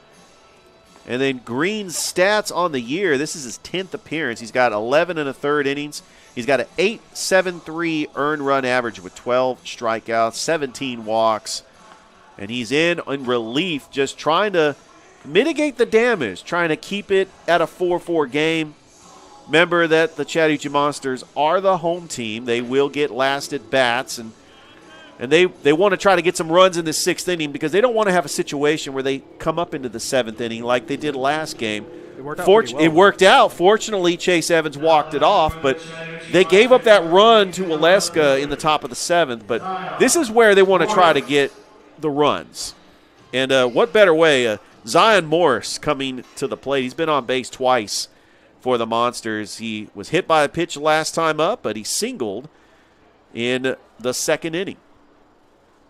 That first pitch is outside for a ball.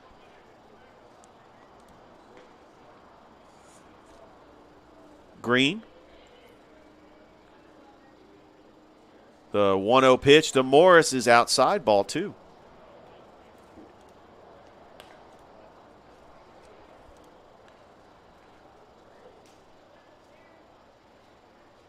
A 2-0 count to Zion Morris. Batting .322 on the season. Here's the 2-0 pitch, and that is foul back.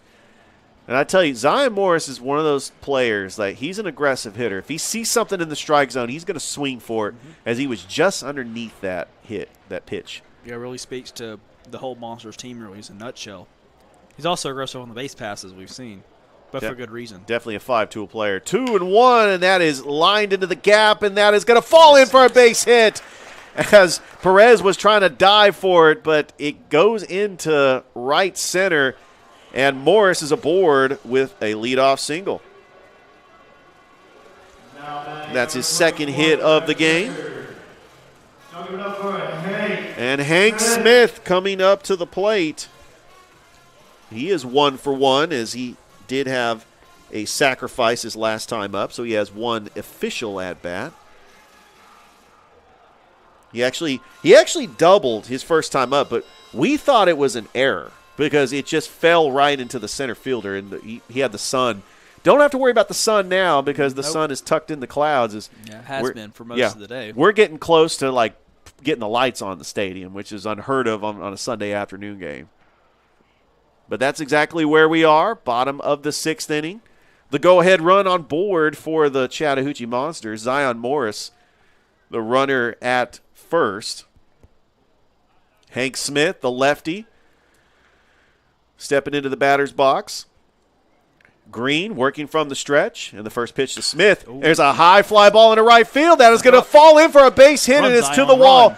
Zion rounds second. He's over at third. Hank Smith has got a double. No outs. The Chattahoochee Monsters with runners in scoring position. Nice. What a hit there by Hank Smith, pulling that one right down the right field line into the corner. Great piece of hitting. Second double of the ball game for him. Absolutely, and now Morris was held up halfway. He had first to and second. The manager, Johnny Eaton, it's high risk, high reward. Yeah. I mean, he could round third, but you're in a perfect position not only to get the go-ahead run, but to get even more possible runs here in the bottom of the 6th and setting up your pitching for the 7th. Yeah, there was no need to risk it or anything for Zion. Smart play. Green, and there's a line drive right up the middle, and that's going to score Morris. And that will be the first RBI, and the Chattahoochee Monsters take the lead. Hitting by Martin, a single that scores Zion Morris. And it's now 5-4 here in the 6th. And I think that might be all for Green as the manager comes out. We do have activity over in the Waleska bullpen.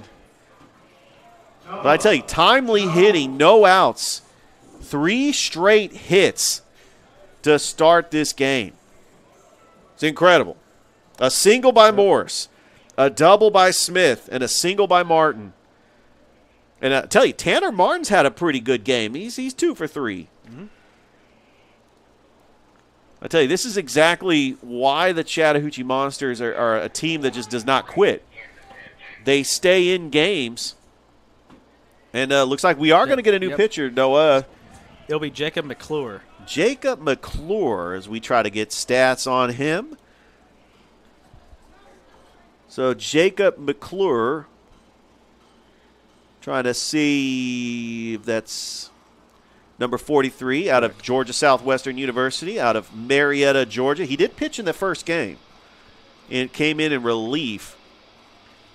The stats on Jacob McClure, this is actually his 4th appearance. He's pitched, well, the stats have him pitching in 3 innings, and he's not giving up a run, but he did pitch in that first game. So, definitely has had a couple appearances here in this doubleheader as he is on to pitch for Waleska, trying to get out of this with just giving up the 1 run. I mean, you have runners at the corners with no outs. Waleska wants to try to get a double play. But this is a perfect situation for the Chattahoochee Monsters as they could set up their closer at the top of the 7th. Mm-hmm. As Waleska, 4 runs, 7 hits, 1 error. The Monsters, 5 runs, 10 hits, 1 error. Just a reminder that after this game, the Monsters are going to be hitting the road as they will be traveling to take on the Alpharetta Aviators tomorrow up at Legion Field. Legion Field, huh? Legion Field, yeah, not the football stadium in Birmingham. No. But and you'll be up there next week for the Chattahoots taking on the Alpharetta Aviators, the 2021 champions of the SBL. And I remember I was at that game, 2021. The Columbus Chattahoots were taking on the Alpharetta Aviators in the championship, and we had a monsoon, and it was like perfect. A 3-hour rain delay. But me and my family, we were already home by then. Wouldn't be Sunbelt League baseball without one of those, would it? No, not at all. But just the fact that the Columbus Chattahoots, as an expansion team, was able to make it to the SBL championship, that was something special in 2021. And I remember, as a baseball fan, going to a lot of Columbus Chattahoots games because I just enjoyed taking my family to the ballpark. But now, this is the next best thing. Getting to be up in the press box here with you, Noah, calling a baseball game. Oh, yeah. You really can't beat that feeling, and it's really great. And so, with no outs and runners at first and third. Jones is the batter coming up to the plate for the Monsters.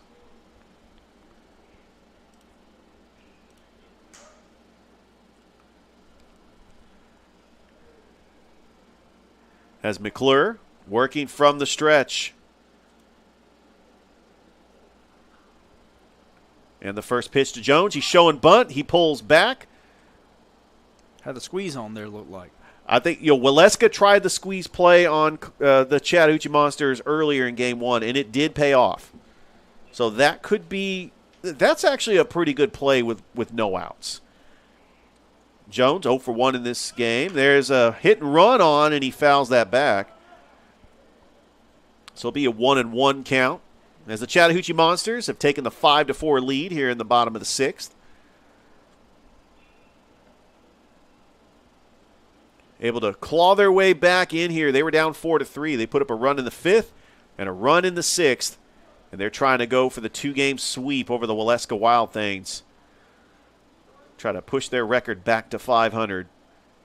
McClure, the 1-1. The runner is going down the line, and it looks like they were trying for the squeeze play as Jones pulls the bat back. Really, with no outs and runners at the corners, there's a lot you can do here. You could send the runner at first, get both runners in scoring position. You could lay down a suicide squeeze. 2 balls, 1 strike. McClure, runner does go. It's low in the dirt. Ball 3. It's a 3-1 count. And you got a stolen base by Martin. Just what's new, Noah? I mean, that's what the Chattahoochee Monsters do. They steal bases. Mm-hmm. The ultimate small ball team so far this year in the Sun Belt League. I got to think, because the official stats has got them at 54 stolen bases. I think they're at 60. Yeah. As that is outside ball 4, and that loads the bases for the Monsters. The Blues, coincidentally, do lead the Sun Belt League in stolen bases. Last I checked, they had 76. Very interesting. Of course, your Sun Belt leaders, I want to say the leading home run leader in the Sun Belt is Connor O'Neill for the Columbus Chattahoochee with 4 home runs and 21 RBIs. Actually, Fincher with the Alpharetta Aviators is tied with 4. Will Fincher. I remember seeing him a couple weeks ago as that pitch is in there for a strike to Corey Berry, who doubled his first time up. He had 2 RBIs. He really got the party going for the Chattahoochee Monsters. 1 for 2 in the game. There's the 0-1, and that is outside, 1-1. Bases loaded, no outs. The Monsters leading the Wild Things 5-4. McClure from the stretch. And the 1-1 pitch to Barry, and that's in the dirt, 2-1.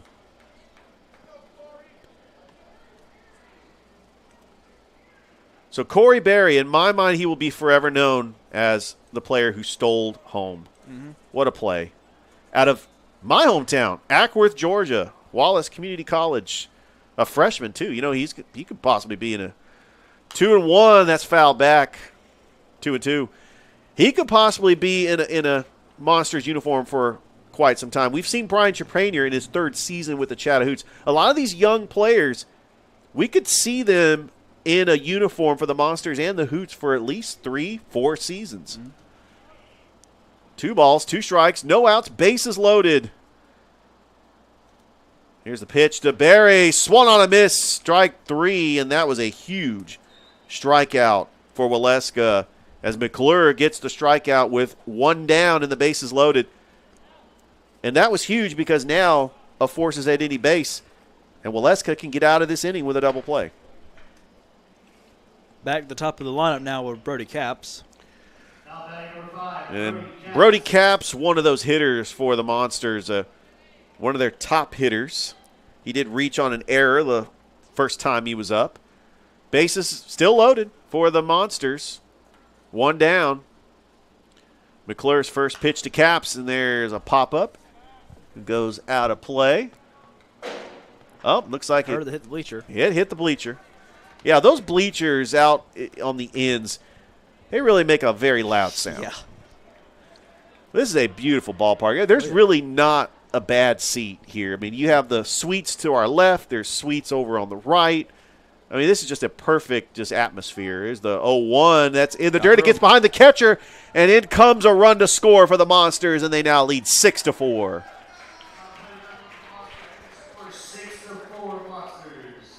That was unfortunate for Waleska on a wild pitch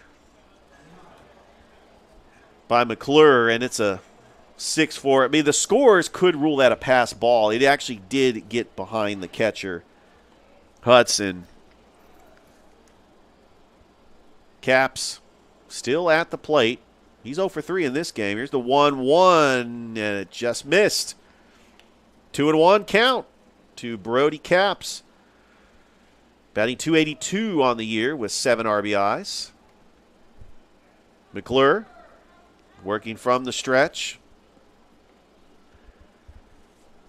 And the 2-1. Swung on a miss. Looks like he took something off that pitch. A breaking ball, strike 2.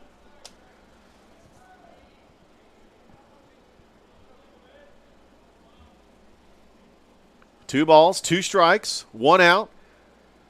Bottom of the 6th inning, Brody Caps the batter. McClure from the stretch. Here's the pitch. It is outside, and it runs the count full on Brody Caps. With first base open, wondering if McClure is going to give him something to hit or just try to pitch around him with a 3-2 count. But you have the heart of the order coming up on deck. Yoxtimer is the batter on deck. McClure from the stretch. And the payoff pitch to Caps. And that is inside ball 4. And the bases are still loaded for the Chattahoochee Monsters. And Jax Yoxtimer is coming up to the plate, the leading hitter on this team. This is a perfect opportunity for the Monsters to really open up this game. Yeah, huge opportunity here for Jackson. This is the man you want coming up to the plate, really, in this situation. Absolutely. Looking to blow the game open. .483 batting average. He does not have a home run, but he does have 6 RBIs.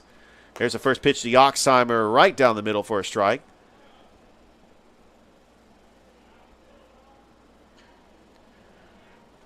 It's an 0-1 count. McClure already at 17 pitches. And here's the pitch to Yoxtimer, and that's right down the middle for a strike. So McClure is going after Yoxtimer. Yeah. I mean, why not? Yoxtimer's taking, though. Yeah. Don't blame him for taking, though. McClure's really struggled throwing strikes so far while he's been out there. Well, Yoxtimer has got to protect with an 0-2 count as he calls time. Steps out of the batter's box, takes a couple practice swings.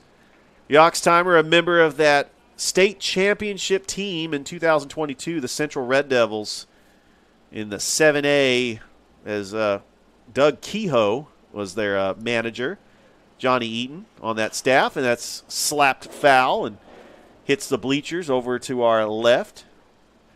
Makes a loud thud, and it's 0-2.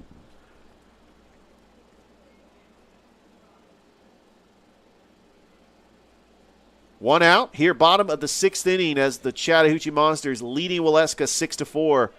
No balls, 2 strikes, 1 out. Here's the pitch to Yoxtimer, and that's in the dirt. 1-2. The Chattahoochee Monsters trying to go for the 2-game sweep over the Waleska Wild Things. A very important game for playoff implications. They could be in 4th place after this game. Here's the 1-2, and that's in the dirt. A good stop by the catcher Hudson. It's 2-2. Noah, I seriously thought that was going to get past Hudson. Yeah, I did too. That was a good stop by him back there. Again, something that looks like Waleska has cleaned up a little bit. It was a huge issue for them earlier in the season. But a couple good blocks there behind the plate by Hudson. Yeah, we saw Waleska make a lot of those unforced errors in that first game of the game you called on that Sunday where Chattahoochee went up by 8 runs. Actually, no. Columbus Chattahoochee were playing Waleska. There you go. We did see them play the Columbus Chattahoochee. But the Chattahoochee Monsters, they were off to a great start. They swept Brookhaven to start the season as that count runs full. On Yoxtimer. As McClure with the payoff pitch to Yoxtimer, swung on a miss, strike 3, and Yoxtimer is really wanting that one back. I mean, it was a pitch that was right down the middle, and a good job by McClure to get the strikeout. Caleb Johnson will come up to the plate with 2 down, and the bases are loaded. Caleb Johnson, one of those players. He's 1 for 3 in this game, batting .428 on the season. A great new addition to this Monsters team. Coming over mid-season. Here's a first pitch to Johnson. Swung and a miss. Strike 1.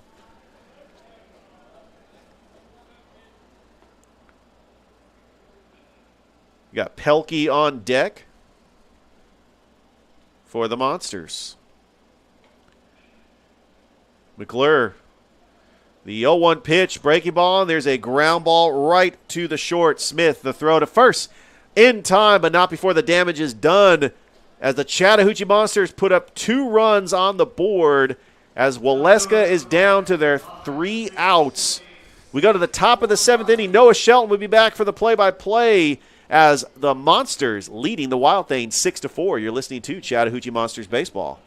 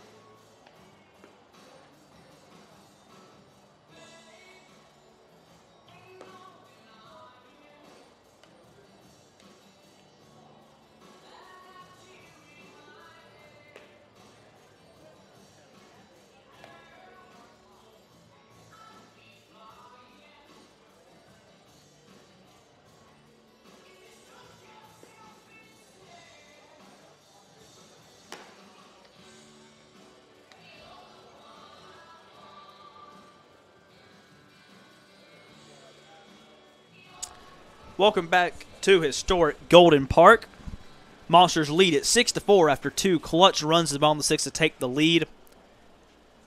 And first up for the Waleska Wild Things in their last effort to come back and tie it will be number 23, Andrew Walton. Came in the ball game back in the 4th inning and struck out. And now the first pitch to him by Willis is in there for a called strike 1.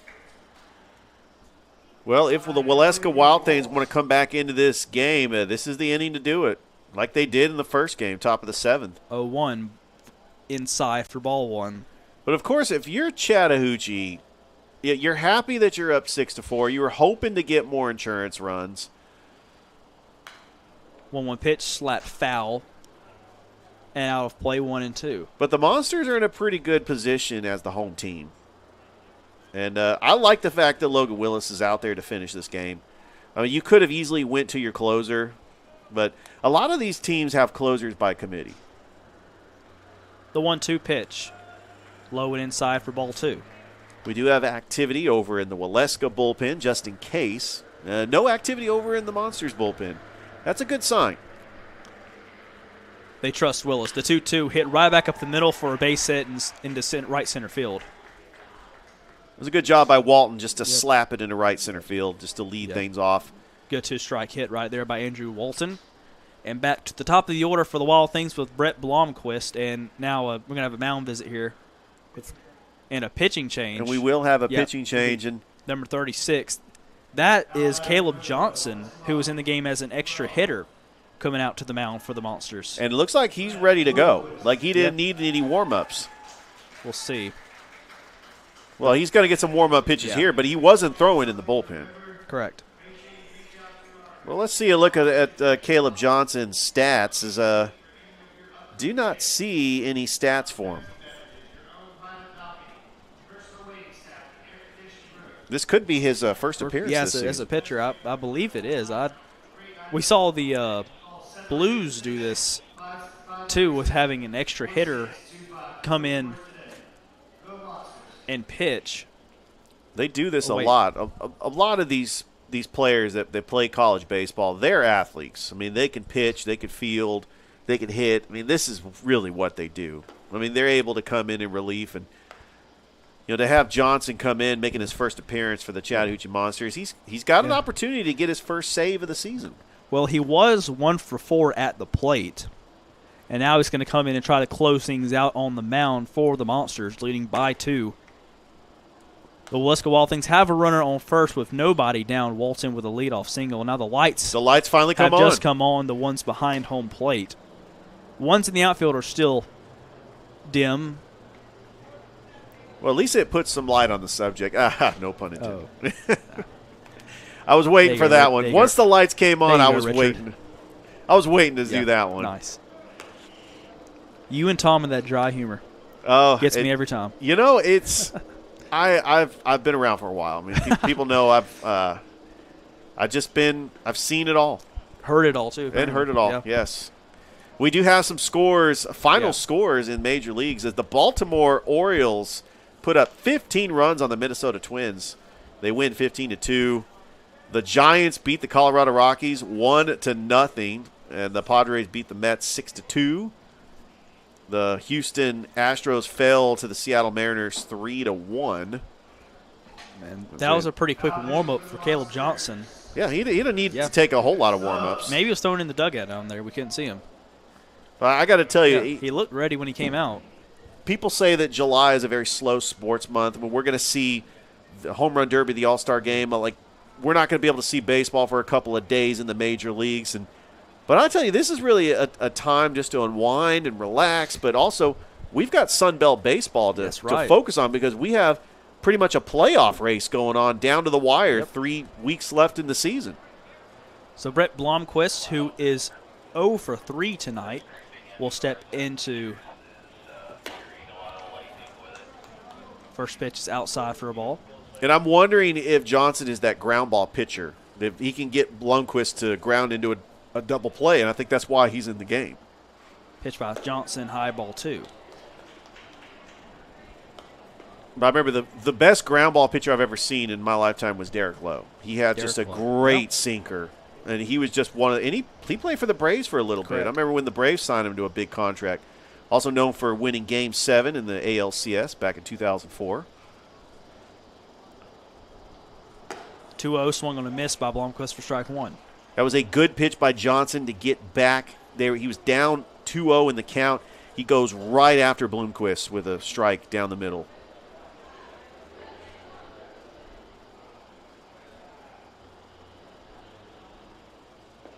The 2-1. A little low for ball 3. It was very close. I thought that was going to be a strike.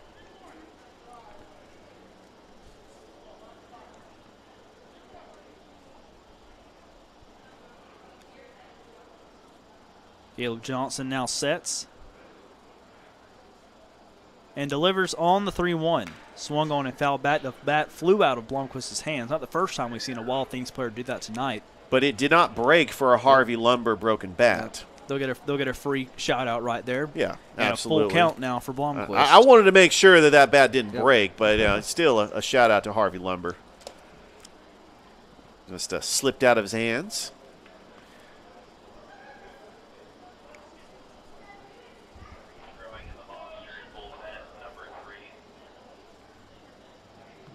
We do have some activity over in the Monsters bullpen. Johnson with a full count to Blomquist. The 3-2 taken and ball 4. Very close. That puts the tying run on base. And the go-ahead run is coming up to the plate for Waleska. Johnny Lombardo, who is 1 for 2, also got hit by a pitch in the first inning. Grounded out to first base in the 3rd and singled in the 5th. And really, you got the heart of the order coming up for Waleska. He's got a home run with 3 RBIs on the season. He's batting .285. This is the type of hitter you want up if you're Waleska. And he represents the go-ahead run. Runners at first and second, nobody down still in the bottom of the top of the 7th. showing bunt. He gets it down. Good bunt there. Johnson looks at third, now fires the first, and he gets away. Coming in to score is Walton. Running third sharply is Blomquist. He'll go back to third. And we got a 6-5 game with runners at second and third for the Wild Things. Nobody down. That was a huge error, and really it was a play where Johnson was checking the runner at third, hesitated a little bit. The throw was off, and it was a costly throw because Waleska cuts into this league, and now they got runners at the corners, or actually into scoring position, with no outs. The go-ahead run is in scoring position for Waleska. Yeah. Brennan Hudson, the 3-hole hitter, the catcher, now coming to the plate. Flew out to left field in the first, doubled in the fourth, and scored in the reach on a fielder's choice in the fifth. First pitch is in there for strike one. I tell you, if Chattahoochee wants to win this game, Johnson is going to have to come after these hitters. He's going to have to get strikeouts, pop-outs, whatever it takes to try to keep these runners from scoring. And the infield, I'm guessing the infield's going to be playing in. But, I think this game is going to come down to the wire just like the first game. It feels that way. It does. It has that feeling that Chattahoochee is going to end up getting last at bats. Well, a base hit to the outfield could give Waleska the lead with runners on second and third, too, in scoring position. You got to remember, this game is huge for the Sun Belt playoff implications with the Monsters in fifth place with a 9-10 record. The 0-1, high for ball one. Well, technically they're in fourth place, but the Atlanta Crackers have a 9-11 record. Chattahoochee with a 9-10 record, but after today they could be either 10-10 or 9-11, tied with the Crackers, which they actually would own the tiebreaker because they beat the Crackers twice.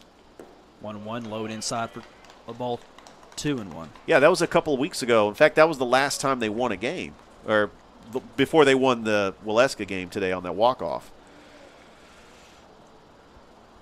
Got to witness history, Noah. Eric Moore with a no-hitter. Oh, that was actually sweet.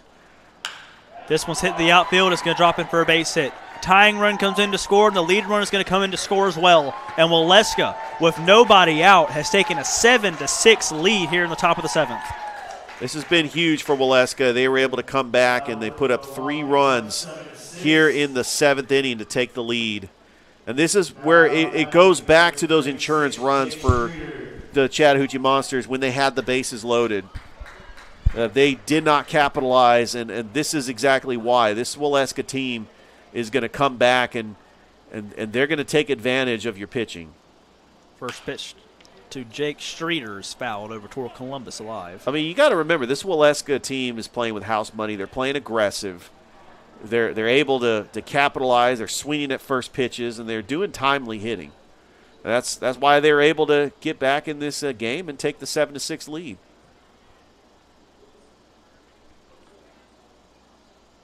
Johnson with the 0-1, high for ball one.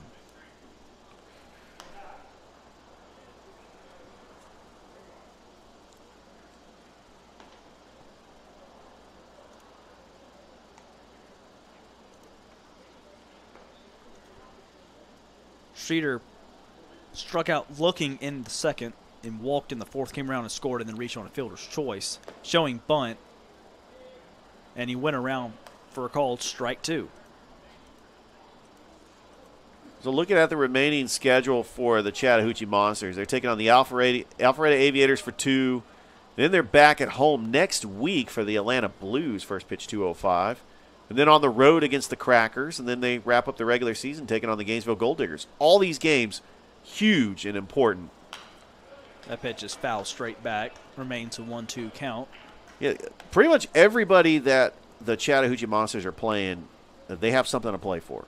It could make or break their season depending on the schedule and the remaining teams. And you look down at the bottom of the standings, and you got all these teams just jostling for position, trying to get either the third or fourth seeds so they could host a playoff game. It's pretty much set that Gainesville and Columbus has got the number 1 and number 2 seeds. Streeter takes that one high for ball two. Because right now Brookhaven is 10-9. They have a 6.5 game. They're behind Gainesville 6.5 games. And then Atlanta is back 8 games.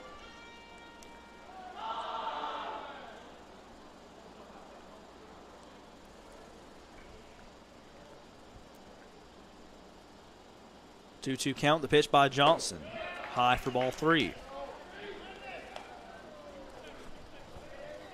We do have some activity over in the Monsters bullpen. Trying to see who that is.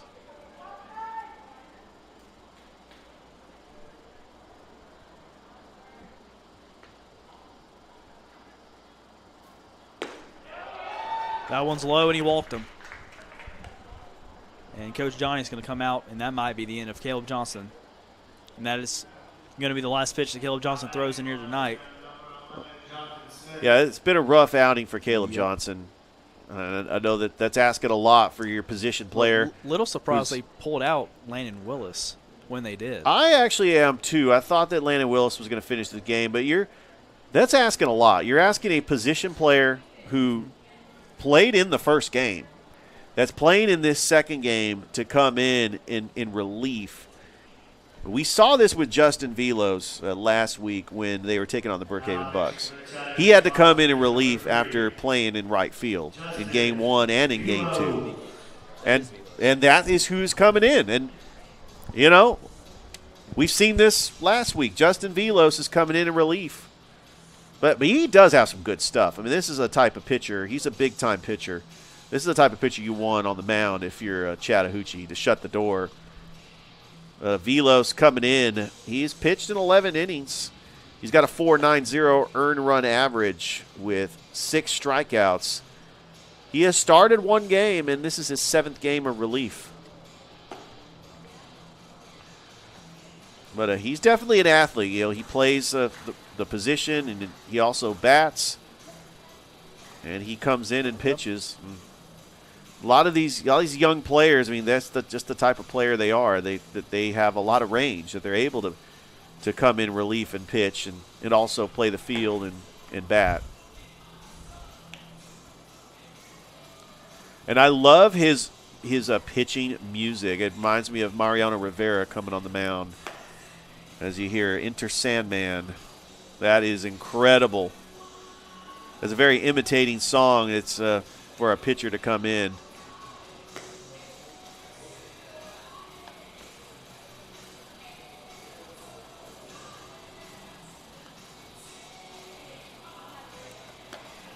Looking at your out-of-town scoreboard, the Chicago Cubs beat the Yankees again at Yankee Stadium, and this was the first time they beat them over the weekend, first time in history, and they beat them again, 7-4. And I don't know about that stat. I saw that stat, and I was like, "Are you sure?" But they don't play. They don't play each other that often. Yeah, I was gonna say it doesn't sound right, but you were talking about how interleague play didn't begin until the '90s, and they'd never seen each other in the playoffs. Never seen. Yeah, well, they did. They did face each other in the 1945 World Series, but the Cubs never won at Yankee Stadium. Man, you know your stuff. Oh, yeah. Absolutely. I'll trust you on that stat. Oh, yeah. I know exactly when the Cubs went to the World Series because all I've heard about was Steve Bartman this. And, there's a nice bunt bunt attempt there. Going to take a tough throw by Smith. He gets it over the first and stepping on the foot. Wow. He is not out. They called him safe. They called him safe. He may have missed the bag on the I think he did. And I think the runner actually hopped over his foot. He missed the bag. Wow. Still no outs for Waleska. This is one of these games where Chattahoochee's got to try to find a way to get out of this inning. Parker Doyle up. First pitch, he fouls it back for strike 1. Well, with no outs, force at any base, Chattahoochee really hoping for a double play here. The 0-1. In there for a call, strike 2. I like Justin Velos' stuff. I mean, he's got command stuff. I mean, he's got closer stuff. He is a big game pitcher for the Monsters. 0-2, outside for ball 1.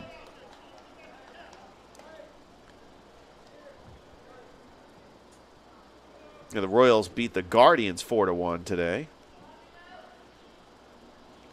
1-2 inside, 2-2. Boston beat Oakland 4-3. All these games are finals. The Nationals beating the Rangers 7-2. There's only one game left. And 2-2 pitch, swung on, hit high in foul territory down the third base line. Over there to make the catch is Brody Capps. He gets underneath it, and finally the Monsters have one out in the top of the 7th. A huge out that the Monsters needed to get. Eli Watson.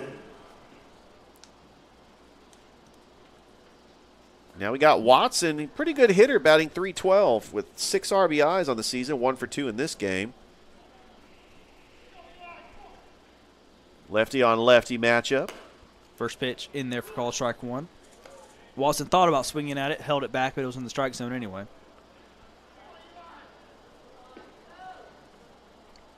Oh, 1 pitch slapped over to left field. Is going to drop in for a base hit, and more shirts run for the Wild Things. Second runner coming to the plate. And the Hank Smith missed the relay throw. Very unfortunate. I and thought 2 will score on the single, and now a double after the error. that was right at Smith. I thought that he was going to make the tag. I think that he was trying to go for the tag, and he just missed it completely.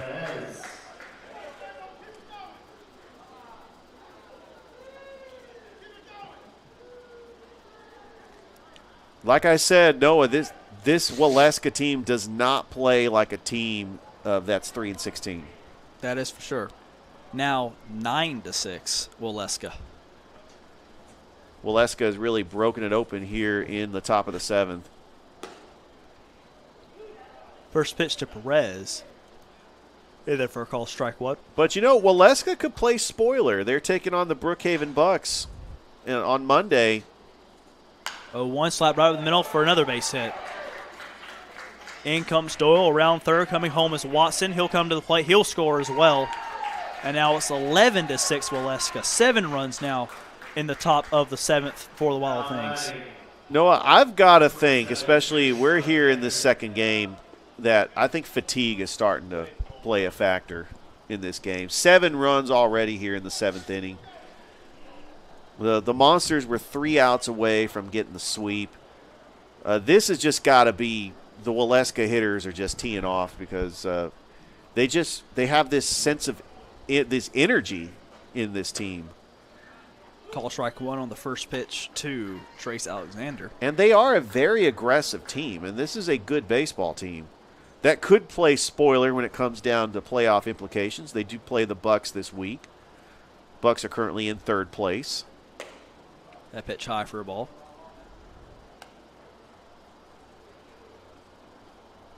They're going to be going to that beautiful stadium at Oglethorpe University. They actually got a castle. It was meant for a football team, and it was built in the 1920s. You know, Drew and I got to witness that, and they got a pretty good fan base out in Brookhaven. But, yeah, we're rooting for Waleska against Brookhaven this week. Definitely. 1-1 pitch low for ball 2. Yeah, all the teams in action tomorrow, including the Chattahoochee Monsters taking on the Alpharetta Aviators, the Chattahoots taking on the Crackers up at Kennesaw State, and Gainesville and Atlanta. That's a very intriguing matchup. That pitch chopped foul to the Waleska dugout, 2-2. With that being a road game, Atlanta is a very tough team. I mean, they have even up the season series with the Chattahoots, 2-2. Yep. Yeah, winning 2-0 last night.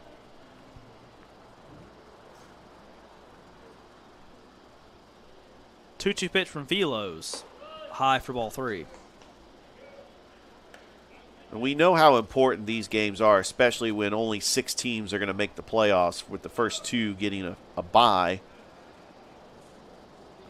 We got Waleska right now 13 back. Alexander hits this one straight away center field, but underneath it to make the catch.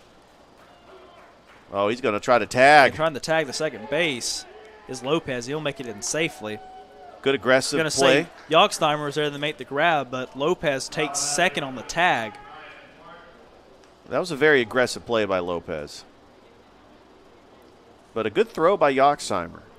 Now we have a pinch hitter in for Andrew Walton. They've batted completely around now, the Wild Things have. Back to the 10 hole. Cade Heflin now in to the plate. The lefty, the 6'1", 885-pound freshman to East Georgia College from Marietta, Georgia.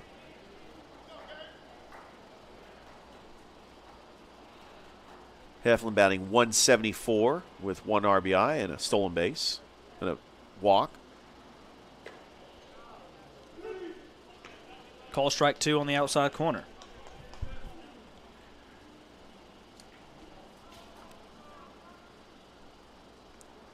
Velo's trying to get out of this inning. Eyes Lopez at second, and now the 0-2. Swung on and fouled back to the on-deck circle for the Waleska Wild Things. The Remains an 0-2 count. on-deck hitter trying to stop it with his foot.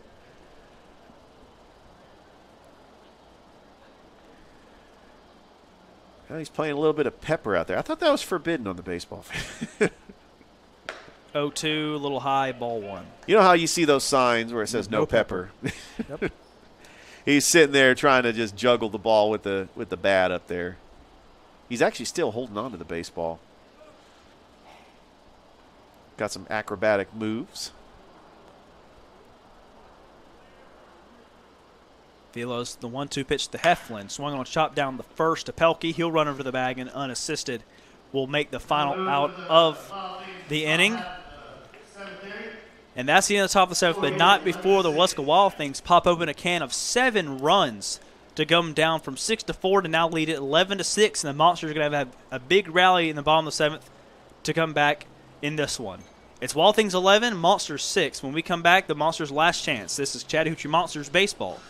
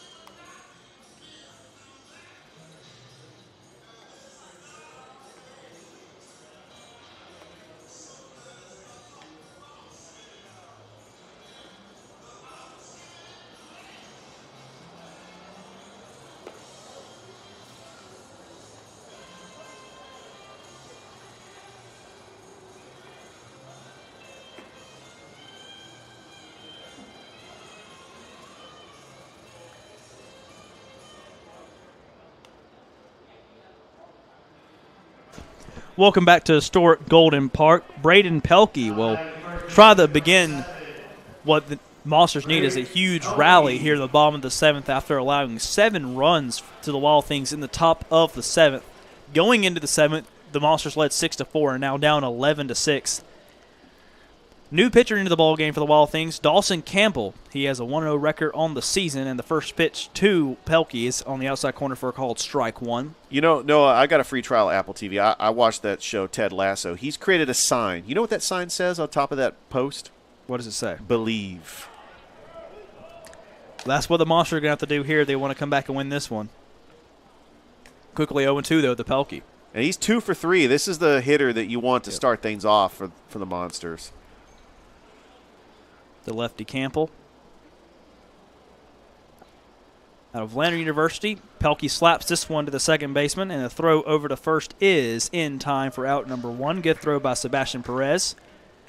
And Pelkey down on 3 pitches, and 1 down here in the bottom of the 7th.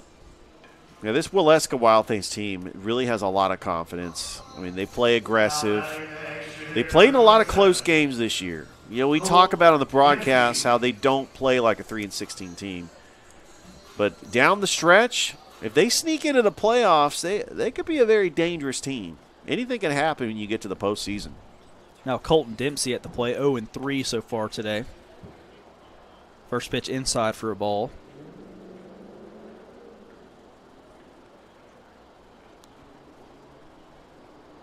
1-0 pitch to Dempsey. A little high, ball 2. Campbell with an ERA of 4.82, has appeared in 10 games, has 1 save to his credit, has pitched 18 2/3 and has struck out 19. That pitch is in there for strike 1. He also, at the plate, is 1 for 7 hitting. That pitch in there for a call, strike 2. Pitched against the Monsters on June 5th, went 3 innings, gave up 2 runs on 2 hits. And Dempsey went, and he went for strike 3. The Monsters are down to their final out. Dempsey tried to hold back, but he just couldn't quite keep it from going past the plate. And now 2 down with Zion Morris coming to the plate. In the 8-3 loss to the Monsters on June 5th, he pitched 3 innings. As I said, two runs given up, 2 hits given up, and walked 1, struck out 6. Didn't get the decision in that one. He is 1-0. The decision he got was on June 28th against the Aviators. Pitched 2 1/3 in a win for the Wild Things, an 11-8 win over the Aviators. First pitch is Zion Morris is in there for strike 1. You also got to remember that the Chattahoochee Monsters, they came out to that hot start. They swept Waleska up in a rare home series for Waleska. Morris swings and misses on that one. And now 1 strike away are the Wild Things from a great comeback victory. 0-2. Swung on a hit high to right field. Going to be a tough play and is going to land behind the right fielder. Morris is going to head for 3. No, he's not. He's going to take a hard run around second and stay put there in a double by Zion Morris. He hasn't given up on it yet. And they'll bring up Hank Smith behind him. Very hot hitter who's been on base all 4 times, Zion Morris, and that's the confidence that I know they're down 11-6, but this is the not quit attitude by the Chattahoochee Monsters. That Zion Morris with a 2-out double, and that really is going to keep that momentum going when they have to play Brookhaven tomorrow. Blomquist and Lombardo over there in right center field nearly made the catch, landed just over both of their heads near the warning track. And really, Chattahoochee with 12 hits, they did not capitalize on the opportunities when they could have had big innings. Otherwise, they probably would have 11 runs on the board as well. The lefty Campbell. Wines in the first pitch to Hank Smith is in there for a called strike 1. Great curveball by Campbell. Got it right into the zone. Hank Smith with 2 doubles on the day also has a sacrifice bunt. The 0-1 in the dirt for ball 1.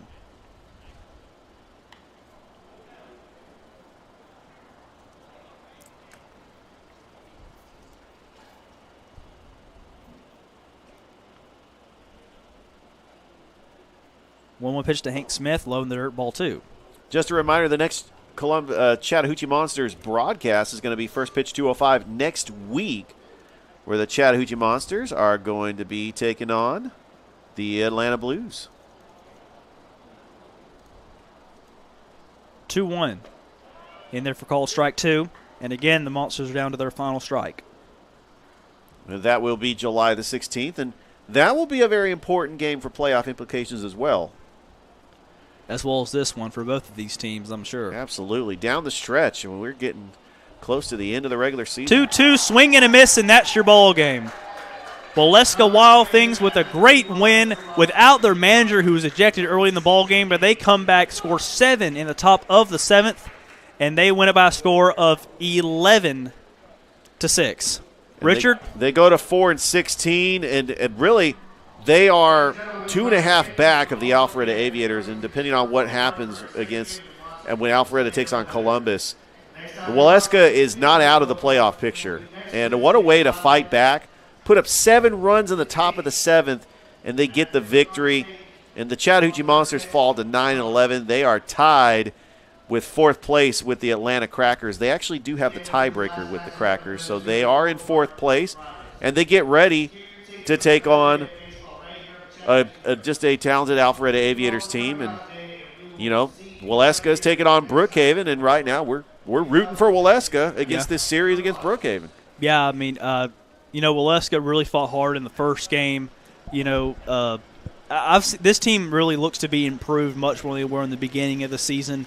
I know the record doesn't show it, but they are more talented, as we talk about, than the record shows. And that's what they can do to teams as talented as the Chattahoochee Monsters, who are right in the thick of it in the playoff hunt. Absolutely. So, yeah, got to tip your cap to Waleska. That's for sure. It was a great game, and really just a great game calling with you, Noah. I've had fun. Oh, yeah, no, it was a great game to call. Unfortunate that the Monsters came on the losing end of this one, but had a lot of fun, Mr. Richard, that's for sure. Oh, I had a blast. I'm hoping to call some more games with you, Noah. Next Hoots broadcast, they're at Alpharetta. No, excuse me. The Crackers, Monday and Wednesday. Rematch of the semifinal playoff game last year. And then next Sunday, the Monsters will be at home for a doubleheader against the Bucks. Oh, the Atlanta Blues. The Blues. The Bucks was last Sunday, excuse me. Yeah, looking forward to it. Well, actually, I won't be here next week. I'll be on vacation, but I know you'll be calling those games. So hoping to be back in a couple of weeks, and maybe we can call another Monsters game in a couple of weeks. All right, anything else you'd like to add, Mr. Richard? All I got to say is, we saw just a great slate of doubleheader, and the Monsters are in prime position to make a playoff run. Yeah, I mean, I'd say today was a little bit of a setback, but I think it's more of a positive for Waleska for their chances to try to sneak into the 6th seed or so. Really impressive win by Waleska to split a doubleheader on the road here in Columbus. Well, that'll do it for us. For myself, Noah Shelton, and for my partner, Richard Holdridge, thank you for listening. The Monsters win Game 1 4-3, lose Game 2 11-6. This has been Chattahoochee Monsters Baseball.